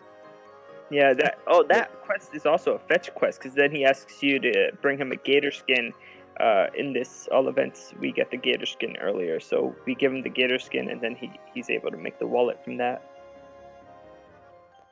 I'm glad that that's how that was playing out, because from my perspective, like not seeing all the dialogue I was flying by, I thought he was threatening to turn Niccolo into a wallet. That that's hilarious.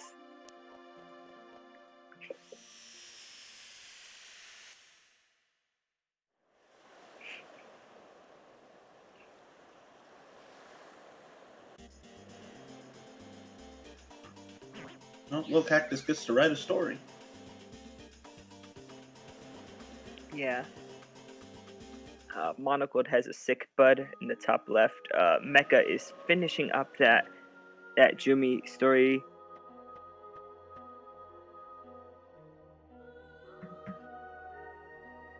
And I believe Elevated is doing the song with Elle and Gilbert, although I'm not quite sure.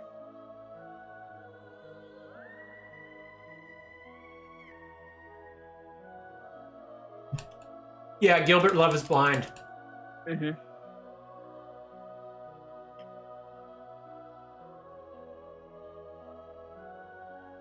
It'd be interesting to see a something in a remake make use of the multiple playthroughs in almost like a Undertale like way, where it remembers things you did in the previous game. They kind of make comments about that, so like it's never really the same experience every time you go through. Yeah.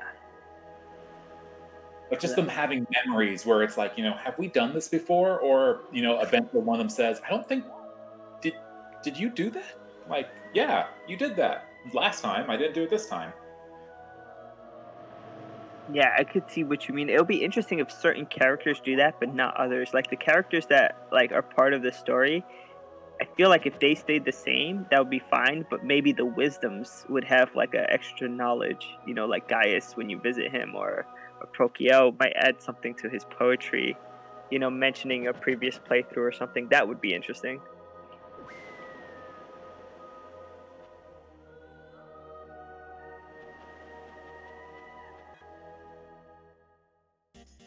Yeah, that It's would cool. just end up being the Pokeal as Sans at the end of the mana tree, where it's like, I know this is the last time you're going to do this, so I guess I have to stop you now. Pulls out music box, let's fight.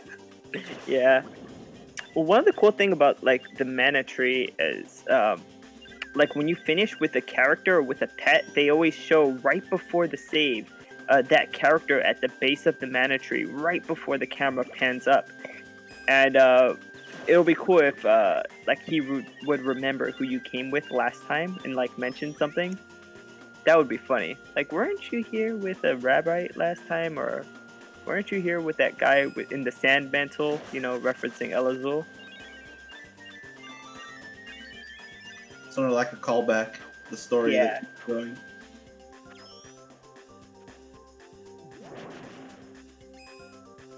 I mean, all that stuff that just is possible nowadays with more memory, being able to commit to something like that.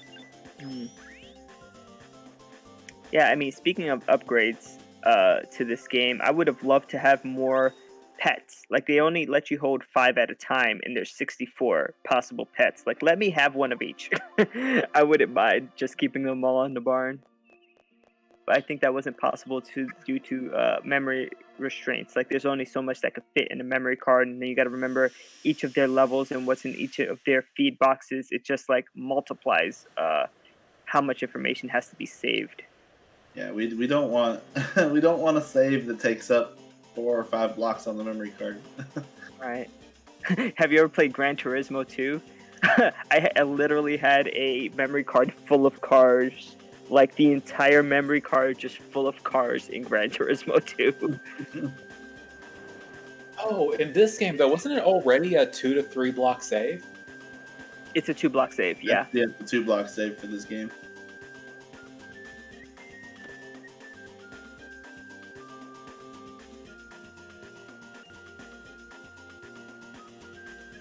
That's already like more than most other RPGs. I think all of the Final Fantasy games on PS1 were 1 block. Threads of Fate was 1 block. Right, but Final Fantasy kind of got away with it by loading so much from the discs, which is why they made you change discs so often. Not very saved in like your character data. Right. I think the only thing it had to remember was like what armor you had, what what level your character was at, and nothing else. Because Legend of Mana has to remember each level up what stats were leveled up. You know what I mean? But in let's say Final Fantasy IX, for example, the level ups were standard. So level 50 character doesn't matter which how many times you play. A level 50 Zidane always has the same base stats, and then you just add on whatever armor he has on. So except for that really weird thing you can do with what's her name, Aiko and Marcus at the beginning of the game. Aiko and Marcus? Marcus takes up like a character slot in the data that's the same as Aiko, so if you level him up to a certain level, she starts getting better stats when you get her. Oh yeah, when you first get her, yeah. That's cool, but then again, it's still just remembering the 8 or 9 characters, you know. If you include what's the guy's name with the bandana over his head, the other thief. Abandoned ship.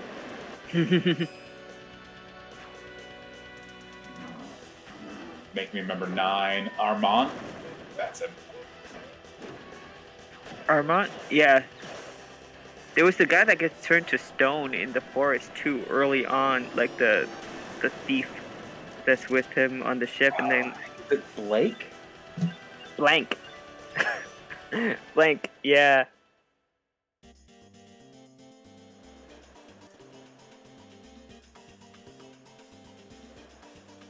Yeah, but this game had so much to remember just because it's every time you play it's different.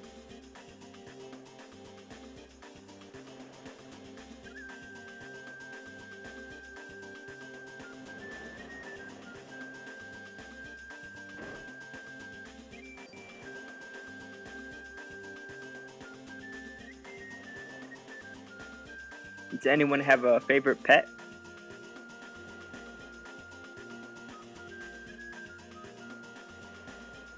I was more of a golem person. Flying Dragon was a fun one. Polterbox was just a necessity, so you'd have one of those.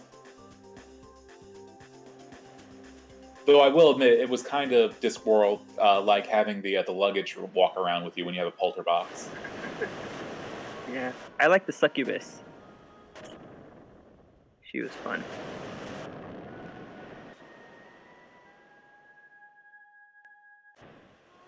It's been such a long time. I think the Tomato Man was pretty useful as a... Oh, Mambo, yeah. What I remember about Mambo is he would always just flame all the enemies. It's just like put everybody on fire. Yeah, especially when you leveled him up. That flame was very good. Mm-hmm.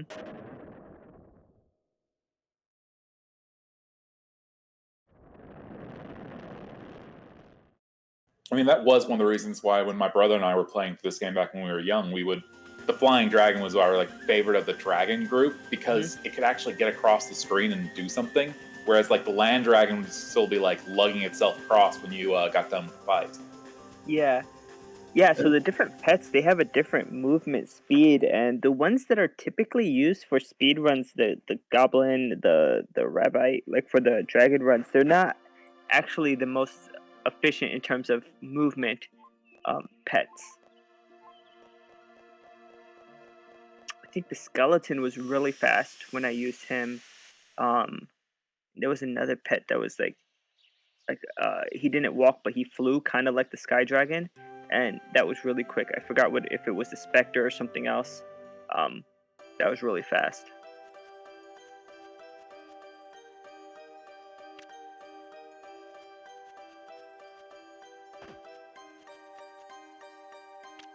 Some more fruit into the box. Ever closer to that golden seed.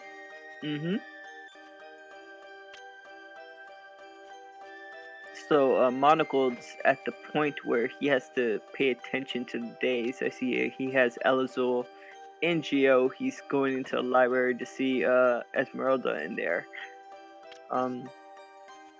Mechalink is doing the quest with the Siren, Elle, and Gilbert. And then Elevated is taking a farming. Some time to farm.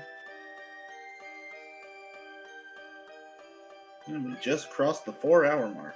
So we're at least halfway, if not much more. Got that produce encyclopedia. Nice. And another spiny seed, which is really cool.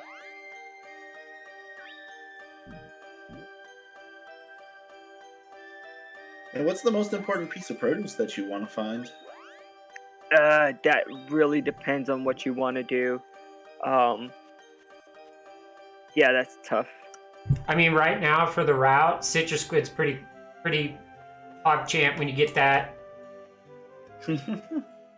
Yeah, for the route, if you get a citrus squid, you can make a stronger weapon. The problem is having the small seeds, which are yellow, that would produce the yellow fruit for the citrus squid. So for the route, that's right, that citrus squid would be the best. The rarest ones would be the toadstool shed.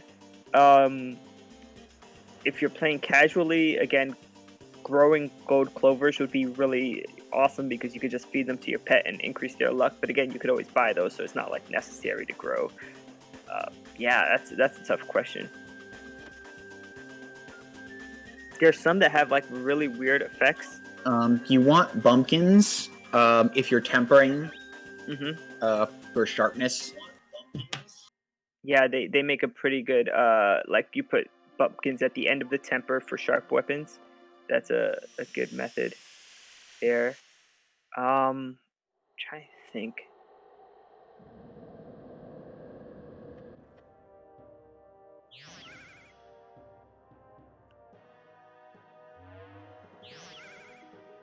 So it really depends. If you're making armor, Yggdrasil is like the Yggdrasil card that comes from Spiny Seeds. It's really awesome because it allows you to increase the stats, the 8 stats on the weapon, by just like continuously tempering in Spiny Seeds. You would need a high dryad to get that to work, but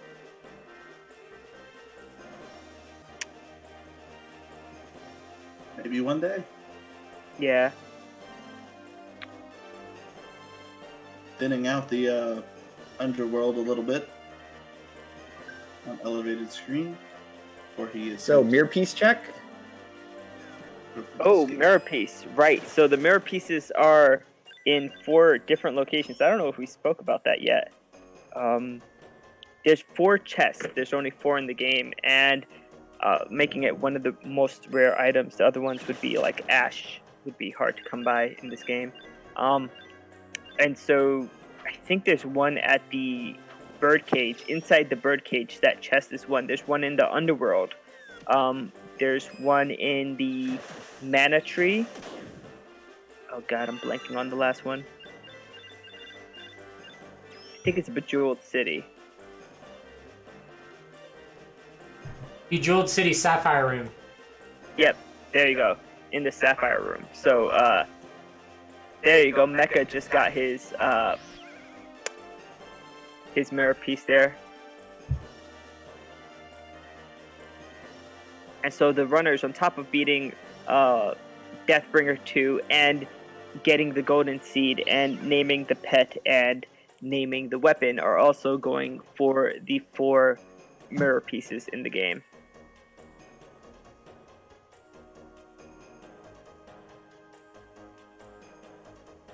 By the way, we're going to have another chance with Monocled Unicorn pretty soon, I think, to see all the callbacks in the Hall of Arts that they make and the statues and such. There's so many of them there. Yeah, they have the 6 main characters from Trials. I don't know, I think there's like a dragon thing too, but I'm not quite sure.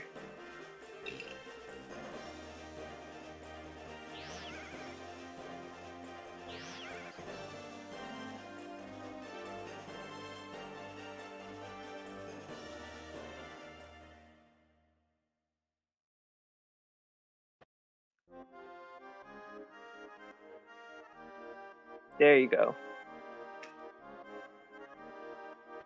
And just like that, it's done. A quick little glance. You can see Gilbert at the bottom of the screen, and he's talking to Diana now, but yeah. Gilbert shows up a few times.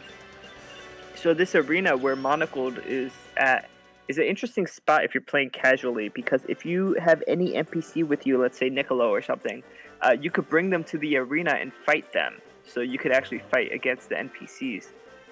If you have a second player, they could take control, and it becomes like a fighting game, just you against the first versus second player. Also, if you have a second player save file and you do the trick in Domina to get that second player save file to be your partner, you could actually literally battle 2 different main characters from different save files in this arena as well. And of course, as soon as I talk about it, it's done.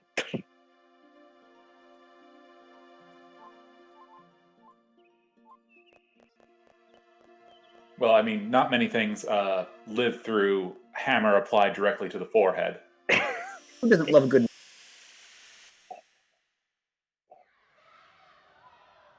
Yeah, maybe then we'll make that Niccolo wallet.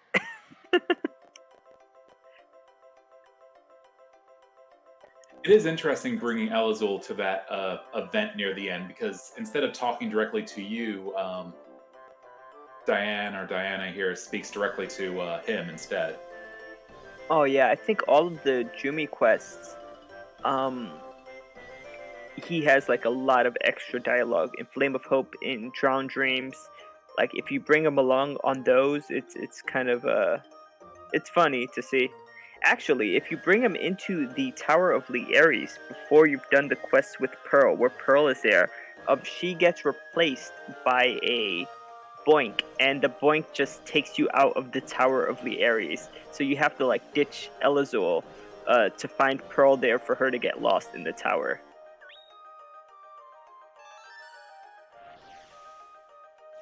It's interesting how like the game is not too linear, and so the types of things that happen when you try to break the story, like what the developers had to go through to make sure that the main storylines were done in a particular order.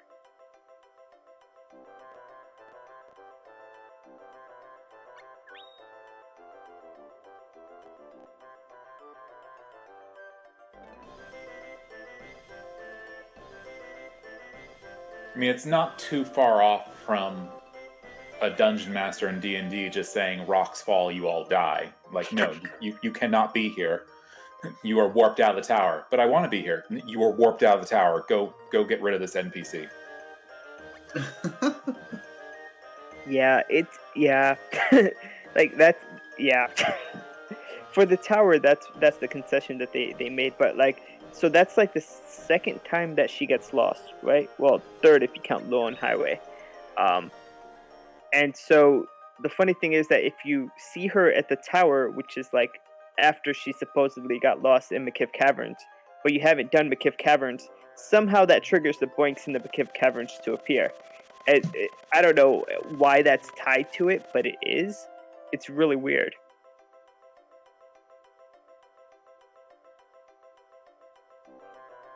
There's also an extra scene with Sandra.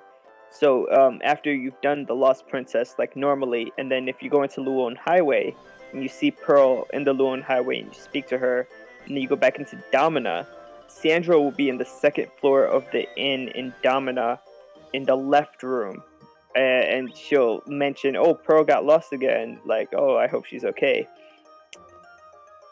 And Elazor would also mention that Pearl got lost again.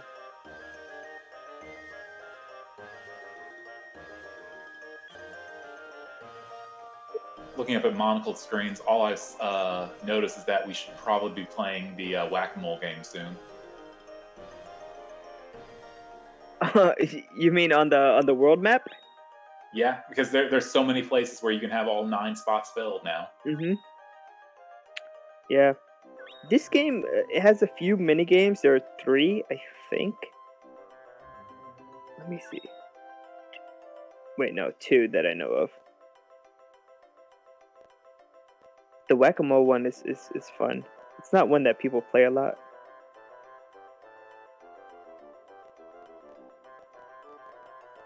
Have you ever played the card game in Domina? In the pub?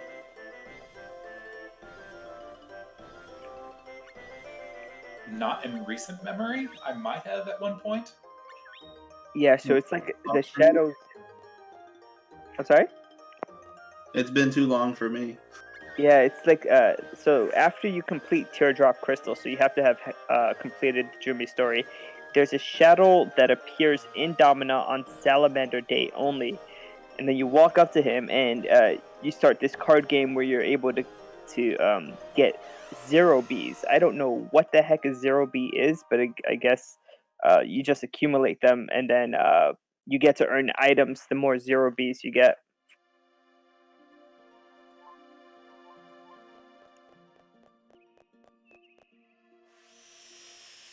I will admit, explaining things about Legend of Mana, it starts sounding like we're talking about like phases of the moon and what Saturn and Jupiter being aligned. Well, I mean, phases of the moon do matter in this game. A little bit. I mean, I was in the wrong phase of the Pokemon. Yeah, Pokio didn't appear. Yo, adolescent Escad has a sword that is huge. Way too big for him. In Pokio Dream Teller, yeah.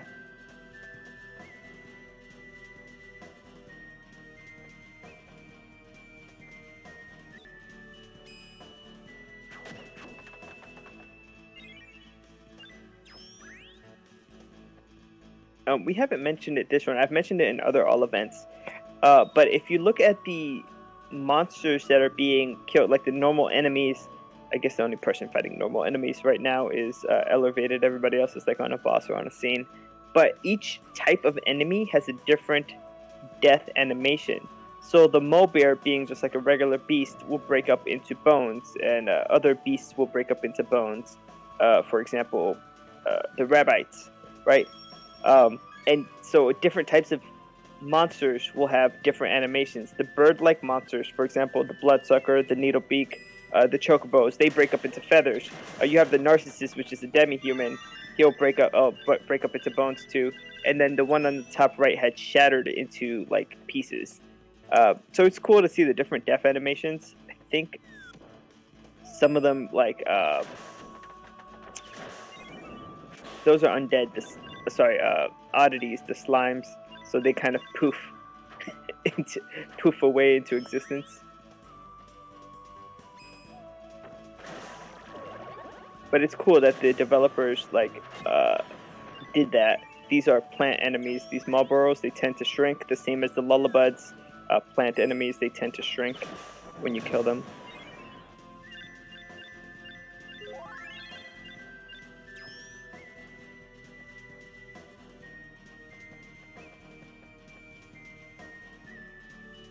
We have Mechalink having expert level dodging on these shadows. Oh my god.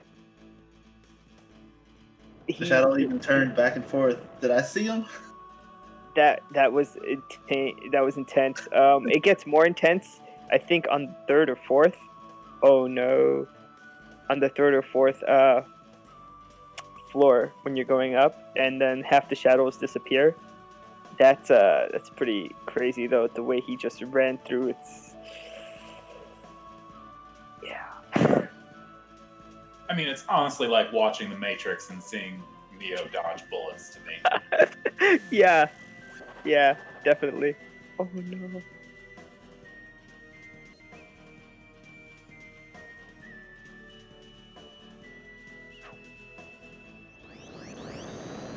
This is the one where they disappear and it makes things rough. Oh my god, he made it. That's it. That was expert level. That was awesome. Right there. Sir, if I was wearing a hat, I would take it off for you.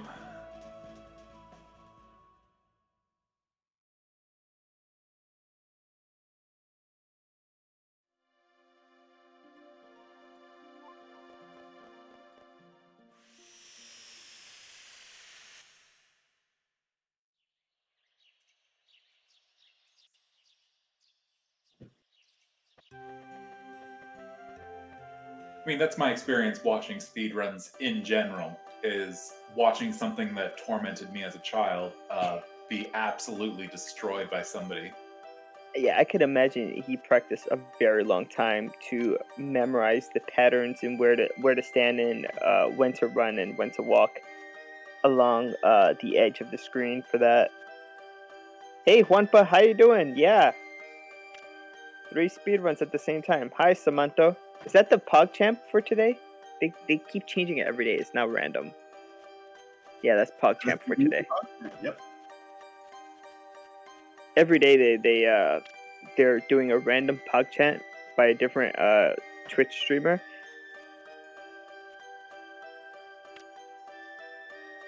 Hopefully they choose the Moogle PogChamp, that the one that Ellervated has as an emote. That would be so funny to see that all over Twitch one day.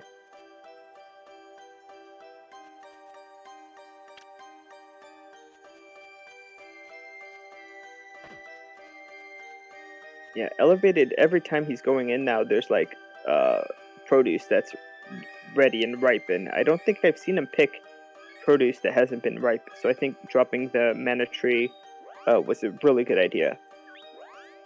He's catching up. This is like the 3rd or 4th time that he's come in to since placing the mana tree. Mecha just finished Ditto had it.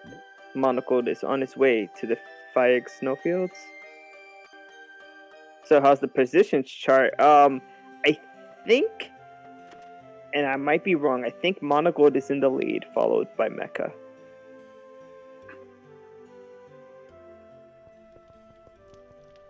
There haven't really been big shifts in time other than more planting. So, yeah, that'd be correct. Yeah. I mean, Mecha had to figure out and then go back into Gato for the Bud quest. That wasn't too much time wasted. And then Elevated had a few hiccups in the beginning with the seeds and stuff.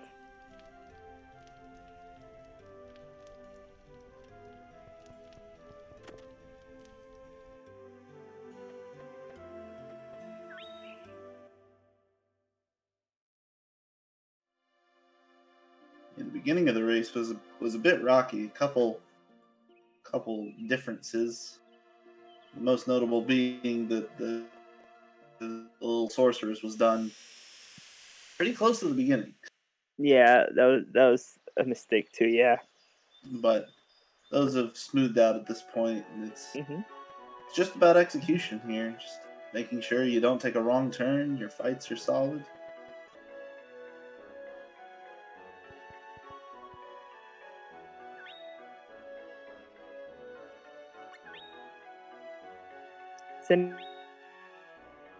Where's that?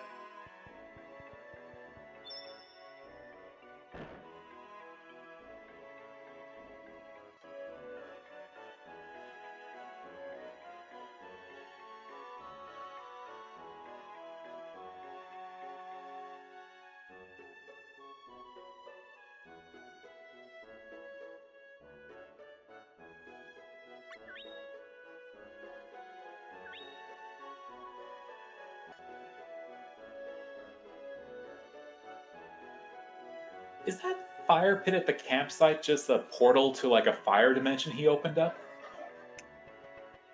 I am not sure. I know it's magical, and I know that he tells the students to stay there because they'll be safe, or he goes out to look for his brother. But I'm not sure if the fire pit is a portal to a different dimension. Do you think it looks a little bit like the fire that's in there is similar to the pit in the room where you get the flames, like baptism of fire? It would be cool to like put them side by side and compare the way the flame animations are.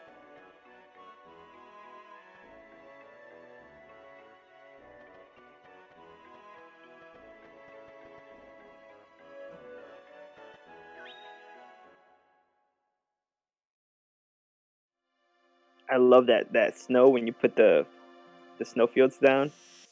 It looks so cool.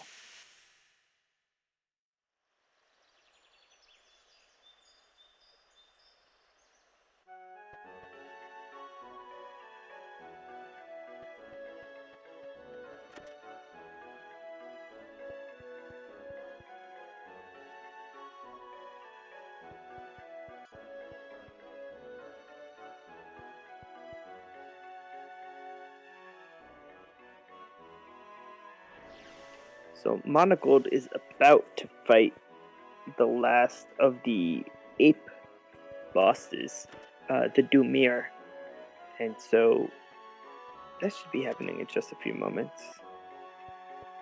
There you go. I think this is one of the coolest bosses too. The way he looks, and also his death animation, he sort of like levitates off the ground once he's dead. There you go. You have a levitation, and then he sort of becomes the orb and goes away.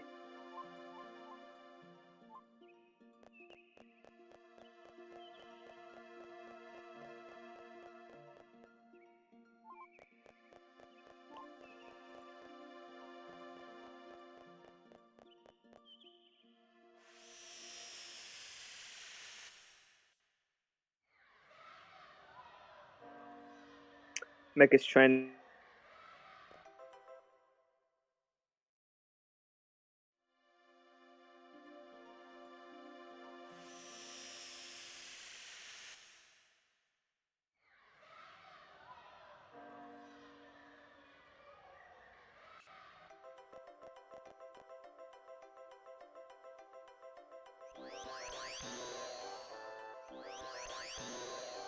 Ellervated just triggered the event with Esmeralda Lucky Clover.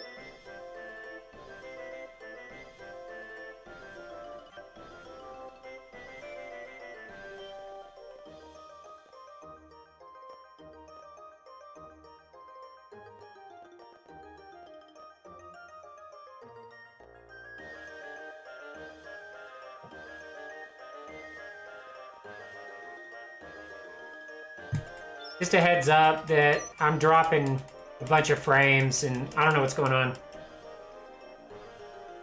And It's alright. it happens. Everything's still running. You're fine. Yeah, every once in a while I get like the loading symbol, but if I just like push spacebar twice on my computer, it'll like pause the stream and play it normally after that, so it's not too bad.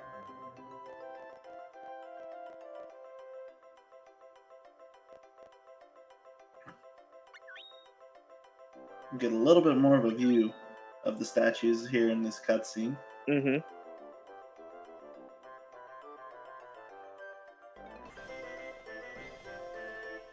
So in the back to the left, that's Reese. In the back to the right, that's Duran from Trials of Mana.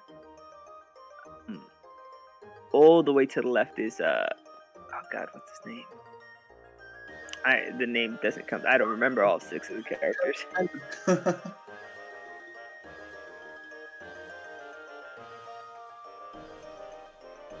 Yeah, I know Charlotte is all the way to the right of right before to where Diana is.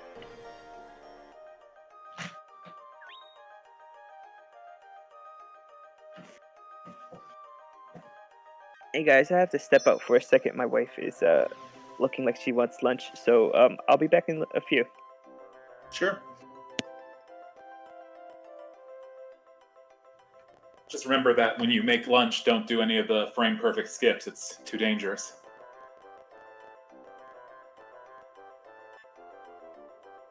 Do not make a skip sandwich. Oh, good Lord, no. You get to the end and it's like, listen, I understand you did a speed run of this, but this is just 2 pieces of bread on a plate. Oh, we had a very nice moment just there. We were everyone was in Geo, actually doing different things. Just showing how important that one location is, specifically to the Jumi storyline. Ships passing in the night, basically.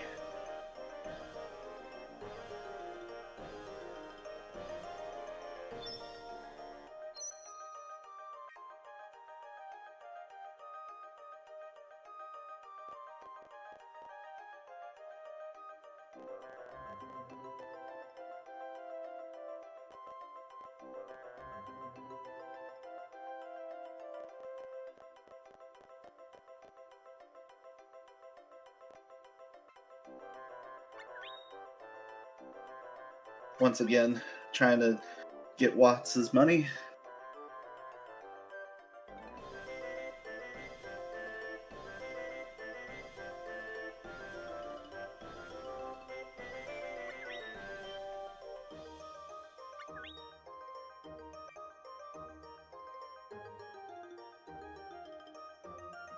So, Geo holds a special place in my heart.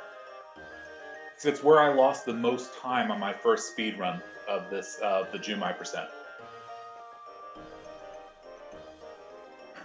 Did you just come here on the wrong day and didn't figure that out for a while? I wasn't able to understand exactly what was going on with the guide. So the fact that there's a cutscene skip, there's a dialogue skip, and a few other things that all kind of loop in together.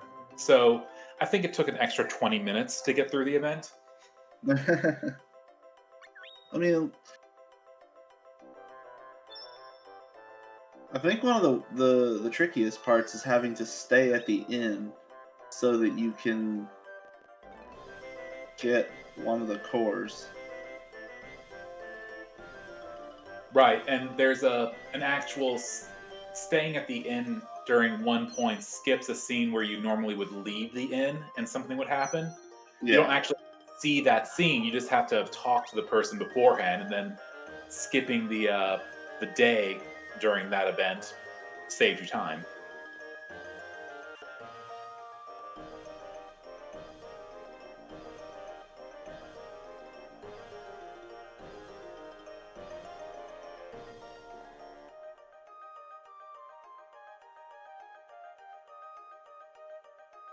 Geo's such a weird place because they have this gem shop here, and it's so out of place compared to everything else. Like all the other vendors that sell gems are just like outside. It's the only one that has a shop. Well, there's also this gem vendor. This shop doesn't exist.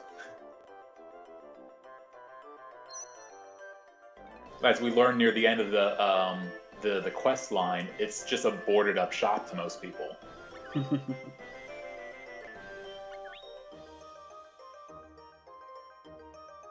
So then what are you actually buying? Based upon what we know, corpses. The corpses of Jumai. Uh-oh. You just walk in, you carry out a body. But everyone thinks it's a gem.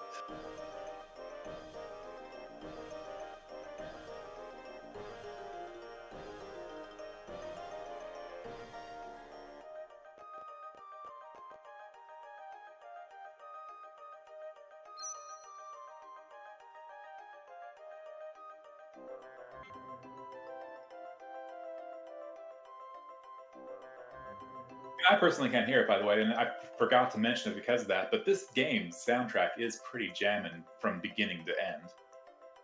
I can't think of a bad song in the entire soundtrack. and I've got it here. I can say that I enjoy Diddle's theme the most, and Gatto's theme is another one that I enjoy just looping and listening to. You wouldn't put the weaponsmithing on infinite loop? It's not one that I got comfortable with. The artist who did this song, or did the work here, she actually re-released like this soundtrack redone, which was really interesting to hear. Oh. I'm pretty sure I have the old stuff. And she is, I mean, wonderful. And almost everything she's touched has had wonderful music. She did a lot of the Mario and Luigi brother, like the DS games, like the RPGs. Yeah. And she was one of the composers for a lot of the Final Fantasy 15 music. So I don't know which exact songs are there, but she did a few of those. I think Arthur might have found a use for that Steam gift card.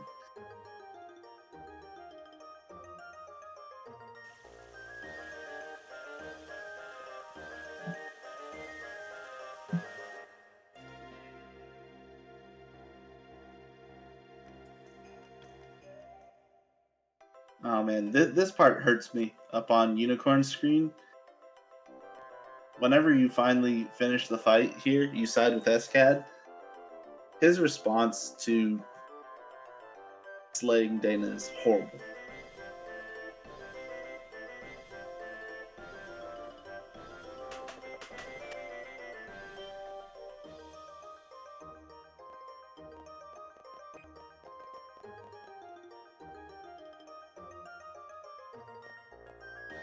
I mean, talk about a parallel to Beauty and the Beast, like we were talking about. Pretty much the SCAD Irving.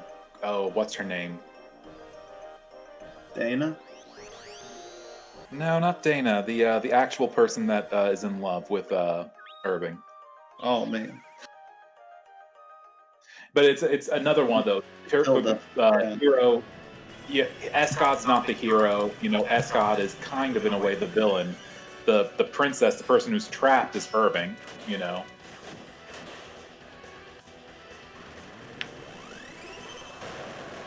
kind of strange because the game doesn't give you all the backstory. It just says that, yeah, he's a demon. I'm a good guy, so I'll protect you.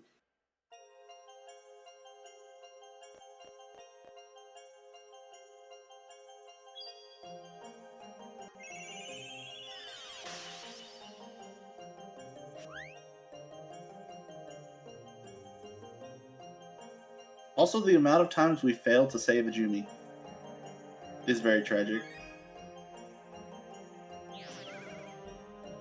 I mean, it's a game. You don't succeed a lot.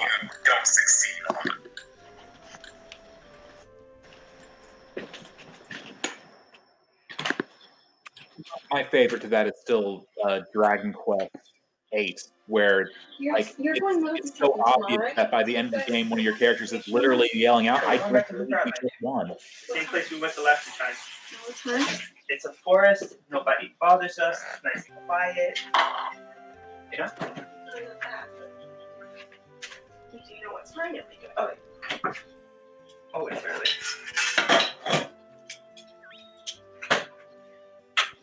You work Monday, right?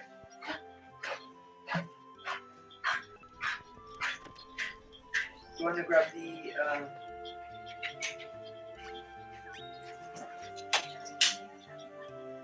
This was bigger than I There's thought. lots of shooting in it on that. It's weird that we're ignoring it. When you said really big. whatever that size was, because I thought the one your mom gave us was really big. I didn't think it was this. I mean, it's not quite as bad as the live mic incident where Reagan did in Germany once. Sandwiches. I also had the chicken up there. I could make chicken salad. You don't like chicken salad. Yeah. Too late. I would open it. Maybe take the chicken and put it with the tuna so I know for next time. We can make our own chicken sandwich. We have chicken breast. Yeah, then we have to cook it. Ready. Yeah, that's fine. You want to get out? Oh, shoot. You want to get salt I pepper? think the bigger. A little more mint. More fruits. Yeah, some citrus squid. Nice. I feel like we're saying the same things over and over. the game is guiding us along. It is 8 hours or 6 whatever hour speed run. You're going to say the same things every once in a while. What? Do what? What are you playing?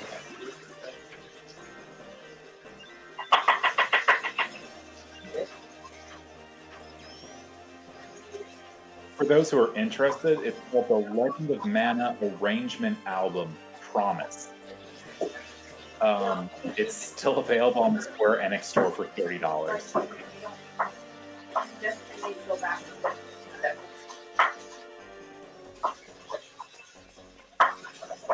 You know you find that annoying when I'm saying stuff like this. But Anything else? you also realize you're also the type of person where things happen. And partially it's because of your actions. You know? Also maybe the family. And bread. Is Monofold about to start the driving? Looks like it. Ready for some SF Buccaneer. Are you having one too, honey? This is an interesting You're having puzzle one too? where there Yeah. are 4 different events that we can do by driving to specific areas on a map that we can't see. A couple things you can run into other than the events themselves are enemies. It's still easier to navigate this than it is the desert in Breath of Fire 3, so I'll take it.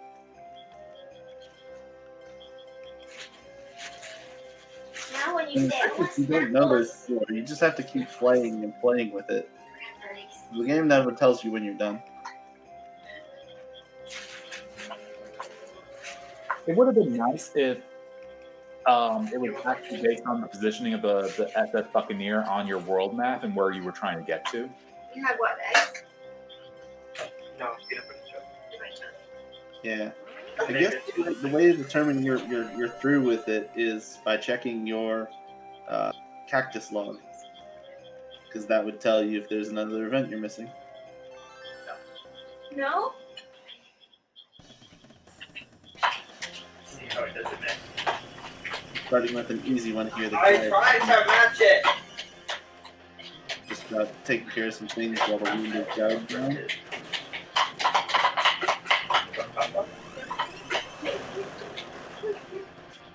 Smells fishy. Sticky. Fishy. Fishy. I thought life is fishy.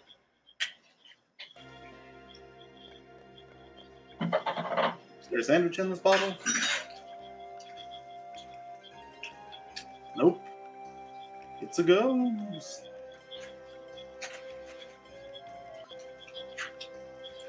This ghost does not appear anywhere else in the game that I know.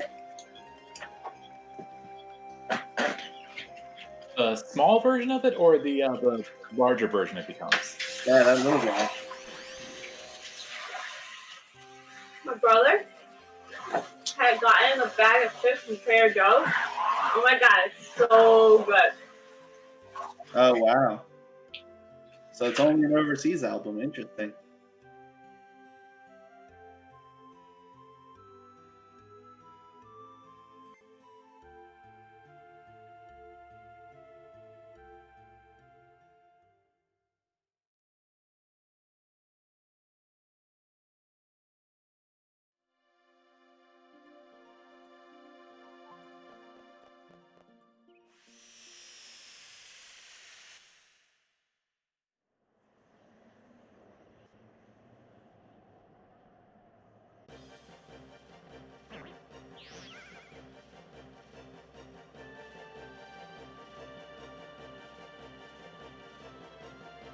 We're here.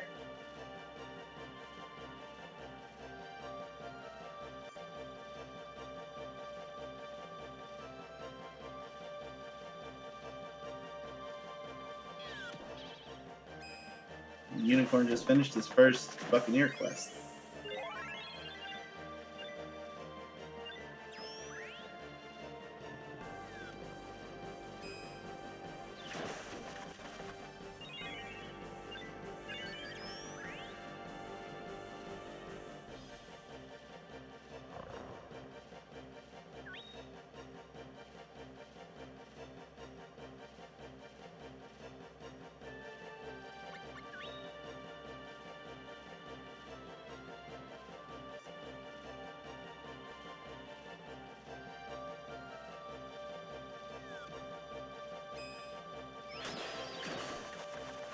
Now we're going to go in and check out the second event on the Wide Wide Seas.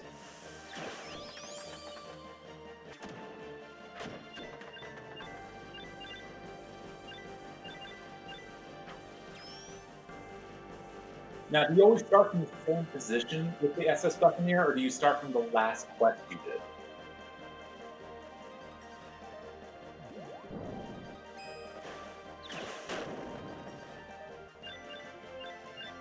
I want to say that you start from the same place every time, but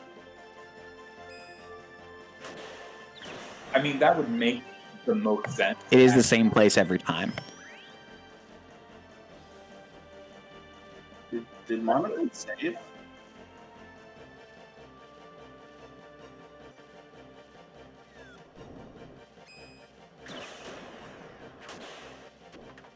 Uh-oh. I think this is one of the things where the kids would say, bold move, Colin. Let's see how this plays out.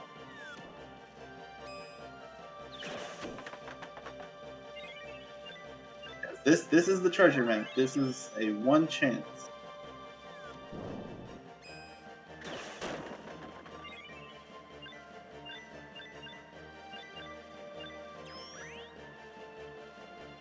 Welcome back. Did You're you by leave? my side. Like,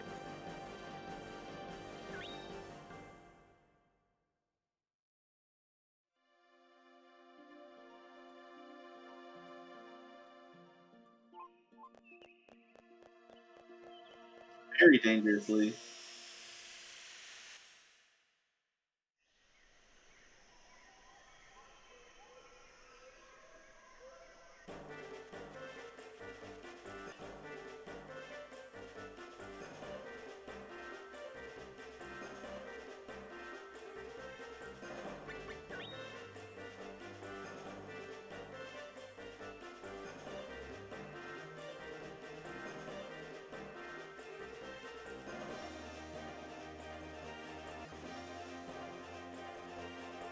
but once again, it would either be you do a safety save so you can show back warps, or if you didn't, you just be like, hey, I'm going to demonstrate what the rest of the run looks like. It's not going to be a real, it won't count anymore because I didn't do that event.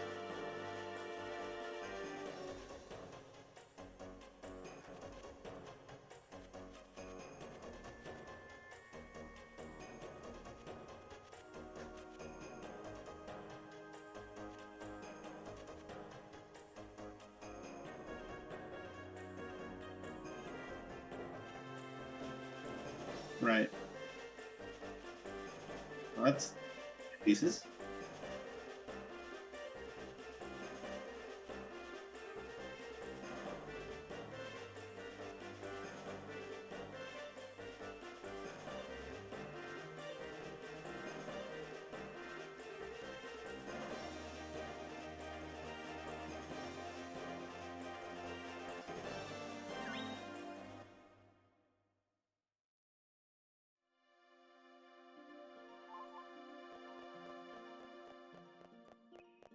Another one down.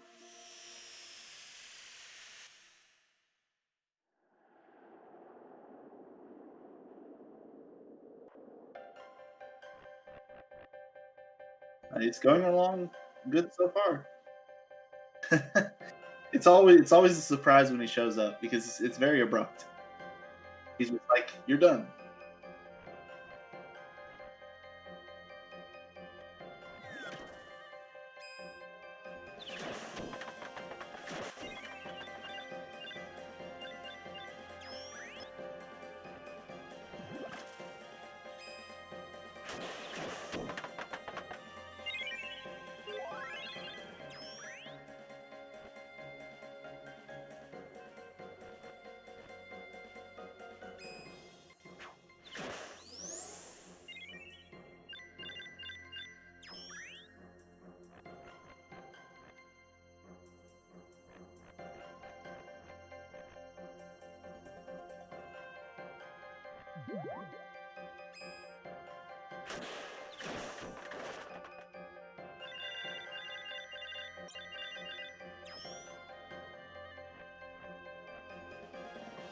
Get out!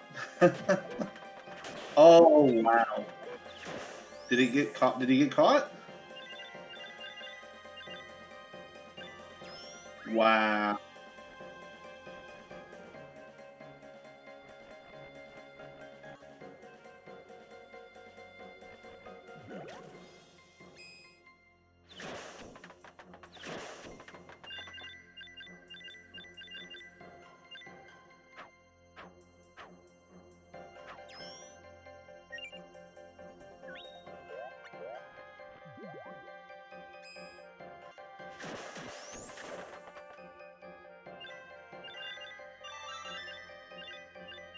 The fact that he got the cutscene trigger as he was transitioning, that doesn't happen.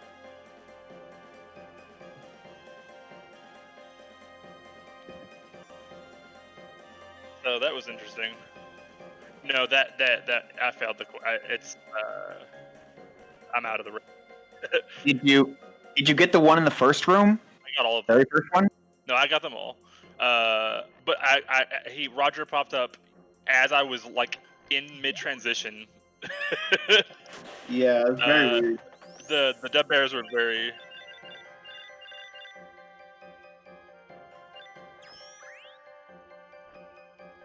No, you can't do anything about it. Hey, that's happened to me. I'm sorry that happened to you, Monocle, but that's happened to me too, man. That sucks. Yeah, it's fine. Yeah, like it won't it won't show, but you can't complete it. I don't think, unless you can leave and come back. But I don't think that's a thing you can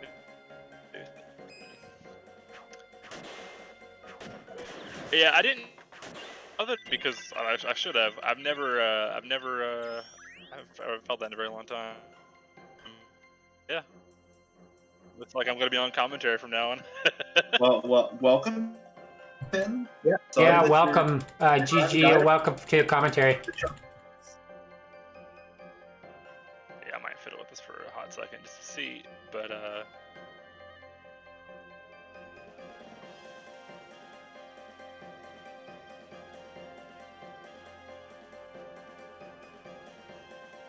And just I'm not-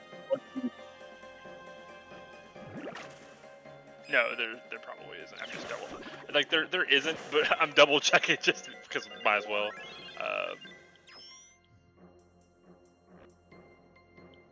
Use your screen to show off some ST that we're never going to see otherwise. Good skill, learned a bunch of STs.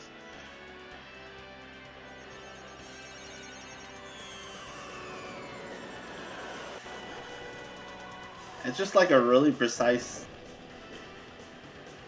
code issue, if that's what caused it. It's just really like the dead bears were being extremely hard to catch for some reason as well, which I've never had them be that hard to catch. Like I had to reset like 7 or 8 rooms.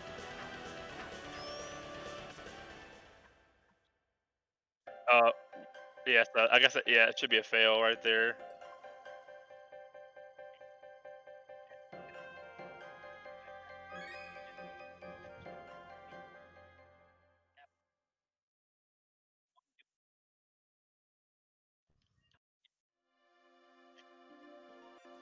Yeah, try talking to one of the boinks.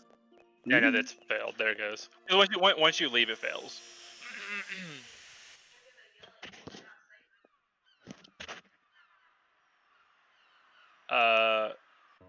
So yeah.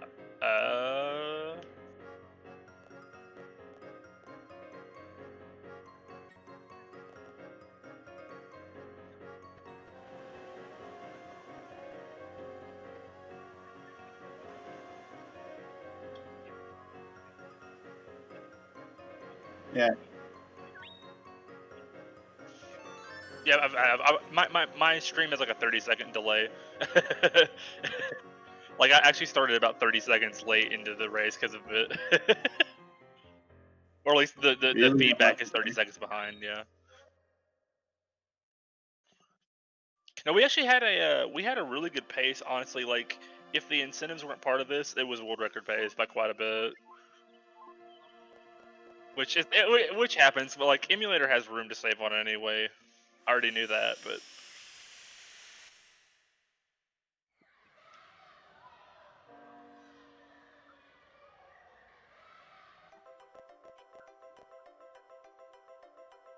oh yeah, it's not realistic to think about. Let's see here.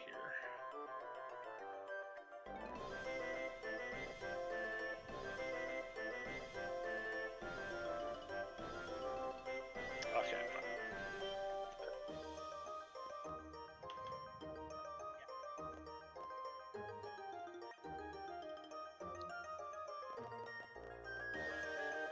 I mean, even just the game in general, you can start small and work your way up. You can start with one of the three main categories: dragon, fairy, or Jimmy, and then from there, once you have the knowledge of how the game works, you can then start learning some of the optional quests out there. That's where the real challenge is there's not really much to do but learn how to do it, and it's a lot to keep in your head. I mean, and there's a between 44. learning a storyline and learning this, where you just finish all three main quests or something. It's like all.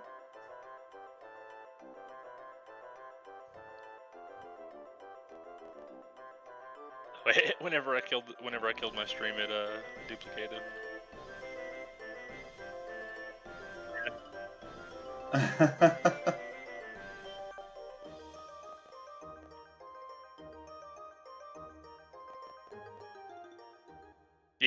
Yeah, except that just the other way around. Well, now we have a better idea of how that came to be. Definitely learned my lesson from that. I was like, there's no way I need a safety save right here. Like this never happens, but lo and behold. So yeah, we had a lot of firsts in this stream, so I should have been like, things have happened for the first time a bunch. Might as well save it. I mean, I was gonna safety save so the next quest. I was like, I just gotta get to Nordic and I'll safety save.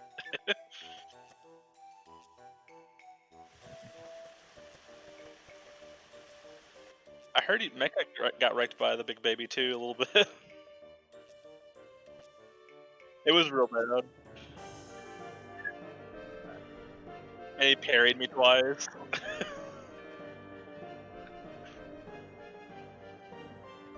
it was definitely the roughest for you. Mecha had a bit of a hard time. Elevated just ST'd right off the bat to get past that particular moment.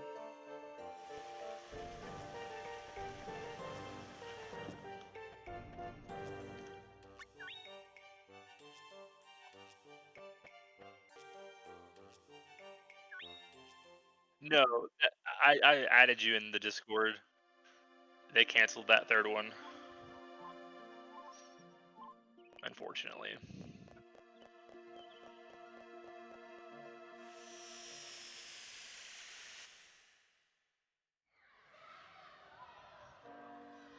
Yeah, it happens.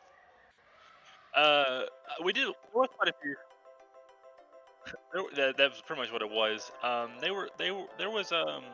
There was a couple interesting things that came out of this run though. Like we had kind of, and Mecha and Elevated may have figured this out already, but when you're doing Diddle Had It with the shadow rooms, we kind of like they seemed like they were mostly static, but like there was a couple rooms that changed. That's actually because when you're doing Crimson Dragon, whichever shadow you talk to is the one that disappears and stays gone, because it's permanent. Like if you were to go back after Diddle Had It to that room, they're still gone. So if you talk to the one that's up against the wall that tends to block you, then you can just avoid it every single time. The shadow patterns are actually completely static, which is kind of interesting because now you don't have to really worry so much about safety stratting that room.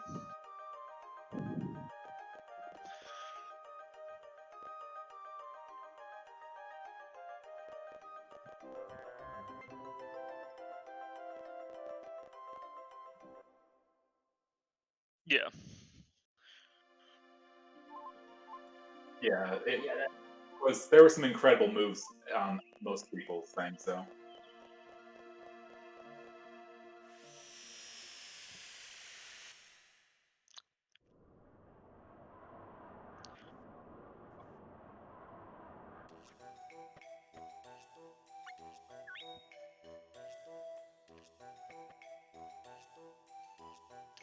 I think elevated and mechalinks routes are pretty similar. Mine differed quite a bit. I had noticed because mine's a little older. Uh,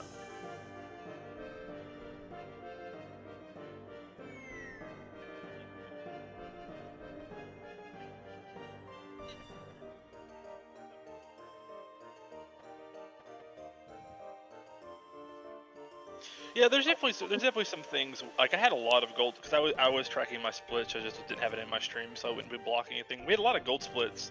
The other big thing is from the current world record.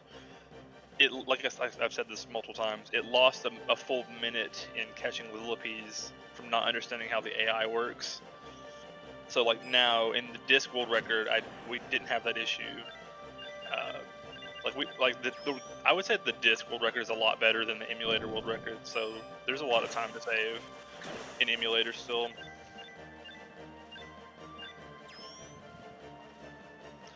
Uh, 1339 I think is the difference.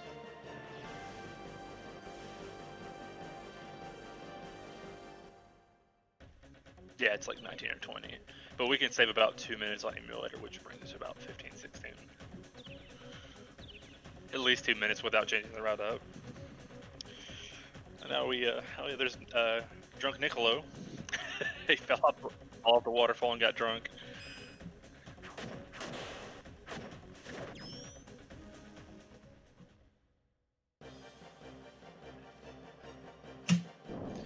Yeah, Mecha's doing Can't Look Back, which I wish I had access to his current.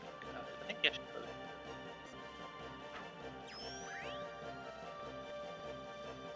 Yeah, it was also 47th on mine as well. Because they should be converging back together here. So we were on 50 towards the end of 50. Yeah, you would make it to the Buccaneer quest line. Yeah, it's kind of hard to tell though, because especially with I think the biggest thing isn't actually the routing; it's the golden seed produce farming. Because it's really weird trying to fit that into a run. I had it pretty much routed last night where I wouldn't hopefully have to do many fruit, like just at the end, just run for fruits, and hopefully have it by like the time you actually reach the end. Mac has been doing a really good job of taking stops at home to pick up his fruits and put more in. Yeah. My only thing was I didn't want to mess up the day routing for Lucky Clover, so I kind of held off on any extra stops until after that. And I started adding them in.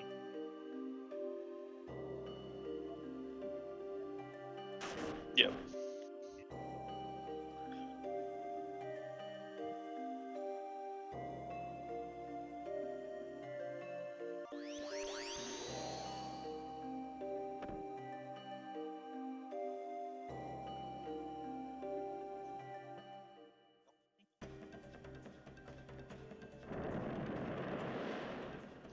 Yeah, I couldn't find. I wanted to find out when you get the produce encyclopedia. I think it's at 30, but I'm not certain on that. Yeah, it seems like it's roughly the halfway point, if nothing else.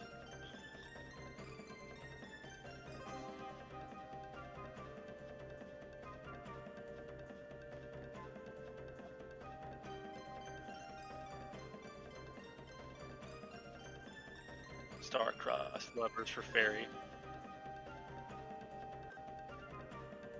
Or we have to kill Dana, unfortunately. Killing things is indeed fast.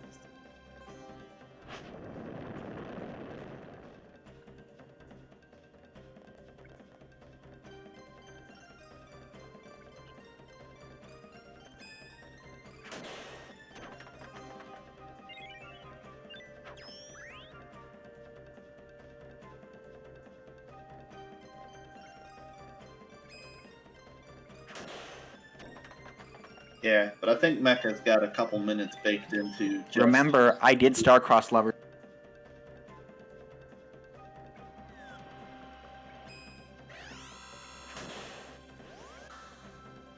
Well, it was because of my adjustment for...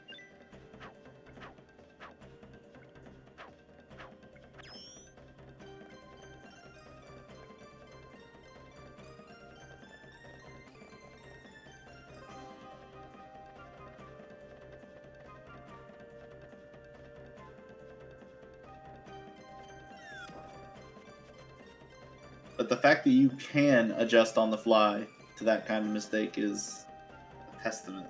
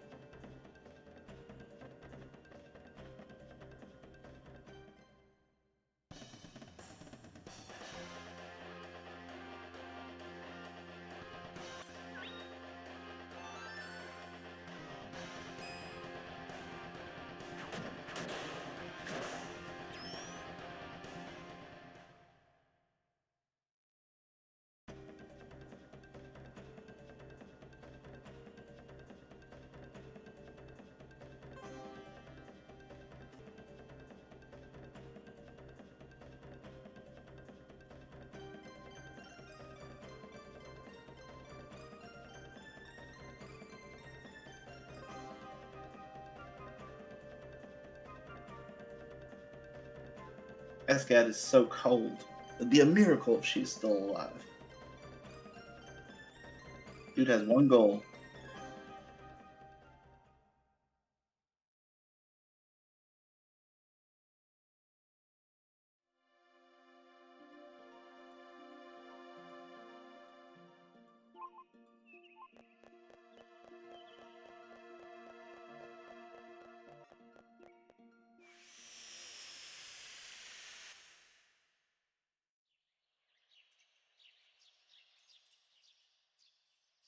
Yeah. Unfortunately, Monocle did not safety save before a run ending, and he got caught by it.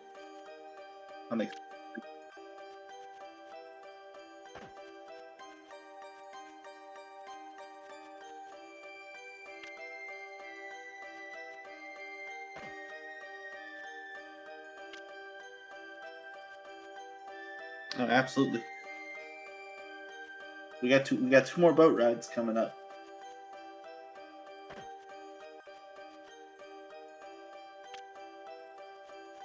Yeah, we got to do the treasure map event 2 more times.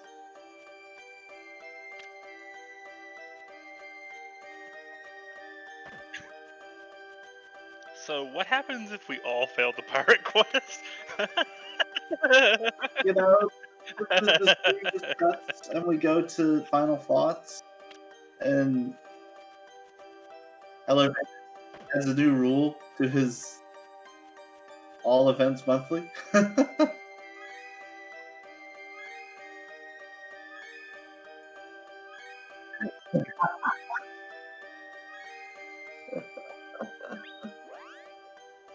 I mean, by that point, it's hopefully if it gets down to 2 people to fail, the last person's like, you know what? I'm going to safety save. I'm going to do it. It's like the 4-person Metroid run from a few GBQs ago, where the last person was like, you know what? I'm slow, but apparently I'm the only one alive, so I'm just going to take this real simple. Yeah, that was a crazy event when it did happen. The fact that nobody did what you should do at a live event.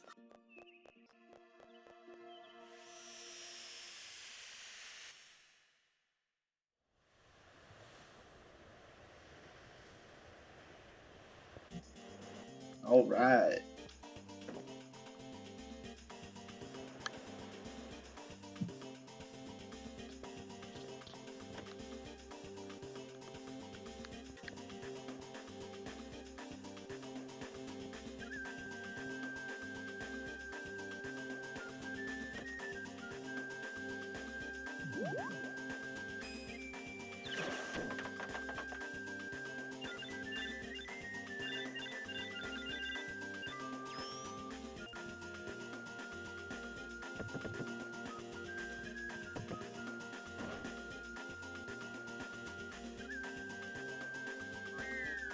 There's Putty.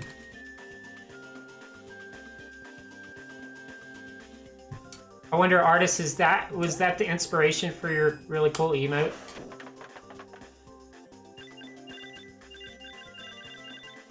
That's a pretty good one. I like it. Wish I had the purple and silver on it.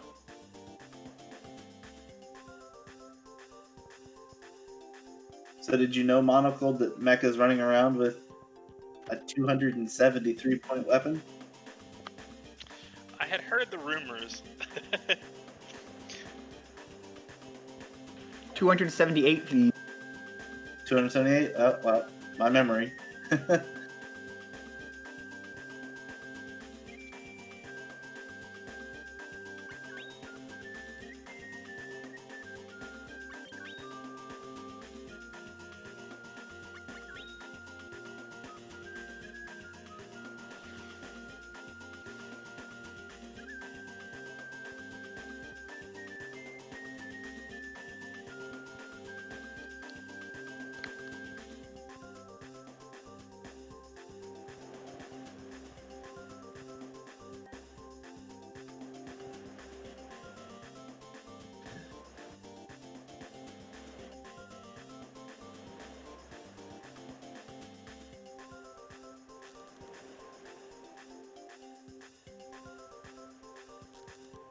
The troubles of being super rich. Where did I leave that?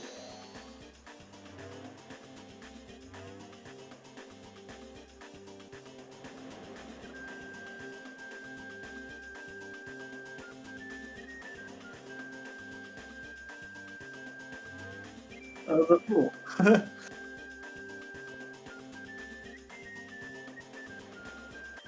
Pretty good.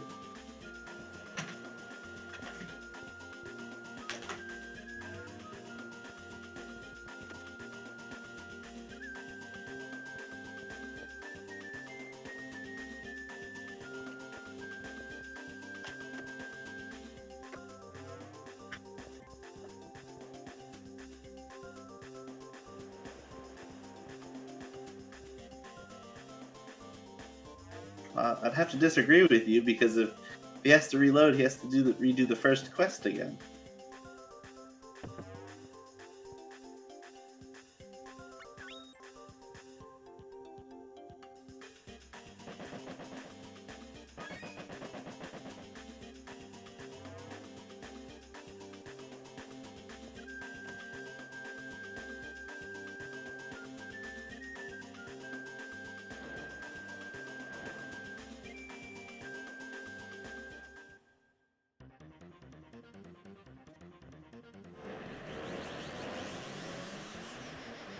Nick takes the plunge again.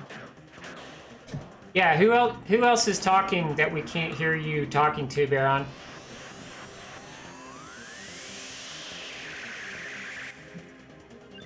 I don't know of anybody I can't hear. Oh, because sounds like you're talking to someone, but I can't hear you. I mean, I can't hear the other person. And someone in chat was asking the same question, so I was just curious. I can hear detecting.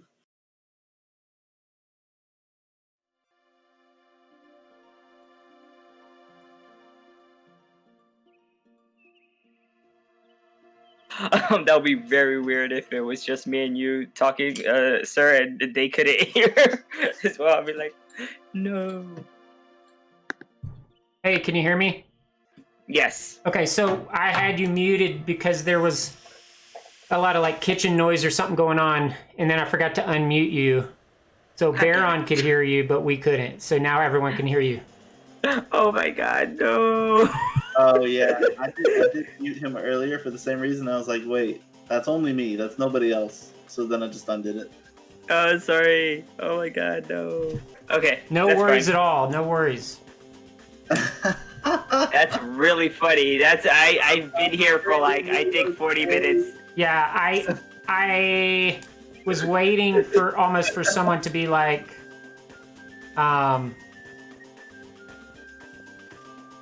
yeah, to wonder where John was, but I guess everyone could hear you but us. It was weird. it was funny because when I came back, I'm like, oh, I'm back from lunch, and these guys were like, welcome back. So like the ghosts came back because somebody could hear. That's hilarious. Oh man, ooh, I'm crying now. Okay.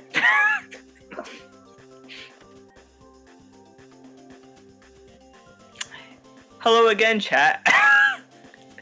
Welcome Definitely back. a stream of many lessons. Yeah. This is the stream of infinite technical difficulties. It's fine. Yeah, it's all right. We'll figure it out. Yeah, and I'm lost. I can't find the save. The save. Oh, it's through the other door. No, not that. It's okay. It was the door. Yeah, try that one. Already went through that one, and it wasn't it. So It's okay. It's okay to be a little lost. yeah, I think I've That's turned all. around somehow. As long as you don't kill your run, you're good. Yeah, I'm literally trying to save for treasure map. Haha. Yeah. It wouldn't be on. It's just I think it's just the first. It's just that The I went first down door, the yeah. wrong side or something. I don't know. The wrong way. Yeah, I think you went down the wrong side. Yeah, it's right here. There it is. Yeah, usually it's the first door when you get downstairs. That one, yeah, the first door ahead. There you go. Womp womp.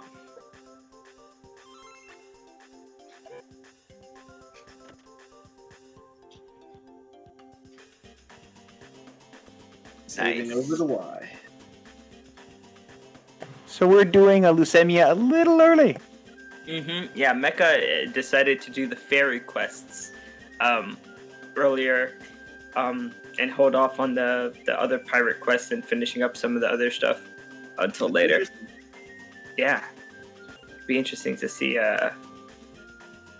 Well, I mean, the times aren't directly comparable because of all the other stuff that's been happening, but if this new route that he's doing might save time, that'll be cool.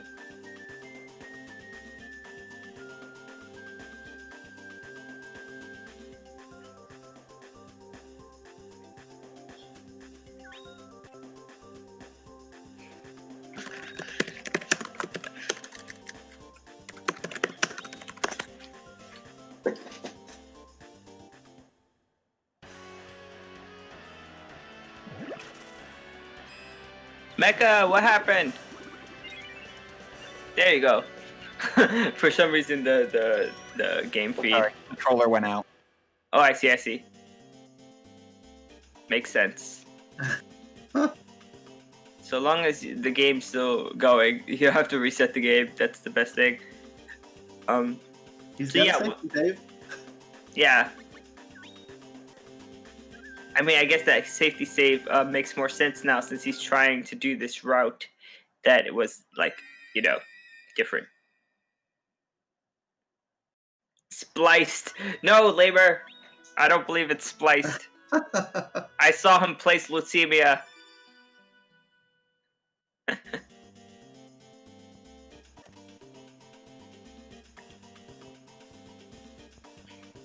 Lemur has one run completed of this. I wonder when he's going to try again, though.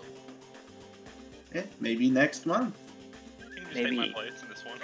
Just jump in. That's funny.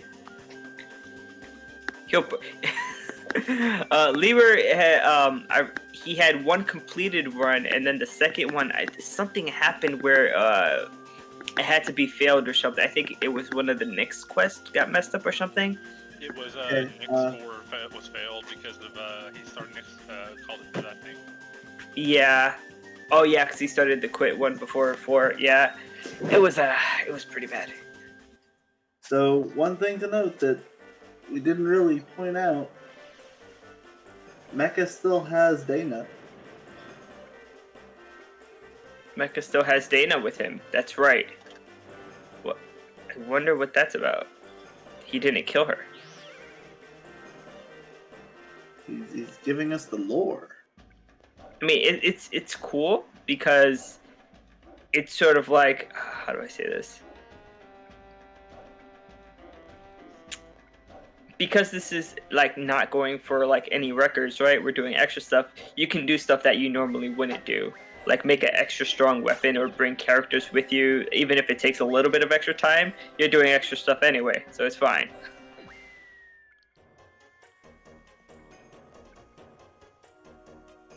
Yeah, I think since he's not doing the. Oh, that's why. Early, he doesn't have to drop Dana for Nick. He can just do it, and then Dana leaves your party after Heaven's Gate. Yeah, it's also that usually this is done with Nick in your party so that you can do a Selva skip. I don't know if you guys saw that, but he clipped past Selva there in the last like fork in the road. Can you do that on every one of them? Yeah, and look, now he's doing a battle skip where he's skipping past the enemies without battling them. This is something that's, once you have it down packed how to do, it saves you time. So yes, all of the Selvas, I believe, can be skipped, but it's easier if you have a party member with you, and that one battle can be skipped. It's like one of the small glitches in the game. But to skip that battle, it's hard. You have to get the other battle to finish after the scene transitions to the left. It's weird. Right. Yeah, I've definitely soft locked myself on that fight before. Mm-hmm.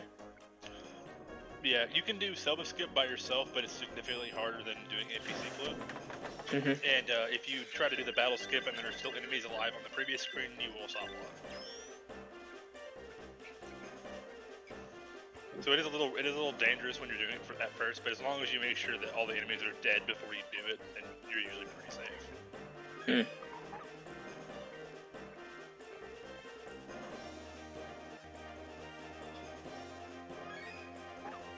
Getting some map pieces. Yeah, I know. I'm watching Elevated. I'm nervous. My hands are sweaty right now. Oh no. Monaco is probably watching with post-traumatic stress. Oh my god, no! It happened to me. That was definitely one of the worst treasure maps. Not counting the fail part. They would not let you catch them. I reset 6 or 7 rooms, I think, just having to do them one at a time because they were just being so rude. It did look tough. Elevated was able to get these two back to back, which is good. Doing this with Dana is a tad slower. She causes longer cutscenes during her star-crossed lovers. Ooh, that was a nice Selva skip. He basically did not struggle, just walk right by him. That was nice.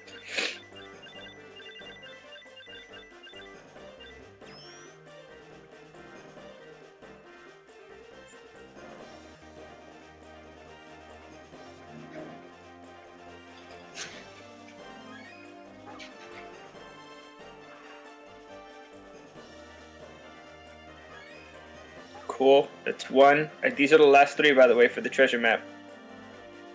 2. I wonder if he's gonna reload or try the 3rd one. Yeah, he went for the harder one first. So. I think this one though, it's closer to the entrance where he would leave and come back. So in terms of time, it's faster, even though the other one's harder to obtain.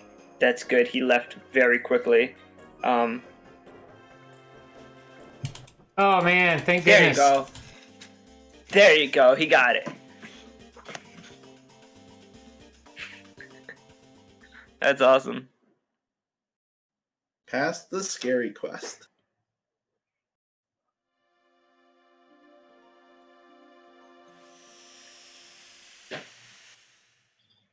It's so funny the way the diggers and the pirates are so intertwined, the dead bears stealing and ripping up the map, and then the dead bears blocking your path in Medora Beach, the pirates stealing putty and all that. It's sort of I wonder what started the feud between them.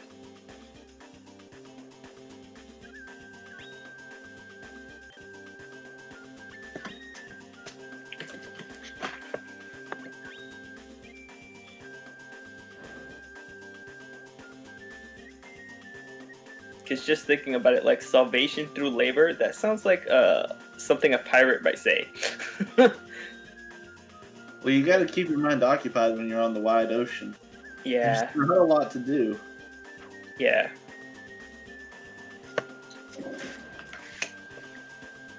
So we see on the left, Mecha is fighting the final boss of the fairy storyline.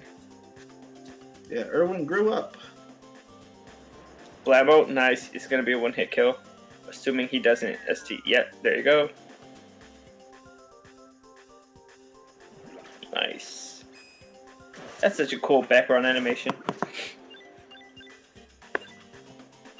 So yeah, I specifically saved Dana because I knew that I would be doing Leucemia here after. And so I wouldn't have Nick on me because I had previously made in a quest for the Bud stuff, so I was essentially one fairy quest ahead. Right, so I took that opportunity to do Gato here, and now I'm never going to have to come back to Gato. Nice. That'll work. Nice. Yeah, he did everything. He did the elixir and all the stuff that he needs to do there. That's cool. That he did all that, the Gato quest early.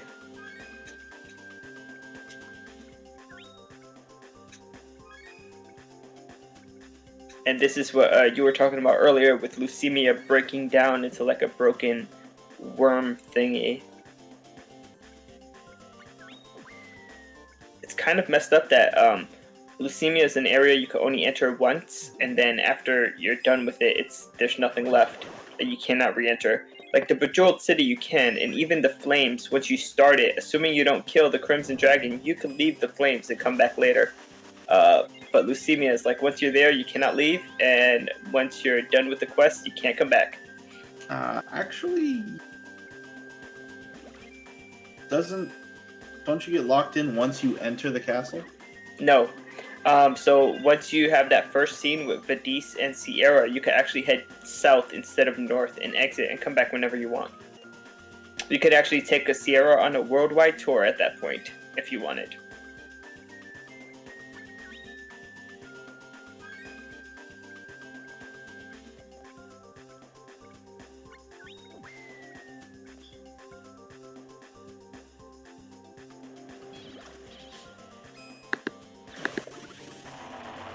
Which would be cool. I mean, if she made things faster, that could be something to look into, like have doing quests with her there. Since it is so early in, like 2 hours in, right? Because they usually finish Crimson Dragon at around 3 hours. So it's just before the 3 hour mark. If you have Sierra with you for like any fighting quest that you don't have anybody else with you, assuming she would help. I don't know. Once you have that hammer, it's like nothing else could help you. Just like everybody get out your way. Yeah, I think Sierra's too much of a mobile AI, though. Like, she likely fights the way you fight against her. So she's going to be jumping around a lot. Yeah, that could be distracting and annoying. Yeah, I could see that. So he just finished Buried Treasure.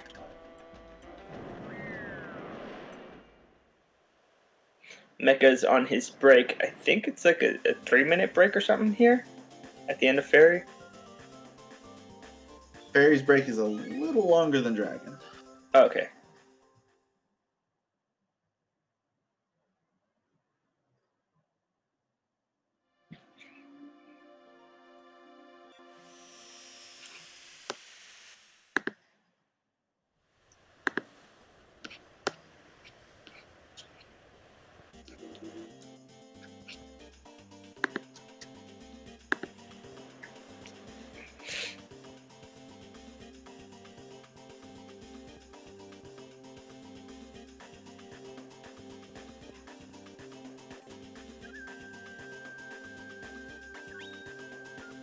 Away from me, shadows.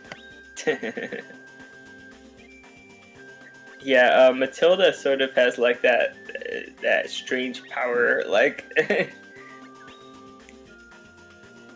she could just whisk them away.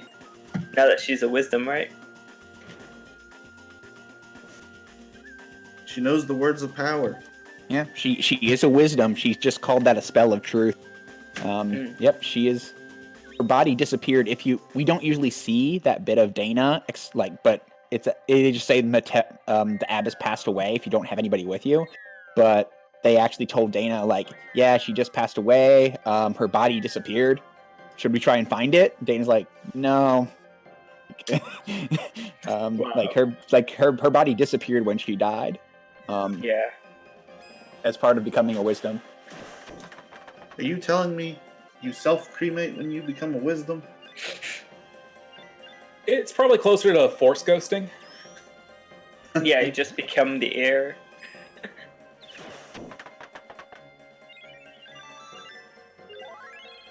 At least all the force ghosts and wisdoms decide to come back with clothing when they show up. Dangerous grounds. It's funny.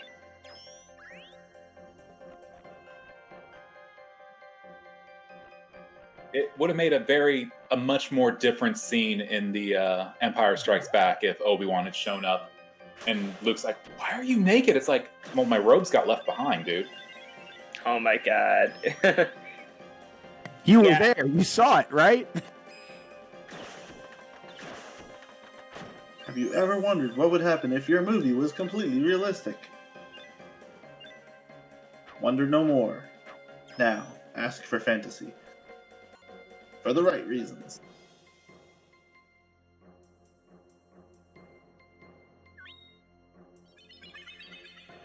That'll do it for Mecha's break here. Mm-hmm. I wonder what he'll do next. Like if he'll go straight to the Buccaneer. Yeah, to do the Buccaneer quest. Okay.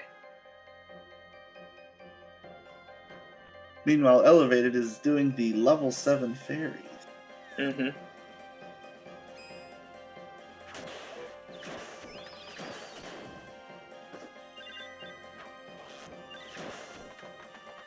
Oh, he still has Dana with him?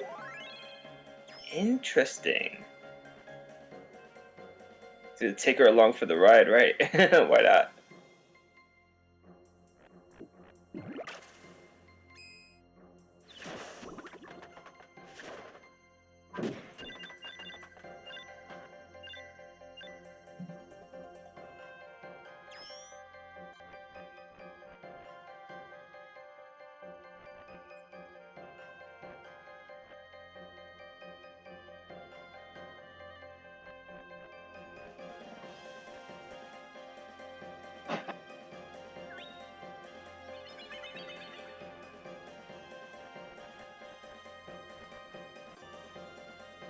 He just got the next fairy level. It went from 3 to 5. Easy skip. I mean, if you were doing this co-op, your partner would be thrilled to have Deanna right now. Though they'd also probably be out of their gourd because of how much free time they have during a run. Yeah, in all events, the main character weapon is a bit strong. Yeah, there's not really much for a second player character to do, except in the very beginning. It would honestly come down to picking up crystals and bags and stuff. Mm-hmm. And trying to keep up. No lollygagging. Yep, remember your position on stage when the cutscene is going to begin. Mm. Also, they might be able to enable some clips to be faster. The Selva skip, for example. Yeah, if they were all up in that area where you're trying to skip.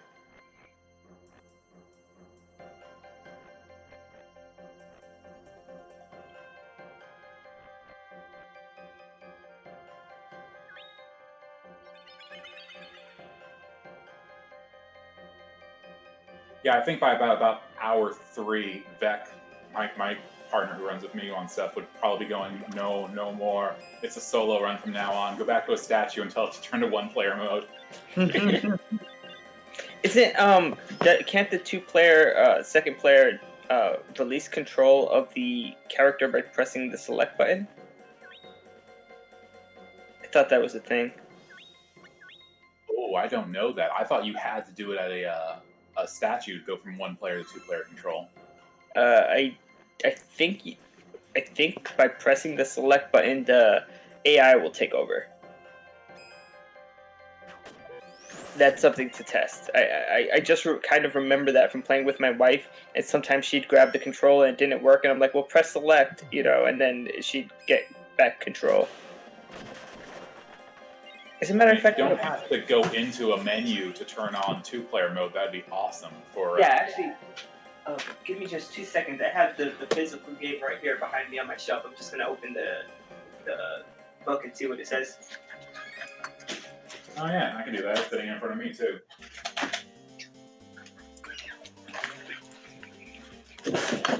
All right, let's see.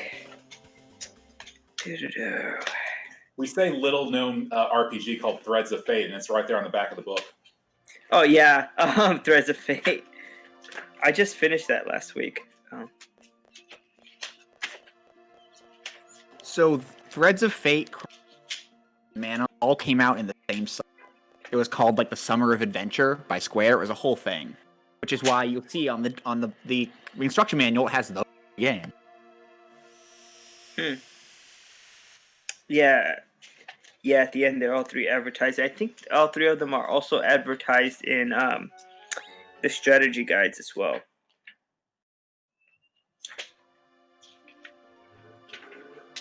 I love how this was right around the time when the analog stick started being put into play. So they're like, you might have a controller that looks like this.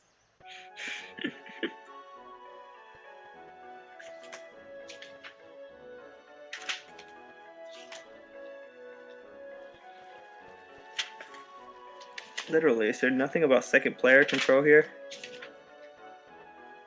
Womp womp. It might be in the strategy guide.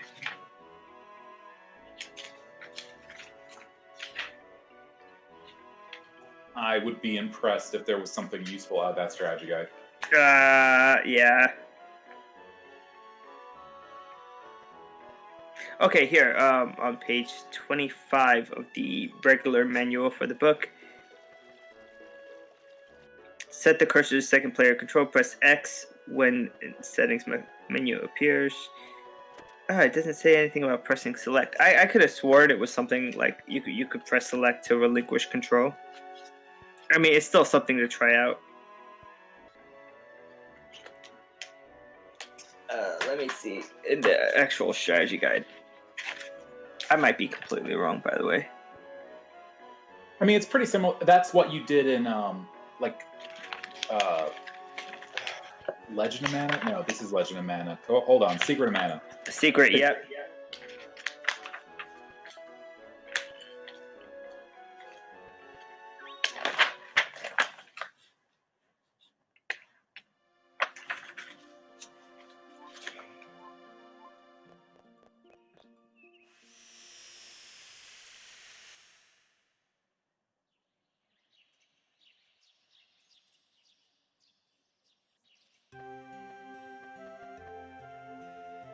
Yeah, it doesn't say anything either.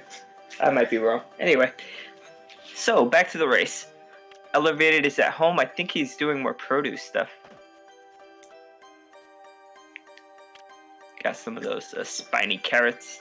And dead bears have, I guess, gone off to seek this this treasure map on the bottom left. Let's see how Mecha does. Yep, we're on our final instance of the map. The scariest event. It's so bad that this is like 5 hours into the run, because like if you fail it, you're like, that's 5 hours. Like, you know, the other runs, if you fail, you waste an hour or 2, but 5 hours, it's like, no. Well, I mean, one day Jimmy will be that bad. Diamond skip will be required at some point. Oh, for this? Not for this, just for Jimmy. Yeah. No, but by extension, yes. Eventually, this will require Jumai skip, or the Diamond skip. Yeah, I could see that. Because eventually someone's going to get it with that time, like the best time with that skip. And I'm pretty sure other skips will be found somewhere down the line. The more people who play, the more things can be found, you know?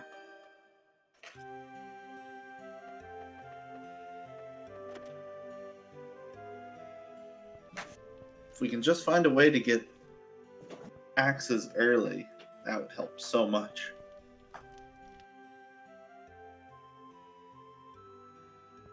Axes?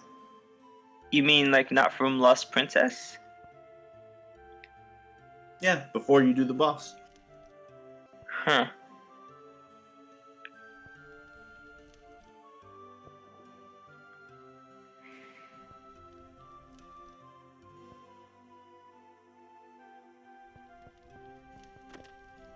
Yeah, I think all the good weapons, because if you wanted a spear, there's a Sawhagen too in the McKiv Caverns, but then that's, I think, still beyond the blockage, in the McKiv Caverns. Mm-hmm. Try to think if there's any other, like, I like Lemur's idea of just, like, foregoing the axe and just getting a sword, and it's a pretty fast sword too, right? The Levantine is a one-handed sword. Yeah, it's quite a bit faster.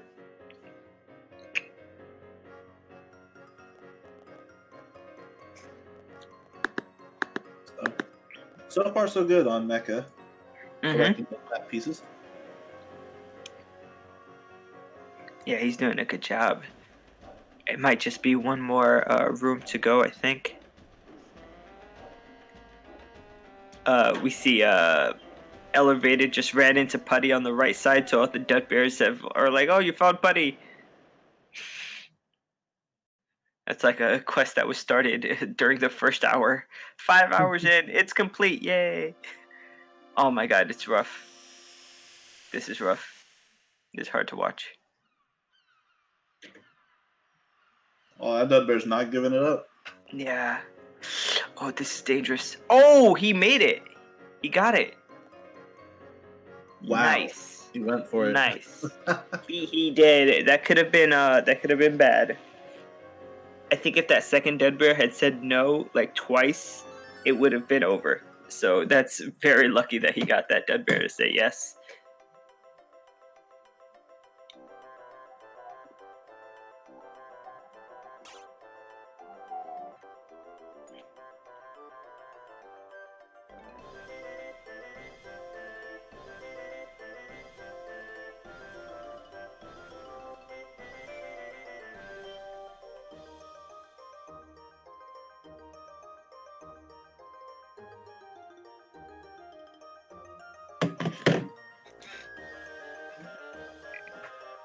It's like the roles are reversed right now.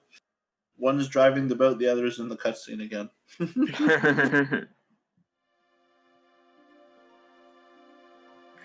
That ends Niccolo calls quits and the treasure map.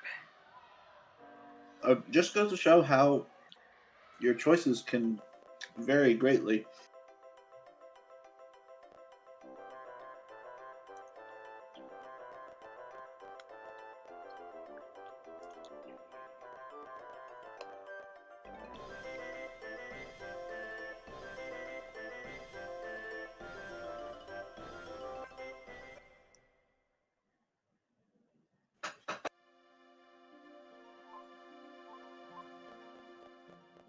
The Mechalink's on the one where there's a lot of bartering that goes on to try to make sure you have the right items at the right part of the run, correct?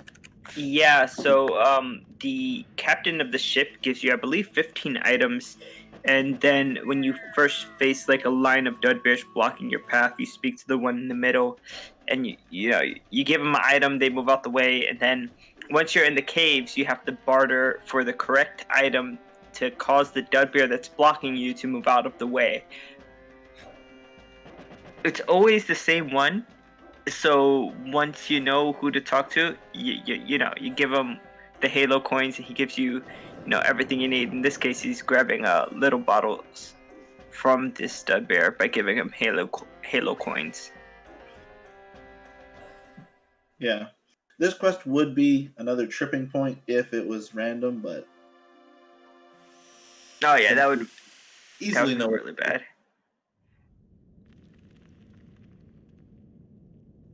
Random, but the Dud Bears actually speak to you in the Dud Bear language for a little bit to tell you which bottle they want, or if they want the coin instead. That would be horrible. Because they never translate how to say bottle or coin in Dud Bear. You just have to figure it out. Oh god. I believe it would either be one of any of the language. I don't think they have more words. Dub? Dada dada? Do bad?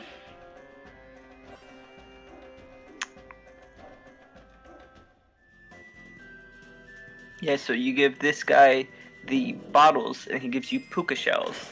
And then the puka shells, you give them to this guy blocking the pathway, and then the other guy blocking the pathway.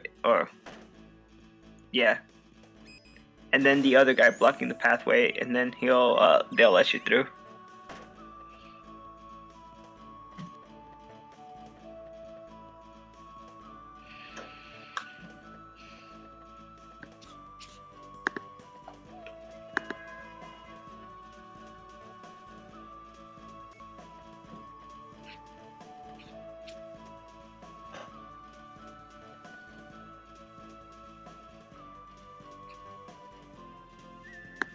I feel like the run could just continue on for another 5 hours.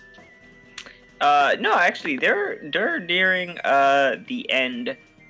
I think for mechalink after these quests, like he mainly has Jumi and a few more quests with to revive Gilbert maybe, and Ditto and Capella, the final quest for Ditto and Capella.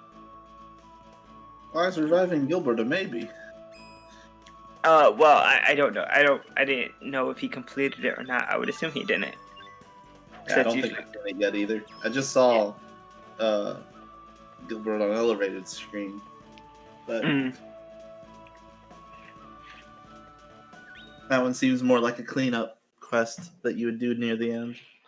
Yeah, that's like the last Gilbert quest is when you revive him. You basically it's like a lot of running around. You have to go into that the Dudbear area, and then the walls are shaking, and they say that they're going to get something to hold the walls up so that the cave doesn't cave in.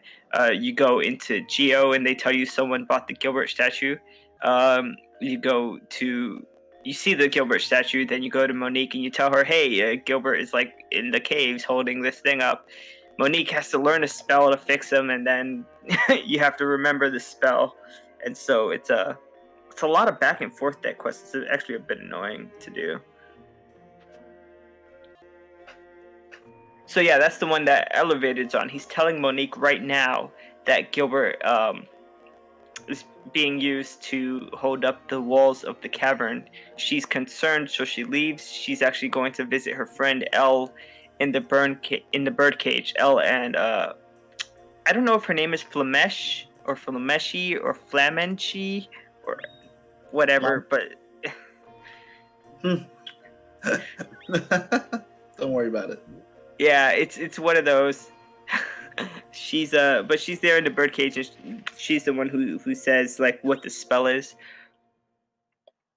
and he's using this opportunity that he's in Lumina to speak to the bartender, because speaking to both bartender allows you to finish the Blessed Elixir quest, because they have to tell you. Oh no, not the Blessed Elixir. Wait, no, is that it? With the barrel and the soul, and then you have to go to the desert to fill it up. Yeah. So he's doing a few things at once here. Then on the left side, you have Mecha, I think, searching for some fairies in the snowfields.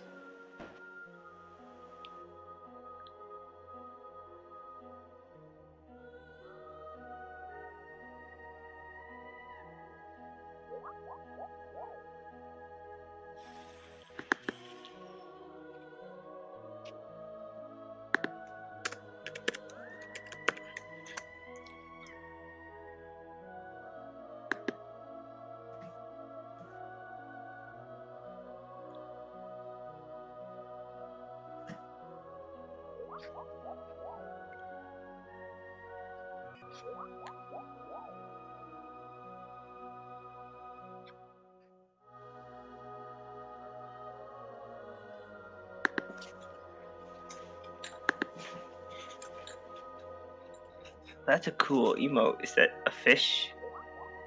Yeah, it's like a singing fish. That's a very happy fish. Yeah.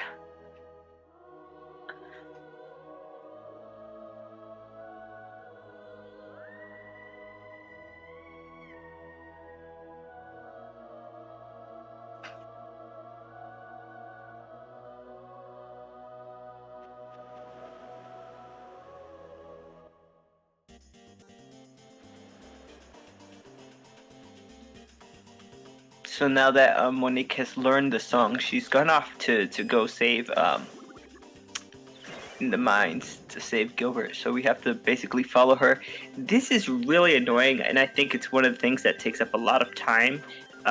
Exiting from the birdcage out of Medora Beach. Getting to the birdcage is easy because the boink takes you there as soon as you enter. But when you have to exit manually, it's a lot of walking back, and there's no like fast way to do it.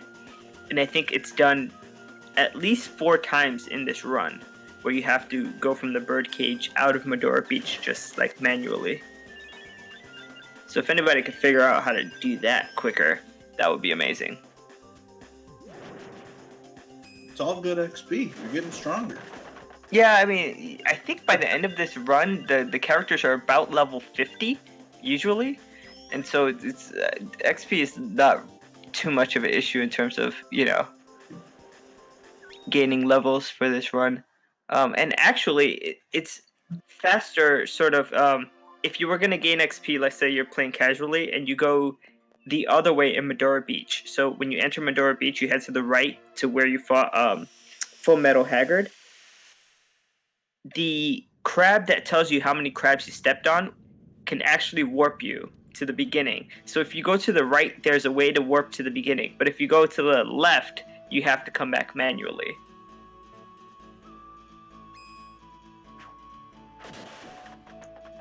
Explains why that side is so rarely traveled. Yeah, it's only traveled for that one quest. And technically it's the same area when you're looking for the buried treasure in the pirate quest. They drop you off at Medora Beach and you head to the right. Right.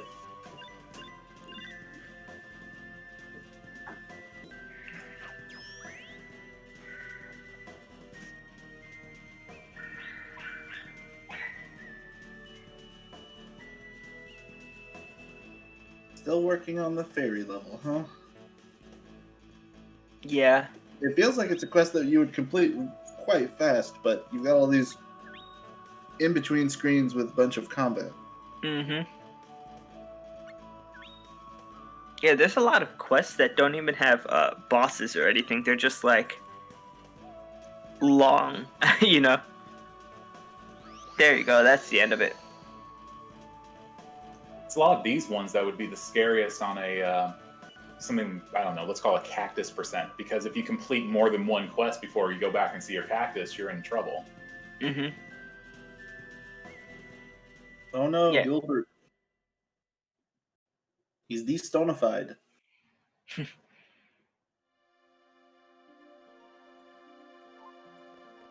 It's kind of cool the way in this game the items are not used as consumables. They're like more used for you feeding your pet, or you're selling them, or you're tempering them. Like I can't think of many other RPGs that work that way, where like the items really don't matter much. You know what I mean? In terms of like consumables, because in most other RPGs, the statuses are only gotten rid of if you have like the correct magic or item to cure it. Like if you were petrified, you'd use a soft, or something like that. All right. Well, one of the things this game tried to tackle was a sort of active combat, because all of the mana games like to do their combat actively, but you always have those times when you're in danger and you have to take a step back and heal or fix a status ailment. And this game kind of tried to remove that particular issue by just not having items to deal with it. Yeah, consumable items, yeah. And it also made the effects last much less time overall.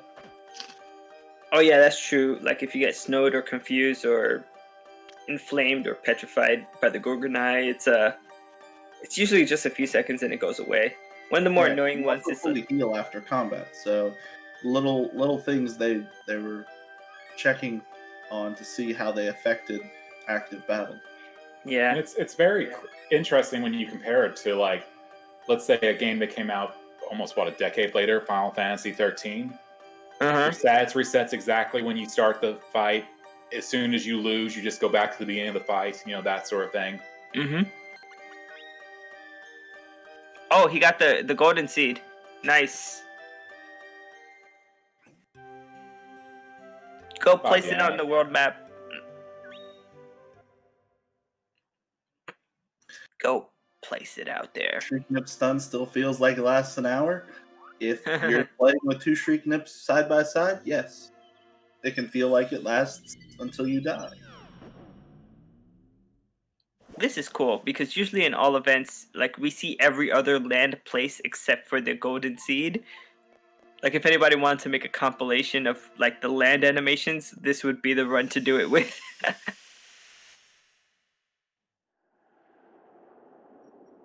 But there's nothing to do there.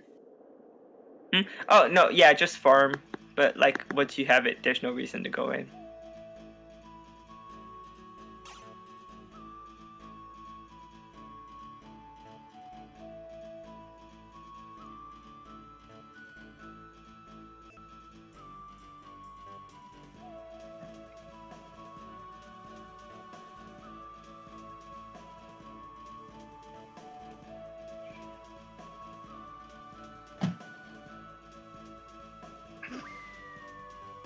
So both of the runners are towards the end of the... Well, I mean, once they start doing Jumi events like Alexandrite and Fluorite, that'll be like the end of the run. They're like wrapping up side stories, like currently Mecha found Putty at the beach and Elevated. I believe this is catching Lillipees or Should be. or one of the other quests. Because I think there's 2 quests that you do here in... Elevated still has his fairy quest line to finish. Oh, that as well. Yeah. Wow. So. I didn't even think about that.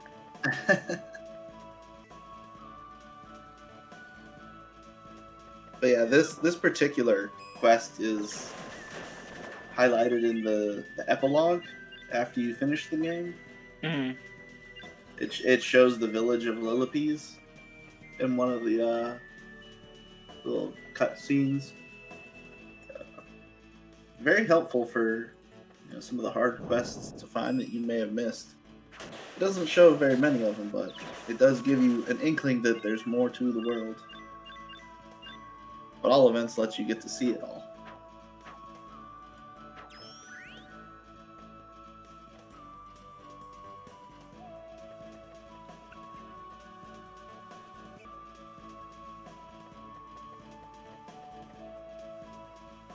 So that's it for Nick Calls It Quits.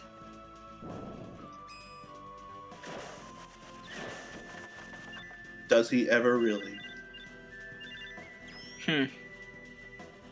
He's pretty much the Energizer Bunny. He just keeps going. But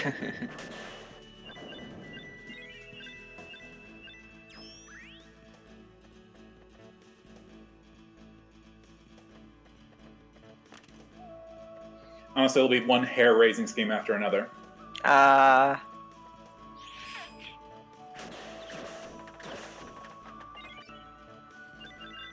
Waka waka. So yeah, for the Lillipees quest, it's kind of like annoying trying to get Reverend Nouveau to walk. This could really like delay your time if he doesn't cooperate. And basically he has to walk to the Lillipede with the funny hat with like the bird on the hat.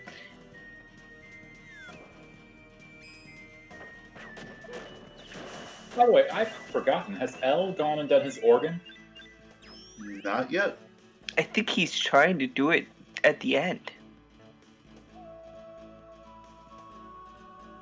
Like in his last trip to Domina.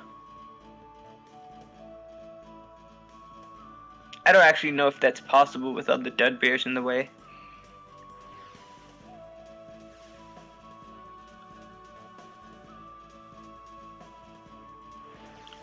Legend of Hampson and the Legend of Skippy.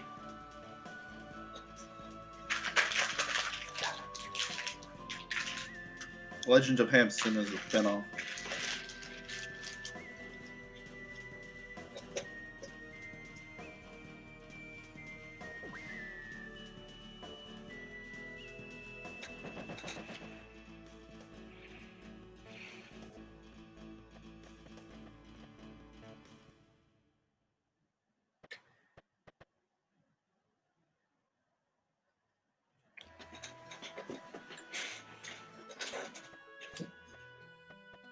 would have been great if Skippy ran fast, but you just saw Hampson like Kool-Aid Man through the scenery. Oh yeah.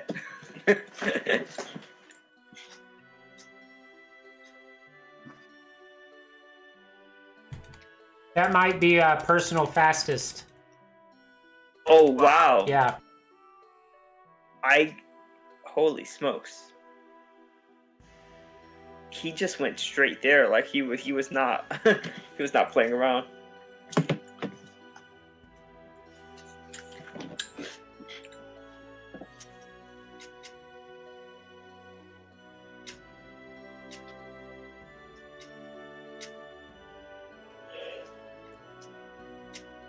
It was very nice of them to put Togepi's in this game. Togepi.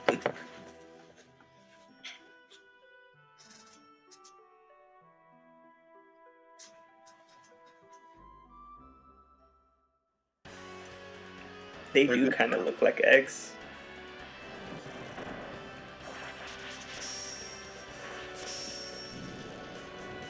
That was a really clean rookie from Elevated. Mm-hmm. Getting Reverend to walk right up to the Elder in one go. Yeah, now he's fighting the Heg's ant. Oh, that barely hit the edge of his Blammo. That was lucky. It looked like it was gonna continue walking to him, but then it like stayed at the edge.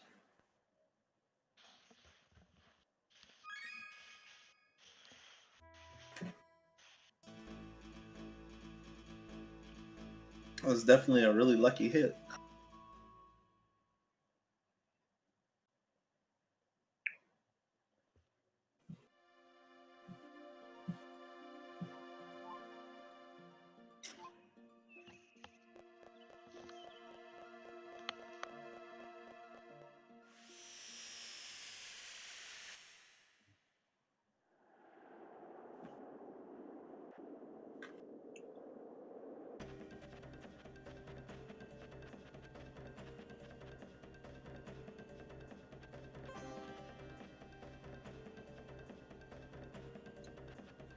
Ooh, Wimpy Thugling. Is that the quest he's doing now? No. I wonder what quest he's doing now in the... Let's see. He would be doing, they're both doing Blessings right now. Yeah, it's Elixir into Heaven's Gate. Oh, right.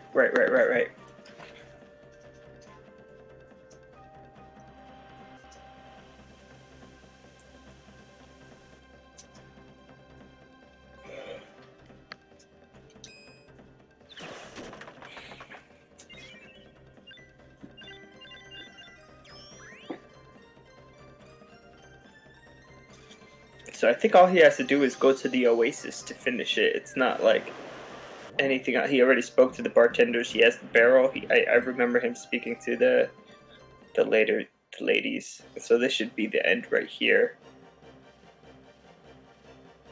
Yeah, old route. You do Heaven's Gate right after this because finishing this quest puts you outside of Gato Grottos anyway. Right. So you just re-enter here. Nice. So this will be elevated to Heaven's Gate.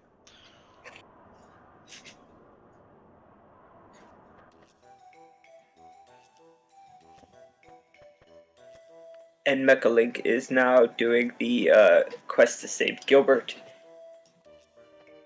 in the mines.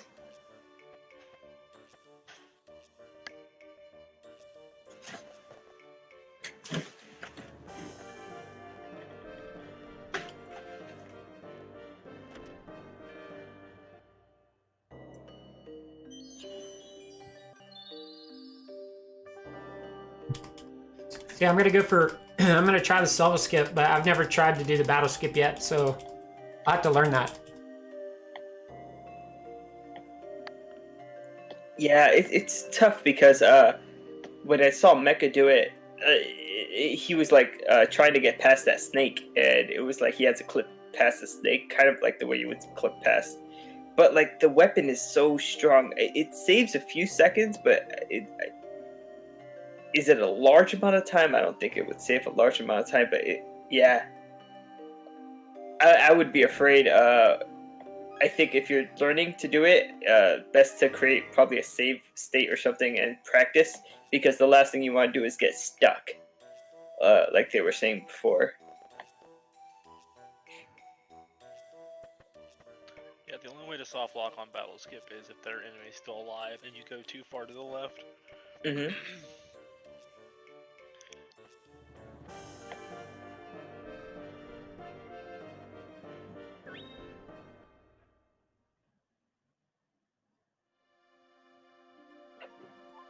Yeah, I mean, eventually, I could foresee a day where the world record would have all the skips included, and it would just be impossible to achieve without, you know? But that would be very difficult to do a run like that with everything just perfect.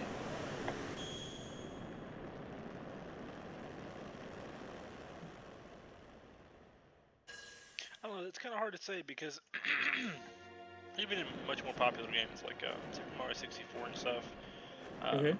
the world records in games like those, they'll lose. They'll be in the red on like 3 or 4 seconds off the first split, and the trick is just not to immediately reset because you didn't start out perfect. It's like you might lose 3 seconds to the start, but if you can save 30 seconds later, then there's no real reason in resetting so early unless you're just practicing really. Right. The Yeah, old that's true. the old emulator world record before the one I have now, I believe I was 2 minutes behind within the first 10 quests. It was a really bad start, but the second half was really, or like the second big chunk of it was really good. So it made up for it. It was just more time to save on the next one. Yeah, I think from the old world record for emulator, it was still using the old weapon as well, like the 150 weapon or 159, whatever it was. Like, and so like the new weapon just makes the fights so much easier for Laban and Tropicalo.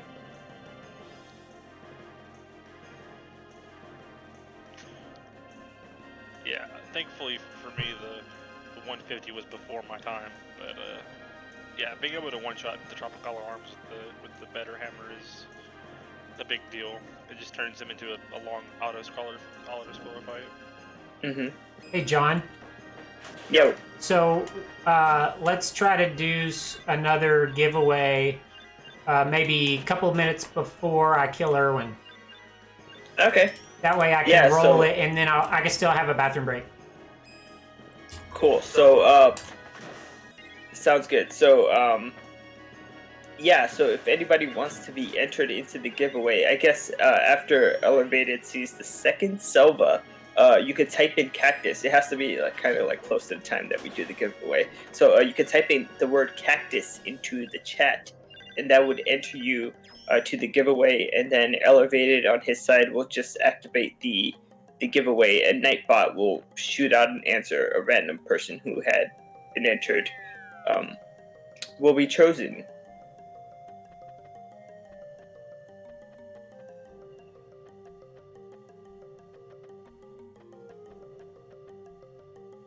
Selva's being not too helpful right now.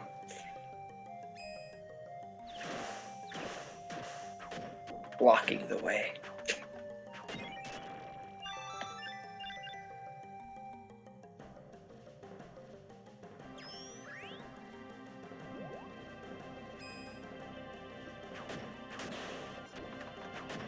Oh, to enter, you type in the word cactus into chat.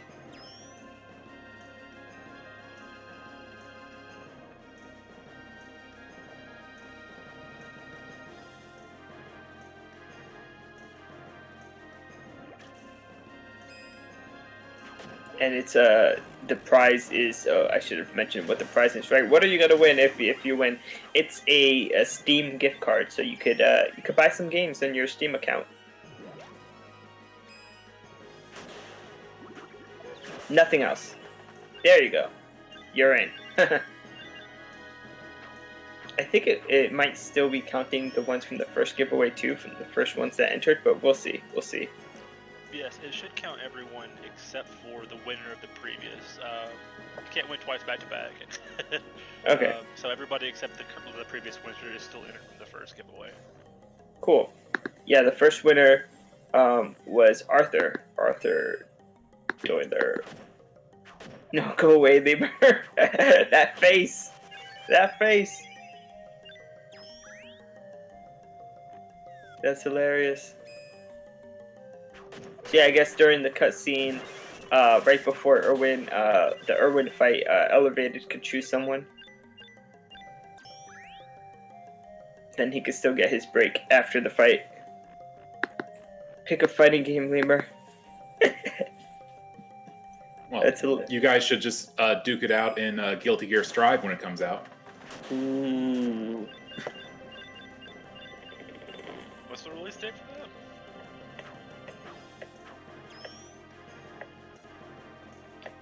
Yeah, I don't know when Guilty Gear is going to be released. I think it's April. Battle Arena. Battle Arena. Battle Arena? Toshinden? The one on the Saturn? No, the one under Kirsty's house. Right. So. Oh, and what was that one? Was it called like Energizer or something like that? Guys. Guys! Playing the quest mode was so much fun. I hated that game. Oh god. The only reason I got it was for the Final Fantasy characters, right? I'm sure that's why. That's like the only reason anyone got it.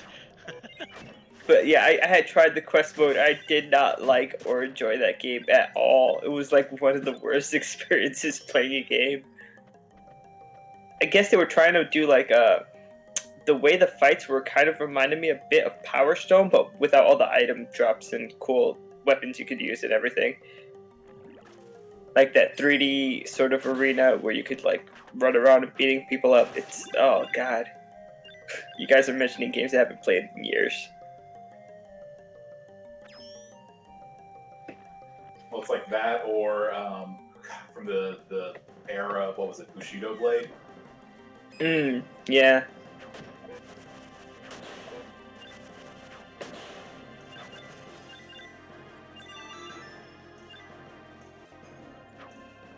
It was weird because, what was the other fighting game? I don't even know if it was Square that put it out. I think it was Square.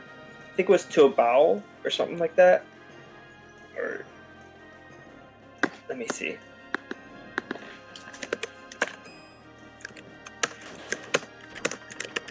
Let's see if I'm spelling this right. We're about to be coming up on Irwin. We have 2 more screen transitions. Yeah, so if anyone wants to enter the giveaway, again, all you have to do is type in Cactus into the chat to enter, and then right before the Irwin fight, during that cutscene, Elevated's going to choose someone, and the winner will show up. Nightbot will pop the winner into the chat. Yeah, it'll be right after the battle. Oh, right after? Okay, cool. So you still have a little bit of time.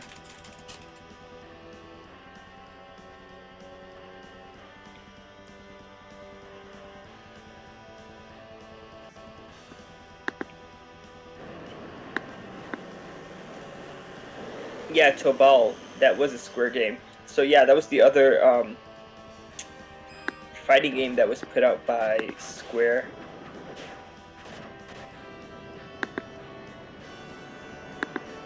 That was 3D, kind of like an arena fighter.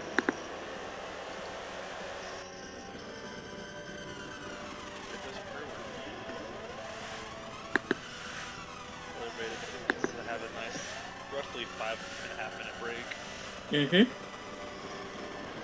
Let's see who pops in for the winner.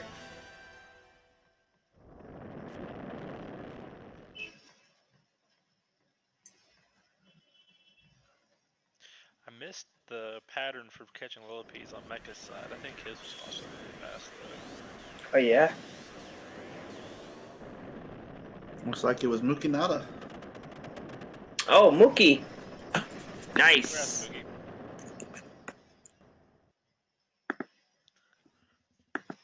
definitely. So I'll be sending out the messages after the run is done. But I have the codes for both.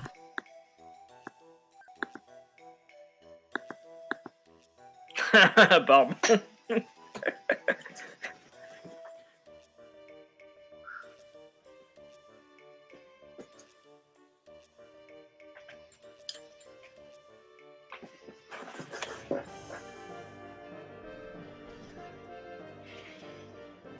Well, that sounds really cool. Yeah, some artwork would be awesome. Awesome. I like the artwork that was done here with the cactus and with the leaves. That was like, and the way it uses the Secret of Mana text, for all events monthly. That's like the Secret of Mana, what do you call it? Font that was used. It's pretty cool the way the artwork is. We see Mecha's finishing Blessed Elixir, and on elevated screen is the last cutscenes for the fairy events.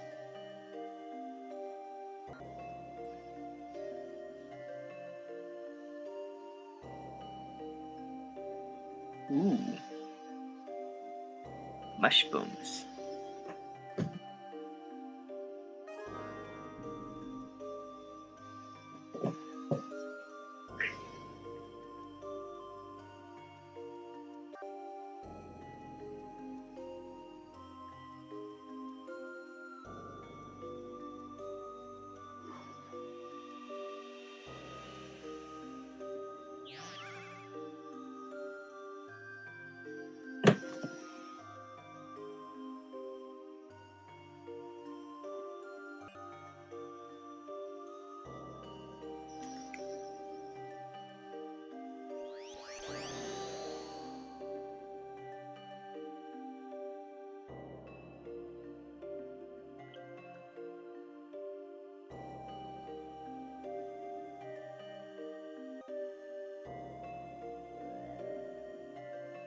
The wisdom there is, was it Oberon? Yes, it's Oberon, yeah. I wonder if he ever gets tired of his hand spinning. Doubt it. I think at this point it's just autopilot. He's Like using something- turbo? That's not right.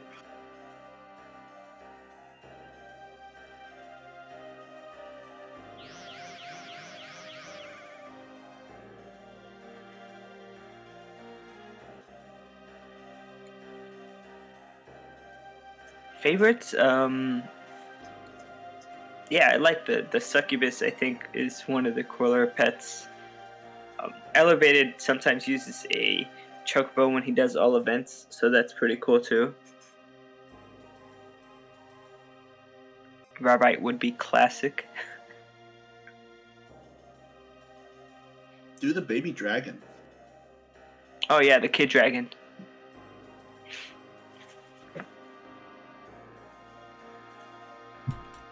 So we're gonna do one more giveaway at the end, near the end, right?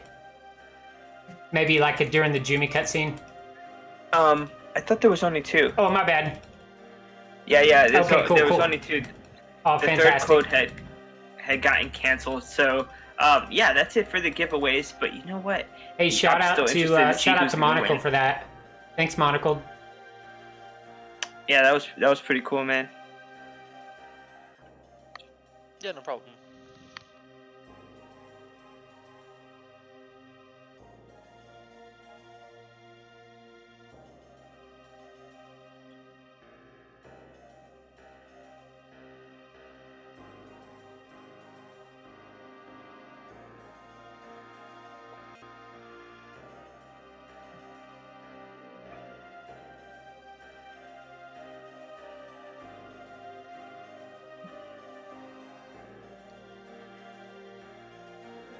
So yeah, this run is very long.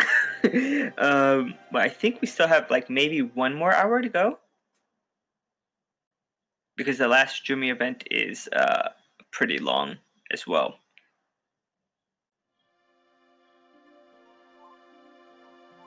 There you go. Splash screen for Heaven's Gate on elevated side.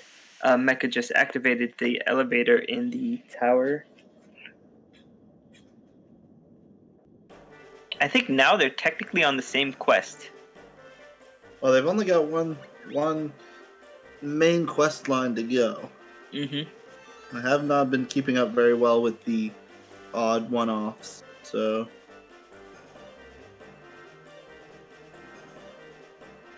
Yeah, I They think will they're... merge soon enough. Oh, it looks like they're actually both on 2 pearls now. Yeah.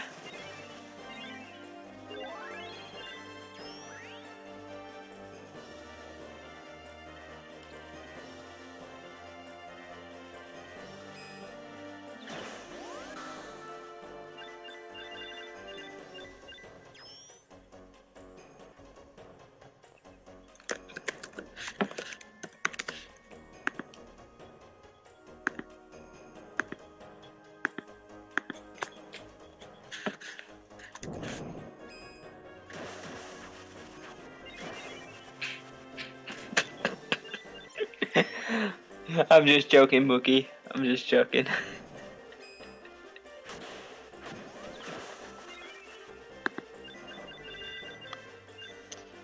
Oh man.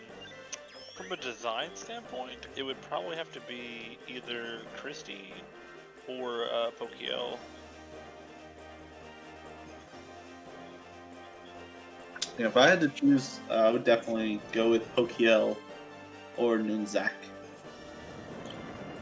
Yeah, those are pretty cool. I like all of the t-shirts, but probably Kathinja with the head of spiders is would be my favorite.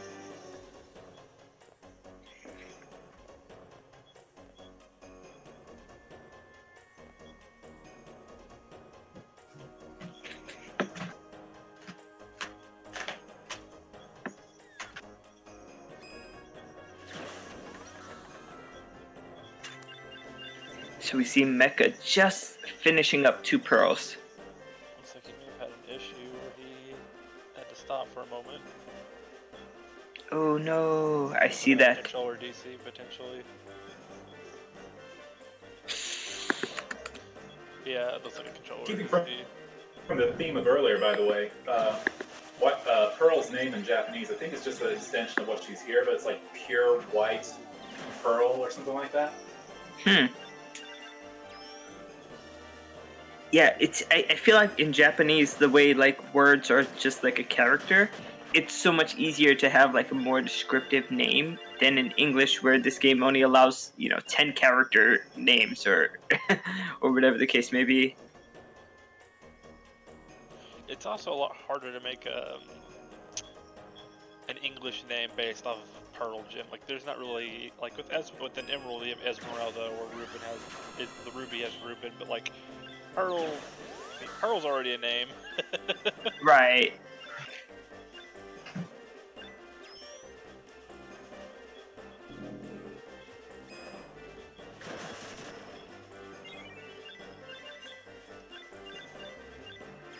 I'm trying to remember. We're going up to her soon.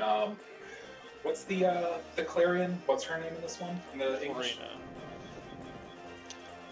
Florina, she is the Jumia Fluorite, which is where the quest Right. name came from. So I think she's Butterfly Princess in Japanese. Interesting. I wouldn't have guessed that. So we're coming up. Mecha is coming up to potentially the last, what I would call, dangerous spot of the run. This is the last place that you can actually lose a run completely. With the dialogue after you fight Kima. Kima himself is also a huge pain in the butt. Just because he can ST repeatedly if he so chooses. Yeah, Mecha's going for what I would consider to be the straight safe strat. You can try to get a counter strike, which will instantly kill him, but it's so arbitrary that it's easier just to spin attack him over and over, just so you don't have to worry about it. You want to talk about the seed a bit more? Like, how could you fail? Oh yeah. The you get 2 rewards. I believe you get a spiny and a flat seed.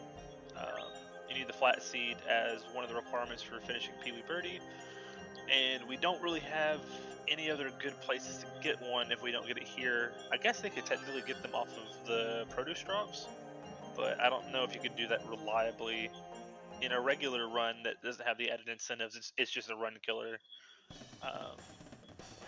Because nothing really drops the flat seed. The only way you can really get it is by growing produce. Yeah, I think some of the other plants like Marlboros might drop, but only at high levels that are not reached with this map. Yep, So that is the catch. If you're like on a different difficulty,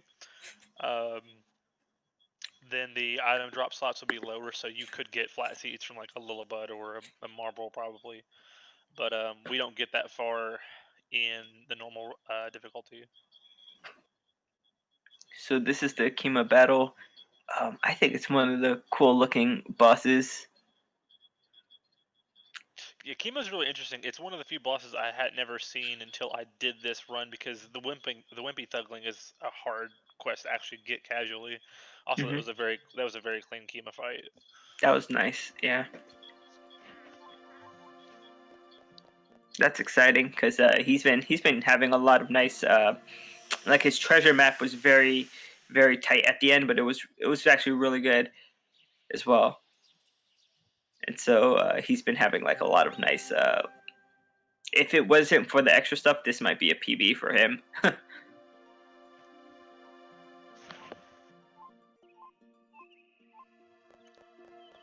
Yeah, actually, I glanced away and it's already passed. The thing that actually gets you with the Wimpy Thugling is after you beat Kima. I think is it Tickle? Tickle's the name of the Sahagan or Sahagan. Tickle asks you if you will give him the seeds that Kima dropped. If you say yes, then you don't have them anymore and you can't finish Pee Wee Birdie. So you want to tell him no and be a jerk. It's like he'll ask. The last thing he says is, "I think they'll give me courage," and then he'll ask you if you want to say yes or no. But I'm assuming that he did not tell him did not give the seeds back. Yeah, Mecha's going to church. Yeah, Ellervated's doing Wimpy now. I don't know if Mecha's already played the organ, but this is probably the most opportune time to play it if you haven't. I think the Dud Bear blocks him, the one on the right side. Yeah. And so you have to wait until just a bit later when Roger is out of the church. Interesting. I didn't realize that Dead Bear blocked it. His organ at the very beginning of the game. Yeah. Oh, right, yeah, because he, I believe he turns, well, I guess technically either way. I know he likes to double back on the long loop at the start of the game instead of going down from the marketplace. So that would give him 2 opportunities right out the gate to do that. I did do your going down this time, but I also did church at the first pass. Right, way up. Gotcha.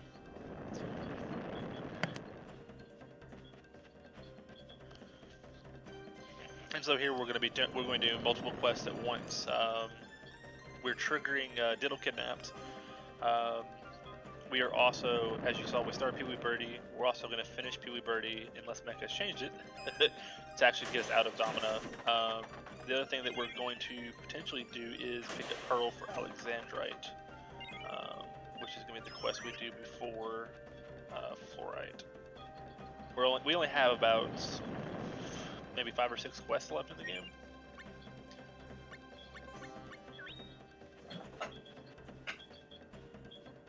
But of course, one of them is Teardrop Crystal, which takes about 23 minutes on average.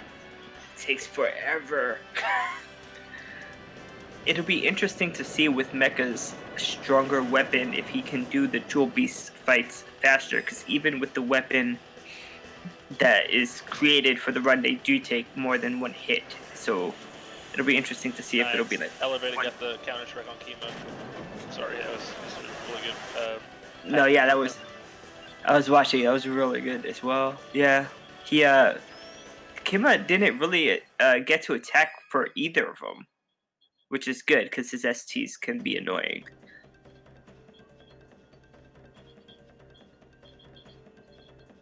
Mecha, what are you doing? You're running it. Oh, his controller's having issues again. God damn it. Oh no. You saw that he was like running into the mailbox. I'm like, what are you doing?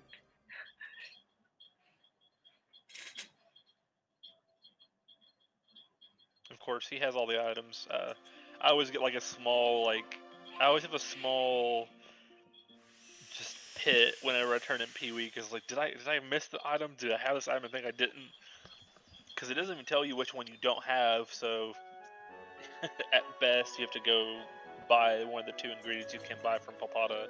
But I mean, it would, unless you're really far ahead, it would be a reset anyway, or just a done run. Yeah, so the other items, you had mentioned getting the seed from the Kima fight during Wimpy Thugling. Most of the produce you get during the first Monster Corral. You get the sulfur during the Pokio Dream Teller, where you go back in time. When you're in there, there's like a room that everything's on fire. It has a chest with the sulfur in it. Trying to think of the other items that you need. Oh, and the rotten meat, which you can get as a drop, and the baobab wood, which I believe he got as a drop, but can also be purchased, like you said, in Palpata. Yeah. Right. You have baobab wood and sulfur as safeties. The topple cotton that you buy at the very beginning, almost, is also required. The zombie meat, there's also one in Leucemia, which is the one I picked up. No zombie meat drops until after Leucemia. Oh my god, that's as well as annoying. the one in Jungle. And yeah, and then yeah, flat seeds. Monocold explained that very well earlier. Yeah. Yeah, so it's like while you're playing the game, you have to make sure like the baobab wood, you get that as a drop, or the rotten meat, you get it as a drop, like he said, or else you have to pick it up in the jungle or in Leucemia. So it's like a lot of different things you have to look out for. And like Monocold said, like when you hand it in, it's sort of like the moment of truth. Did you get everything? Did you forget something? What happened?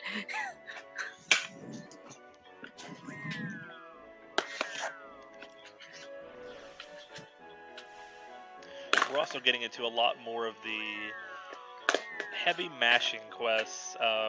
Rachel, Fluorite, Alexandrite, Teardrop Crystal. These all have multiple minutes of text mashing.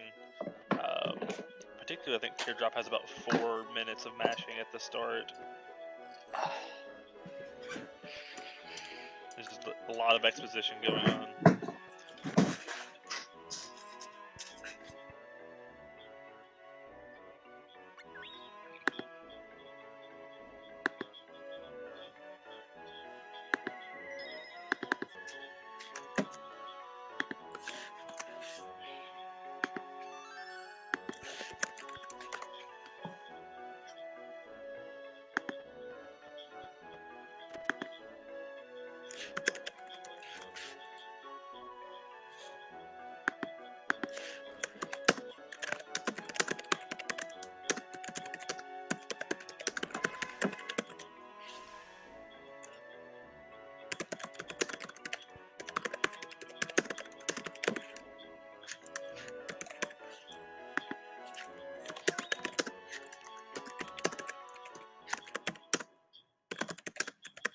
Yeah, both of them are just in a like situation now where they're waiting for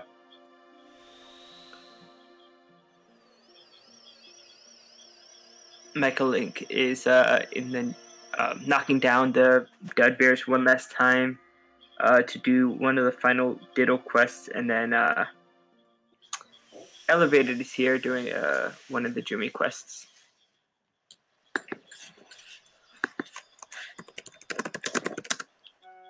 Yep, marching ever closer to that final event.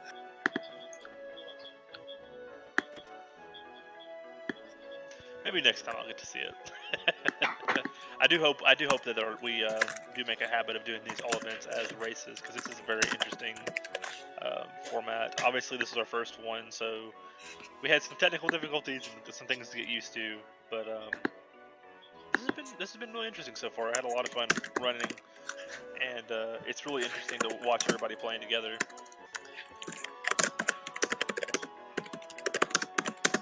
Yeah, it was interesting also to see the different routes, the way Mecha had, Pokio never spawned there, so he had to figure that out, and then he ended up doing very early. Monocold was doing things slightly differently as well. Elevated had to compensate for not having the seed. So it's sort of like things that can go wrong during the run, like seeing how everybody handled it. Everybody had, I think, a little bit of the challenges. Monocle had like the worst one with the treasure map, obviously, because that's failing. But I think overall it was interesting to see like the route is like nobody has it down perfect 100%, and it's just fun to see the way you can fix things when stuff goes awry as well. And something good to watch back too. Again, because you can see what all did go wrong and how you can prevent it. Because backup strats are always good to have. Mm-hmm.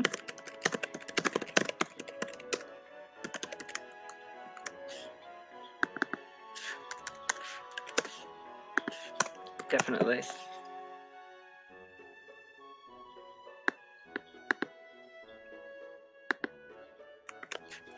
It'll also be interesting to see when these golden seed drops happen.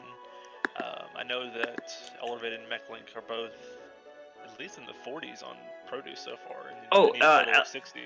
Elevated put his down already. Okay, I actually missed that. But Mecha Yeah. still has to get his. Oh, he does. I didn't notice if he had got. I think that's it in his inventory. He Okay, has it. He just hasn't put it down on the map. Yeah, I just saw it right when you mentioned that. Now I've entered the straight line end of Jumi. Mm-hmm. Right, so that will still be Alexandrite, then Fluorite, then Teardrop Crystal into Legend of Mana. The last 4. Yeah, So then Elevated is specifically just a single event behind? I believe so. Assuming he's done all the other events, he's just one event behind. He does have Pearl, so I believe that he is in the same spot. His order is slightly different because Mecha liked to change the end around a little bit. So we've got the 4 events. That's about around 45 minutes roughly left in the run. Yeah, Elevated's knocking down dead bears now. They got Bob Death Bears. They can actually stand back up surprisingly fast sometimes, and they'll whisk you away back to the previous rooms. But it's not nearly as bad as Treasure Map. they let you hit them pretty easily. I mean, it would be pretty bad if you just went to knock one down, they just shook their head at you. Not today. Here's some sturdy dead bears. They're like, I'm not gonna take this lying down.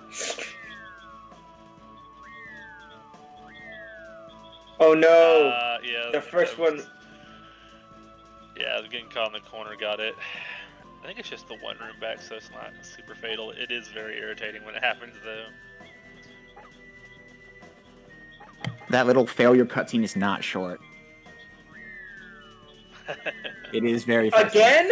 Yeah, he took too long on that third dead bear. It is a fairly tight window. I'm kind of curious how people are supposed to do that when they don't wiggle, because the timeline is pretty tight.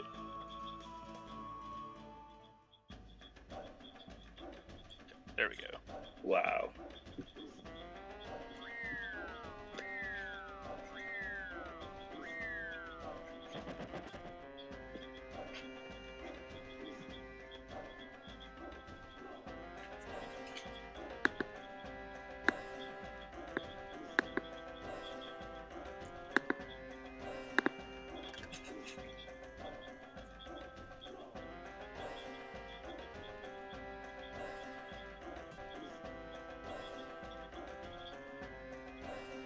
And we jamming. Yep. Mecha now talking to Diana. In the middle of the Coliseum, the arena area, Geo. And Elevated is just about done with this last diddle quest. Just about.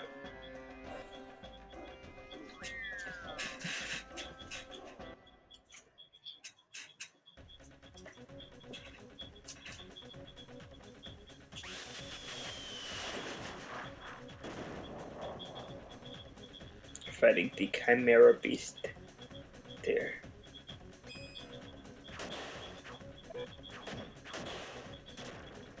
Notably, it is not actually the generic. Is like you saw us fight a few of them earlier, 2 in Leucemia and 1 in the Underworld. But the coloration is slightly different. One of them's red, one of them's blue. Yeah.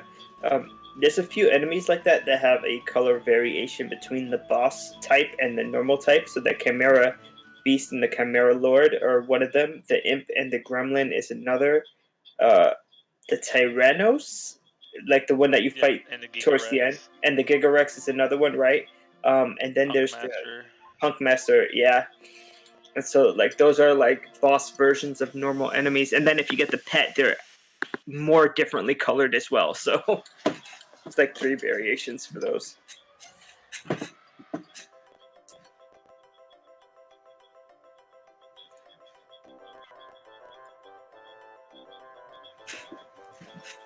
Lazzle gives us one last chance. He's like, "What are you doing here? Let us fail." Yeah, sorry, El Azul. We're not gonna let you guys fail. He's really his sprite work is interesting because his arm is like all lapis lazuli. So whenever his picture comes up, you can kind of see like his shoulder in the picture.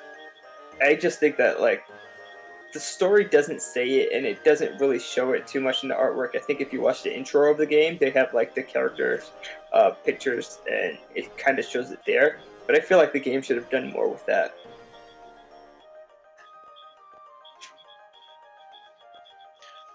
The one thing that's always irked me about Elazul's sprite in the game is that whenever he is turned to a side, you can very clearly see the disc on his headpiece on one side, but it will switch because I guess the sprite is mirrored. That is funny. He has it on each side of his head, but you can only see it on one side at a given time, just depending on which way he's facing.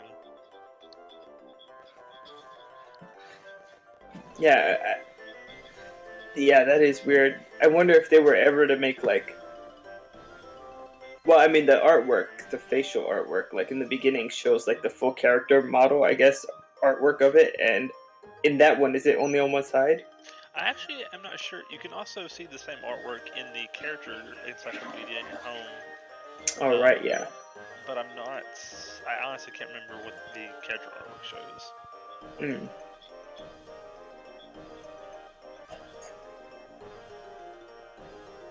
So Mecha is now in the dream world of the desert. I think this is the only place during this all events run where you fight a sand scorpion. They are in the desert in a particular place, but you don't purposely go there because it's a bit out of the way. So yeah, if anybody was like looking to 100% the bestiary encyclopedia, playing this would get the sand scorpion. There's only one that you fight in the all events. So also, fun thing from experience: don't run out of money here if you're on a run.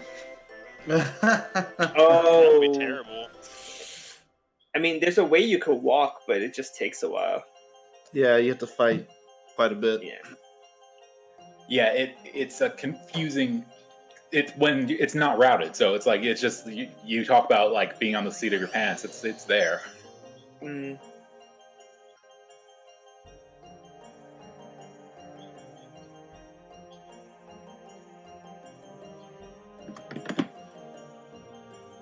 I mean, after everything they've done, they're not going to run out of money here. But on some of the other ones, there's a chance, like kind of small, but it can still happen. Mm-hmm.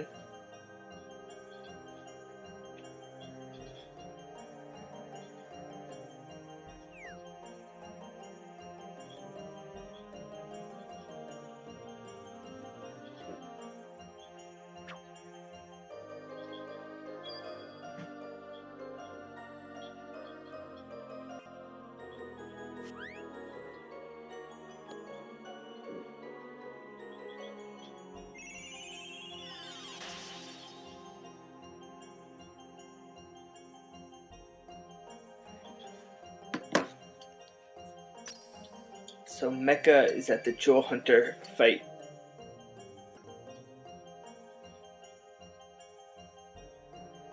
And Elevated just finished, or is finishing up that quest.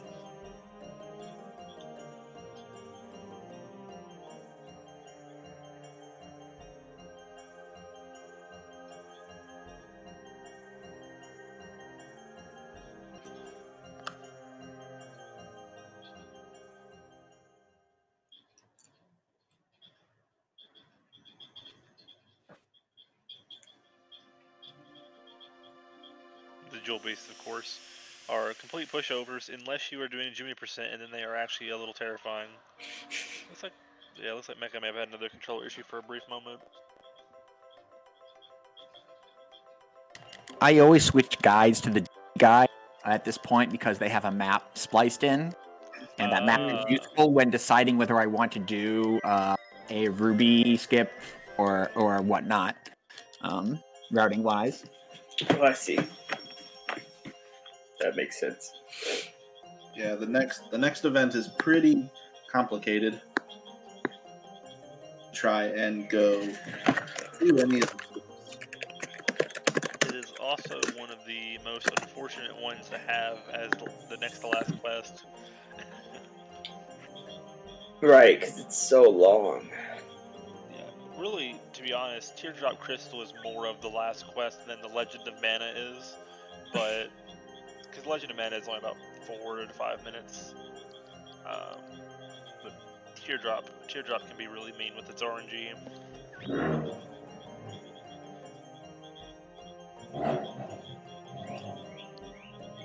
There's almost no way an overarching finale was going to beat an individualized finale. Just because someone's going to get attached to one of the particular stories.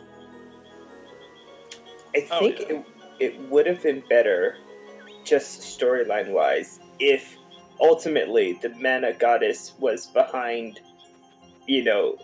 like the war happening and the divide between Erwin and Dana, and just like the Jumis being, like if she was the ultimate bad guy from everybody else's storyline, at the end you would be like, yeah, let's get this this lady. But I mean, she kind of is, right? Or at least the Mana Goddess is kind of a representation in the Mana Tree, which is really, it's just like a representation for the power, because Draconis has sent Lark to fetch mana from the different dragons so that he can rise again and take over the world. The Jumi were hunted because their cores contain the last remnants of mana after the Mana Tree burned, or Mana Tree. Like the fairy is a little bit more of a stretch, though it still has like the elemental powers to it, which I guess you could argue is mana / power in its own way. Mm-hmm. Like it's not really a direct antagonist, but I would say that the Mana Goddess / tree is very much a driving factor of all three stories. Yeah. Well, the question comes down to, if Matilda's preordained to become a wisdom, how is that? Is that because of the Mana Tree? Well, preordained is almost certainly wrong, right? Like, there's a huge part of Matilda and Selva's discussion, which is essentially Matilda's freedom, right? Like to choose, right? Like to end the era, right? Like to become the seventh wisdom, right? Like all of that, right? Like is like there's a huge freedom component there, right? And right, like the Mana Tree kind of continues to speak to that, right? Like talking about the idea of like, not all of it her is just, right? Like freedom means bad things too, right? Yeah, I could see that. Yeah. Yeah. Oh, that was an interesting little delay there. Yeah, I kind of more meant. I definitely agree that, like, obviously the ends of the stories is much more grandiose than the Legend of Mana, but I would say more from like a difficulty perspective. Like, for the most part, the Legend of the Mana and the Mana Tree is very easy, especially since we have such a strong hammer. One counter striking the last boss is dead. Yeah. Really, the RNG, the puzzles is like the hardest boss of the game. It's the gym puzzles. Yeah. I think if you're playing casually and the mana goddess takes longer, when that moon hits like completely shadowed, you know, Oh yeah, the full eclipse, yeah. the full eclipse, yeah, and she does that move, then you're like, damn it, I hate her. But otherwise, it's not too bad once you know that you should be counter striking, and she goes down pretty easy, even without this weapon. Just I think a few counter strikes and she goes down. So. Yeah, you also have to remember that it's possible you can place the mana tree farther away from home than we do, right? Like, and then it gets its Right. 1.5x multiplier. You could face some really high level stuff there. Yeah. You guys have given me a great idea to do at some point. I'm a proponent of doing low level runs. Mm-hmm. I could just play through the game and collect no experience and see how hard it is. That sounds terrible, but it could be done. How So much good do you news. have at starting level? Like 50? I feel like almost anything in the game could one-shot you at that point. A wind cap just looks at you funny and you just fall over. Would you be equipping? This might be weird because if you're not going for XP, you probably won't be picking up money because they kind of get dropped. But would you be picking up armors that might be falling? So I would say items are definitely fair. Mhm. I might say no crafting just because of the plain proponent of it, but just something like the base aspect of the game and removing experience from the equation. I think that would be an interesting and difficult run. Oh yeah, it would be Playing hard. the organ, looks like. Oh, this is Yeah, that bear's not elevated. there. You can't play the organ with the dead bear there. You have to come back later before Legend of Mana. Oh, You it's have to like come back after you do the Ditto quest. You have to come back. I know it sucks. When you go there for to talk to Boyd for the last time, I think you should be able to do it. Well, that is what he did, but I guess he hasn't done. No, he did. He's Digital talking Kidnap, to didn't he? Boyd now. Do they just stay there after that point?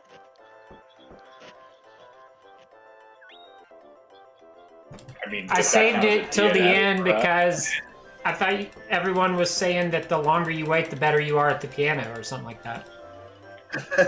No, I don't think. But That's that was a totally good what. attempt. I don't know. I'm gonna pull it up in the Discord. You know, I legit thought that that you could play it after Digital Kidnap or during Digital Kidnap. I didn't realize the Dead Bear actually blocked it. Yeah, Dead Bear actually stands in front of the stool because you have to enter it from the south side, or like he blocks where your sprite would be basically if you were sitting down.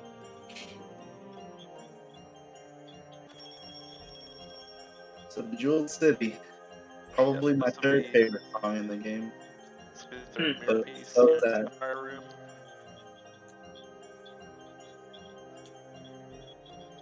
All the mirror pieces except for the first one are in pretty accessible places. Like you don't have to divert route at all. Actually, you don't. Because the second one is in the bird cage. The third one is there in the Sapphire room that you are naturally swimming into. The fourth is on the way to the Mana Goddess. The first mirror piece is just you have to take a different turn when you're in the underworld on Crimson Dragon to pick it up. But it's only like 5 or 10 seconds, so you can barely even tell that you're diverging. Right, yeah, it's just a little bit out of the way. Just a little bit.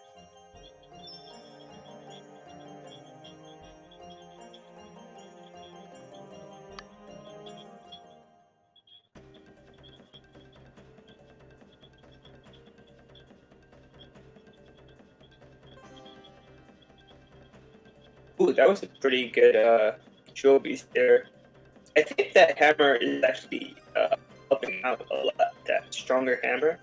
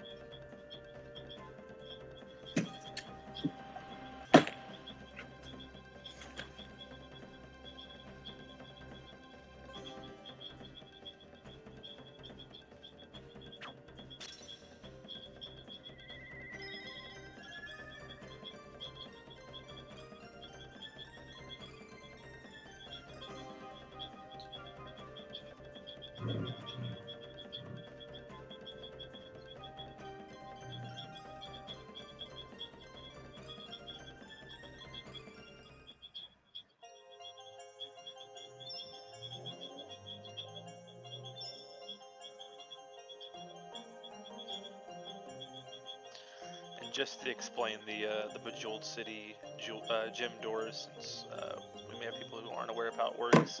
Basically, the Bejeweled City is like a tiered cake almost. It has 3 levels.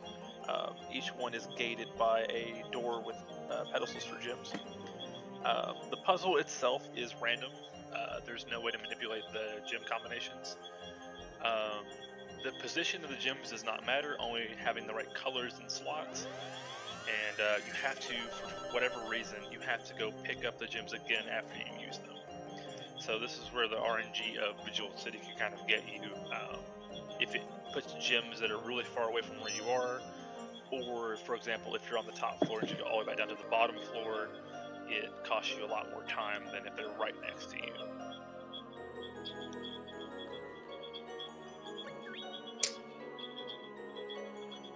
Yeah, that's basically the puzzle aspect of it. And then unlike the other, well, I guess Crimson Dragon would have had like a lot of mid bosses. This one has the 3 jewel beasts that you have to fight before you open each door. So that also just adds time to the length of this event. This is one of the longer events in the game, along with, you know, the one in Leucemia and the one in the Flames. Teardrop Crystal, I believe, is the longest quest by just a little bit. I think Heaven's Gate is usually about 18-ish minutes. This one is usually about 23. And then the Flames is like in the maybe 20-ish range.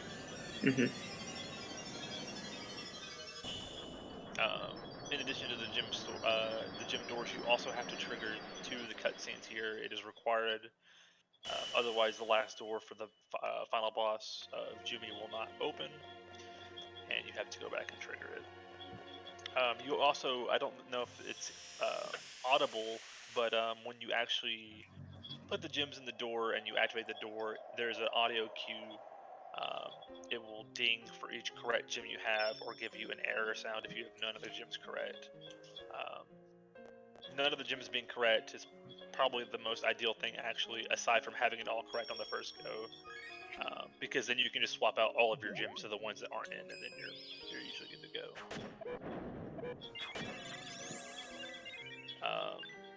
The last gem on the final floor we sometimes skip, or attempt to skip, and it's just called Diamond Skip because we are skipping the diamond. The last floor has 4 slots and I believe 7 gems. So there is a chance that of the 3 gems that aren't used, the diamond is one of them. So if you don't pick it up, it saves about 30 seconds or so. But of course, if you do need the diamond, you have to go back and then redo the puzzle again, more or less. Yeah, the diamond door is not too far from that the last pedestals. However, normally in a run that isn't all events, it would be annoying to fight the monsters to get it. Here with this weapon, not too much. So, yeah. It's also worth noting this diamond skip strategy is Mecha also likes to use it for things other than the diamond. Like I believe you mentioned skipping Ruby as an example. So you can technically just assume that the Ruby is going to be the one that you don't need, and then just try to skip that one.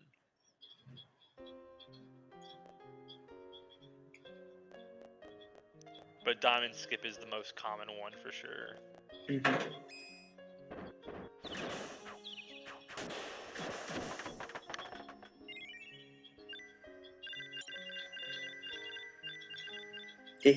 Did Mecha just leave without getting the crystal? The yellow one? I looked away for a second. Yeah, I did it. I was actually watching Ellervated. I saw him fighting, and I didn't see him get the crystal, and I'm like, oh my god, if he did it, if he did, I missed it, I'm sorry, but we'll see soon enough. The other thing to note is, if you already have a gem, it will not show up in the room, so if you walk in and the gem isn't there, you've made a mistake, and you're remembering the wrong gems.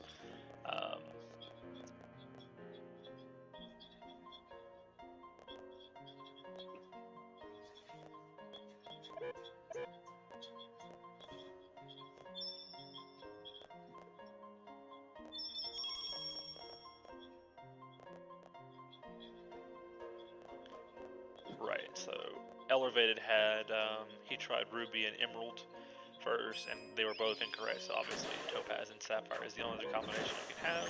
And luckily, they are on the same side of the floor, so it's pretty easy to pick them up next to each other.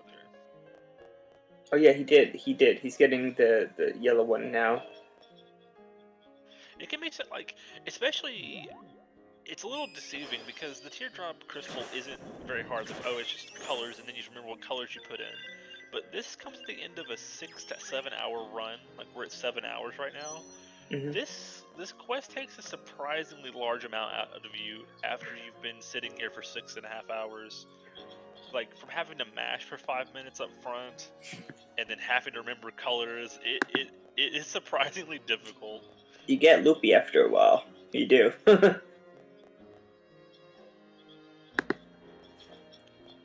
It's fun. I see Mecha is getting the diamond right now. We gotta fight the golem, which is taking 4 or 5 spin attacks while that golem would not go down.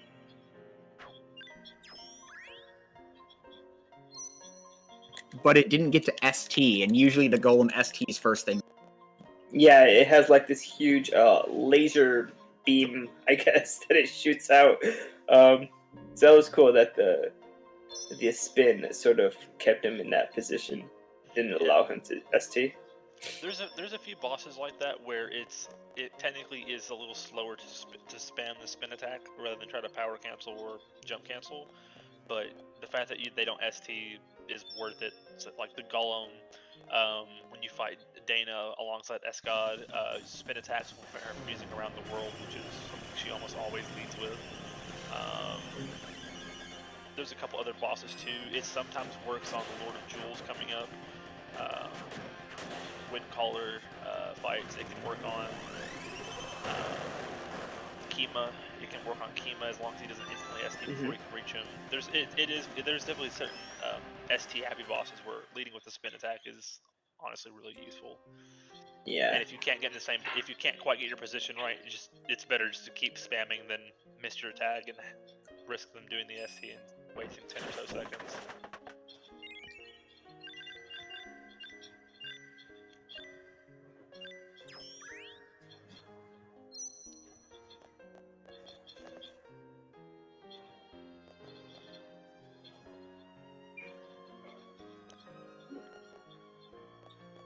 Mecha is on that last door trying to figure it out.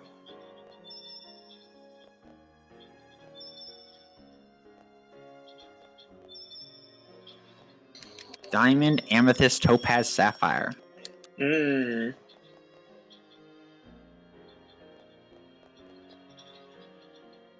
think Elevated just opened the second door, so he has to go back and get those back, and then do the diamond and get the fourth door. Yeah, so we're very close right now. In terms of where Mecha and Elevator are both at, like this is a very close end for this.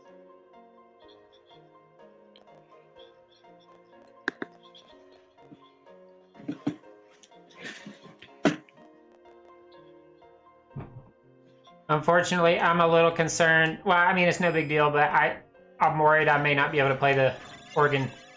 The organ, yeah. But that's okay. I was thinking that too. Yeah, live and learn.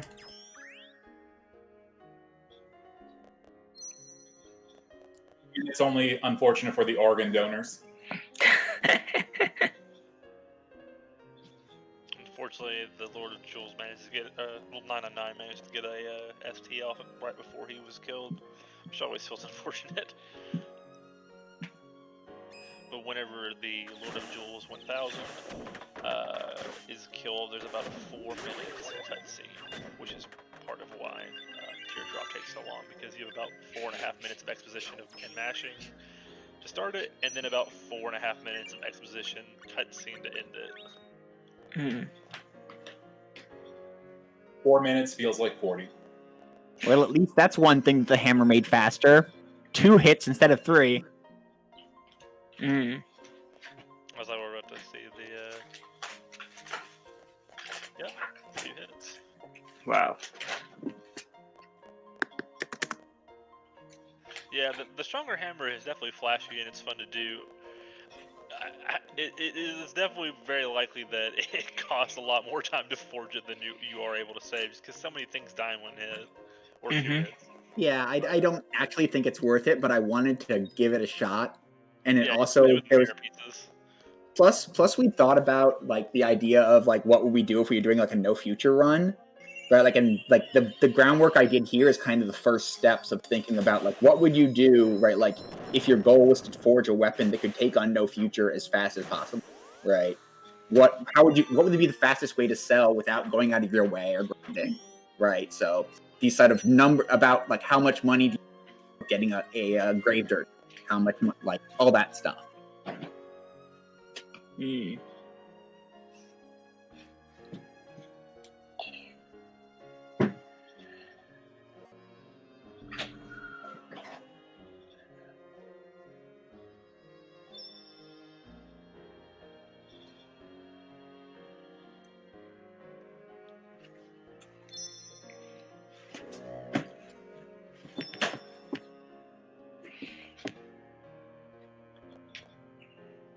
Seven hours in. Yep. Every incentive is done, except for the last mirror piece. And of course, playing the organ for Ellervated is not going to be possible, unfortunately. We are pretty much right at the end. There's about 10 minutes left in the run. He gets one more shot at it. Yeah, It's possible you can do it. Ellervated fought the golem again, and there was no diamond there. I think he made a mistake going back into that room. Yeah, I slipped into the room by accident, but I tried to turn around, but it triggered the battle right away. Oh, Yeah, I'm like, he's fighting the golem a second time. No, I saw it happening, and in my head, I'm like, yeah. yeah, you can't put gems in the. Obviously, he had just forgotten that he had not interrupted the door yet, but you have to fight the dual beast before you put gems in the pedestals. Definitely forgot that a couple times myself. Hmm.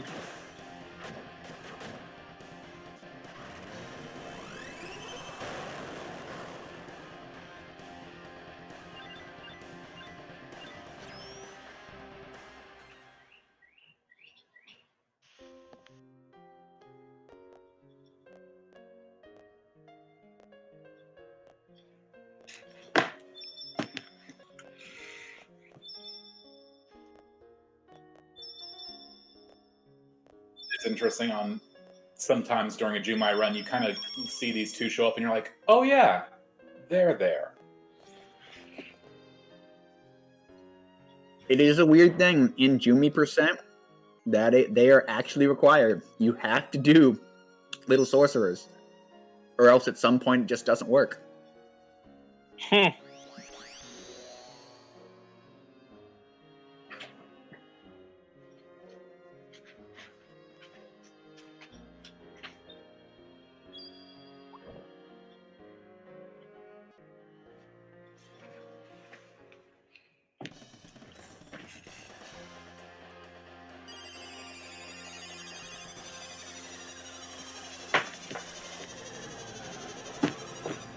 We have Ellervated entering his Joby's fights right now. Unfortunately, it's an ST that you see all too often. Mm-hmm. When you say jewel beads, I say space whale. Oh, yeah, this was the jewel. Space whale! 999. An ST has no counterplay. You can't instantly spin to cancel it or anything like that. It just happens.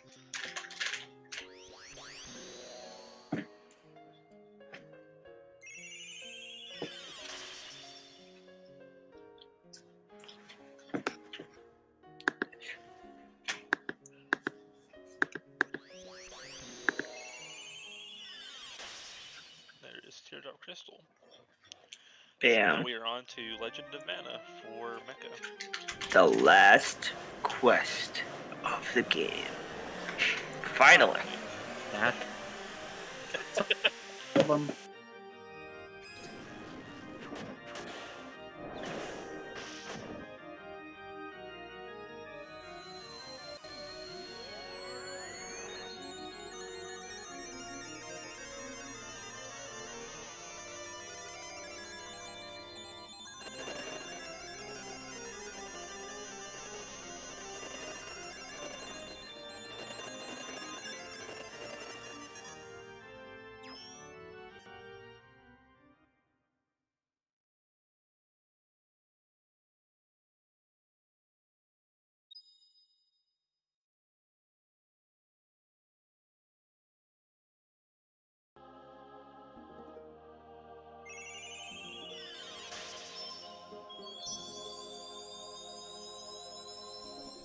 own, like without you, on that very last scene. I don't think I've ever actually finished the game with a non-player NPC.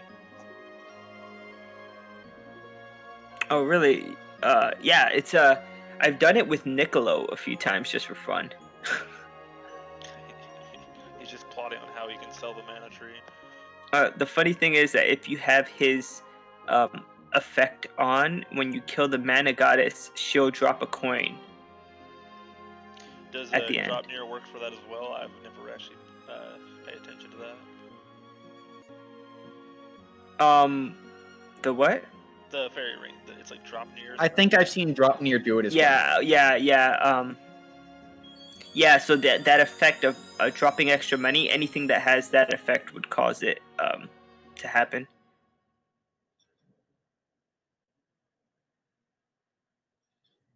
Yeah, I actually don't like to do total auto after Nordic Snowfields for that reason, just because I don't like to have it equipped, because it can just drop extra coins and be a pain in general.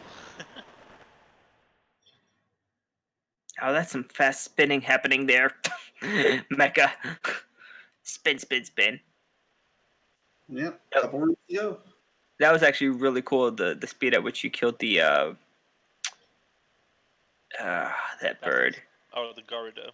Yeah, and the basilisk right below it, like that battle. Sometimes it could be annoying because of the tight space.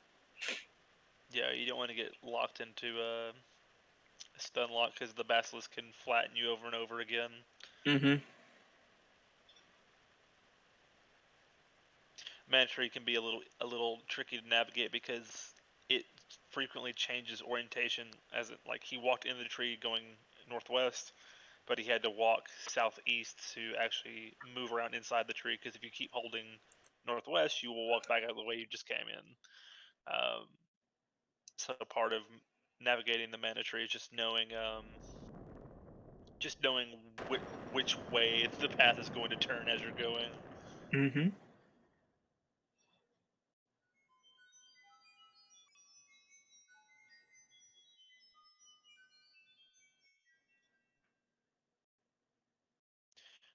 Mecha going to the left rather than to the top. Yeah, I think the only reason most people go top right, you could go either way, is because sort of like it lines you up slightly better with enemies. We got the fourth mirror piece. Mm-hmm. All the last incentives. And yeah, basically this is more or less a dead end at the end of the mana tree. The Sanctuary of Mana. There's 4 battles. This little area is basically a 3x3 set of rooms. Each corner has a encounter. Once you kill the 4th encounter, it automatically transports you to the final boss. Mm-hmm. Yeah. One of the reasons why you generally go counterclockwise through it is due to the fact that that tree in the first room has a lot of health, and you generally push him to the right side of the room, which puts you closer to the right exit. I want to say maybe the ST lineup, like in the dragon room, because you typically like do like an ST on the stairs in the other routes. I think that makes a little bit as well. Yeah. And also the it lines you up with the ox when you come up after that tree room. The next one will be the gray ox, and so you're like lined up directly in front of him if you go counterclockwise. Right. We're coming up to time for Mecha. On the Counter Strike on the Mana Goddess. Let's see. And time. Oh, Nice. nice. It looks like I missed Nyx 4, I just realized. Oh, damn. So I gotta go do that. No. Nyx 4! Wait, can you still do Nyx 4? Have you done Nyx Call It Quits? Yeah, it's got an X on it. Oh, you're right. It's got an X on it, so that means I can't do it because you got lemurred. I got lemurred. That's what happened to Lemur. Oh no! Yeah, he won't move. So well, I'm just gonna beat the game then, I guess. I guess I'm just gonna go fight the Mana Goddess. Yeah. Yeah. Hey, Let's. At least you made it to the end. Yeah. I win by default. It's the best kind. They're technically winning. No, it was a pretty good race. I like the it was pretty funny, like the stuff that happened to everybody. Like everybody had little things for like, damn it. That big baby was a monster in Medora Beach. Oh my god, you got stunned like 4 times, like in a row, and then your attack missed. I was like, So I heard everybody going crazy about that. I was like, I'm just gonna blammo it. Why did I go into the You desert? knew it had a mission. Yeah. I've blammoed it before and didn't kill it. Did your blammo one-shot it? That's a good point. I have done the same. No, I think I had to do a basic attack afterwards. Yeah. That just turned to life after the blammo. Like the most aggravating time loss I think that happened was when Ellervated gave the tree his last seed. Yeah. oh my god, right before the temper, that was. And it was a flat seed of all things. Which is rare. That was rough.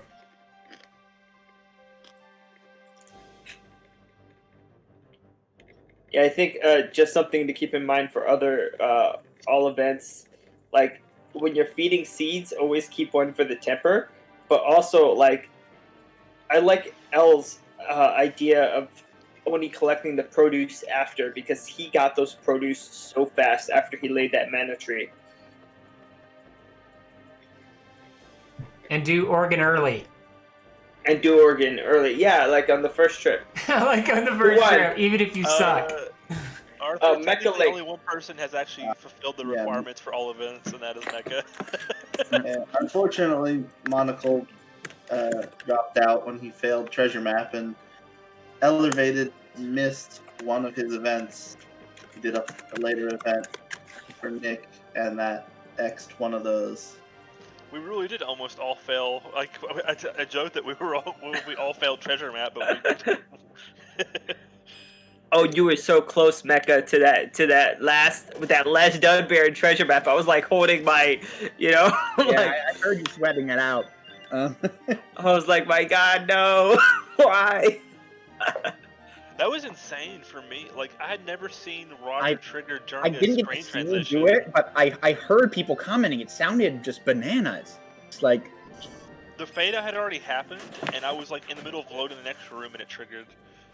And it didn't actually. He didn't appear, but it triggered. Like whenever I got the 8th piece, it didn't actually trigger the end of the quest, so I had to leave and that's fail it. wild. And Elevated said he's run into that one. Wow. Yeah. Wow. Because yeah, he actually walks into the room, right? Like takes a second and then says, "Hold," right? Like you can't see him because he never walks in any of the enemies near, right? Like, but like sometimes, like I was doing all that testing last week around like the timing, right? Like, and one time when I like was timed out, he just walked in the room, like it took a second and then said, "Hold it right there," right? Like, so yeah, actually, like there's actually script happening. Right, like at the time, that's possible that script is why it's so weird there, because it's moving that actor at the same time. Yeah, like when it happened to Elevated, he didn't actually hit the Roger trigger, but it may have just happened, and then he didn't see it because he either moved at just the right time or something. So he was able to get all 8 pieces, but it's already flagged at that point. Right. Yeah, that's wild. I don't know if you heard me mention it at all, but the Diddle had it. The shadow rooms are actually. Oh no, I did hear you mention that. But I don't think I've ever seen that where like that shadow stays gone. It actually does. I tested it with Crimson Dragon. Because they are static. Because if you let's say you do Diddle had it and you do the marathon strat and you come back, there will only be 2 shadows. So when you do Crimson Dragon, if you talk to the one that's against that wall, the problem one, he stays gone, and it's a lot easier just to wiggle through against that wall without having to worry about it. Or if there's a different route, you can talk to a different one, and that one will be missing. Interesting. Because yeah, I mean, I always just talk to that, which is the top one in the diagonal 3rd row, right? Like where there's only 2 of them, right? Like, I always run into that one. 4th mirror piece for Elevated. In theory, you could actually skip that room and go to like the square. Go to the square dance room, right, and knock out the bad square, right, like dance one. and then that would just be a straight run, right? Like super clean. Interesting. Or alternately, you could take out the top row in the first room, right? Like, and then that one's a straight run, right? Like, you don't have to go down and up. You just go straight across. Mm. Yeah, Right. it's an extra transition for each one. And if you go past the square dance room, you have to do those battles though. So it would start taking more time than you would probably save. But I'm no, I was saying like in the fourth, like the first one, room, right? Like there's 3 lines, right? Like one that goes to the top, one that goes to the bottom, and then that weird diagonal that you can skirt through, right? Like if you just take out the top one, right? Like you could just walk across the top bar, right? Yeah, like and hold never. against the wall. You just hold the wall and you never have to go down, right? Like that would be pretty. That would make that because the problem, like where you fail that room is like you get off slightly and you make the turn wrong and you hit something. You're like crap, right? 71807 for elevated. GG. GG's. Yeah, for one thing, elevated that you didn't, Mech, is actually moved to the side before triggering the final fight. That's what I realized after I forgot to do that because I was. No, he got money. Nice. But yeah, I didn't have my Counter-Strike equipped when I went in the room, so I was focused on that, and I didn't think about the fact that you're also supposed to go to the side, right? For exactly that reason, right? Just to set up the Counter-Strike. But yeah, that is definitely true. Well, guys, it's been fun. I have to prepare dinner. For those who have won, check your inboxes, your whispers here on Twitch, and I sent the codes. So yeah, thanks a lot for having me, Elevated. Thanks, Monocled, Mecha, and L for playing, and for all the commentators. Let's see where you guys are. Yeah, artists, Cereberon, Monocled, and everybody. Thanks. John, thanks so much. Hope you have a great rest of your day. All right, thanks. All right, see ya. See you guys next time. Ciao. Yeah, thanks to everybody. It was really a lot of fun, and couldn't have done it without you. So thank you again. Yeah, especially the commentators, because you guys are having to sit there and watch us play for 7 hours. Yeah. Yeah, 7 hours is a long time. I don't know if I'll make it the whole time next time because I was lagging towards the end. But I have things to keep me focused here, so. I mean, that's what 5 Doc Peppers will do for me. Get me through. Nice. Skill plate. So they helped. But anyways, those were some good runs. I liked it. I enjoyed it. It was great. They were all a little bit different from one another, which made it even more interesting to watch. But congrats to Mecha again. Yeah, GG Mecha, that was awesome, dude. That reroute on Tokyo was not expected. Oh man, that was wild. I mean, that just speaks to your skill. It's what it does. You're able to make a mistake, and the run's just not over. Mm-hmm. Like, you know what needs to be done to backup strat. Right. Yeah, backup strats, right? Yeah, because I was one of the people doing a lot of the kind of like I've been doing a lot of small rerouting over the past month, right? Like that stuff's a little more at the top of my mind compared to the people who are winning on execution, like Monaco, right? Like I can't beat him in a drag race, but if something goes wrong, right? Like my recovery is pretty decent. It's hard to say for sure, but Monocold was 1 to 2 events ahead before the accident. Right. My recovery is pretty decent. So I got popped pretty hard. definitely got the motions down. Mm-hmm. It's just if you do watch it back at that particular part, Monocold, I do exclaim that did you safety save? And yeah. So. Yeah, I really just I never had to do it. Like I never had to safety save. Like what I have to do now. But yeah, if we do another one like this, I will definitely safety save on. Yeah, it's always going to be a first time. No, it'll happen. At least we know now that Fairy isn't a run killer, so that's nice. You only have to. There's only one safety save instead of 2. Right, like it's just the one before Treasure Map, which is an actual run killer. Right. Yeah. Well, I think we're gonna release Ellervated's internet. Yeah. Been working hard on it. In pain for hours.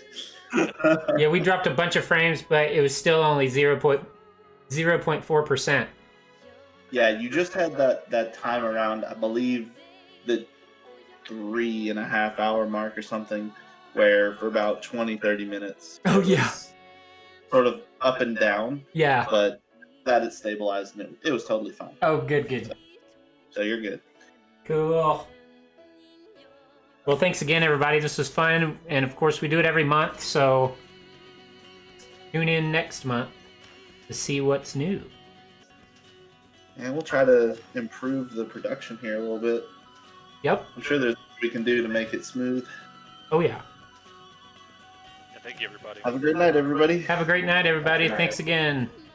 Janne.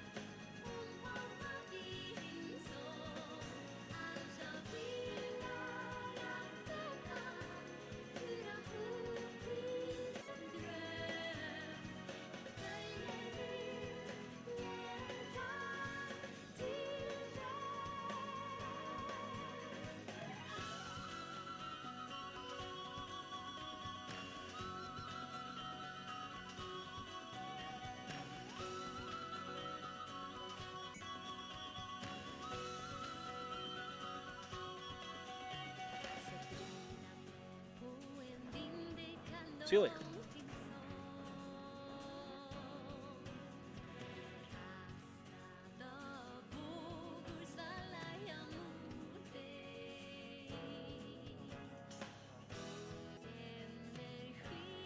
Yeah. Thanks, RPP. Hope you enjoyed it.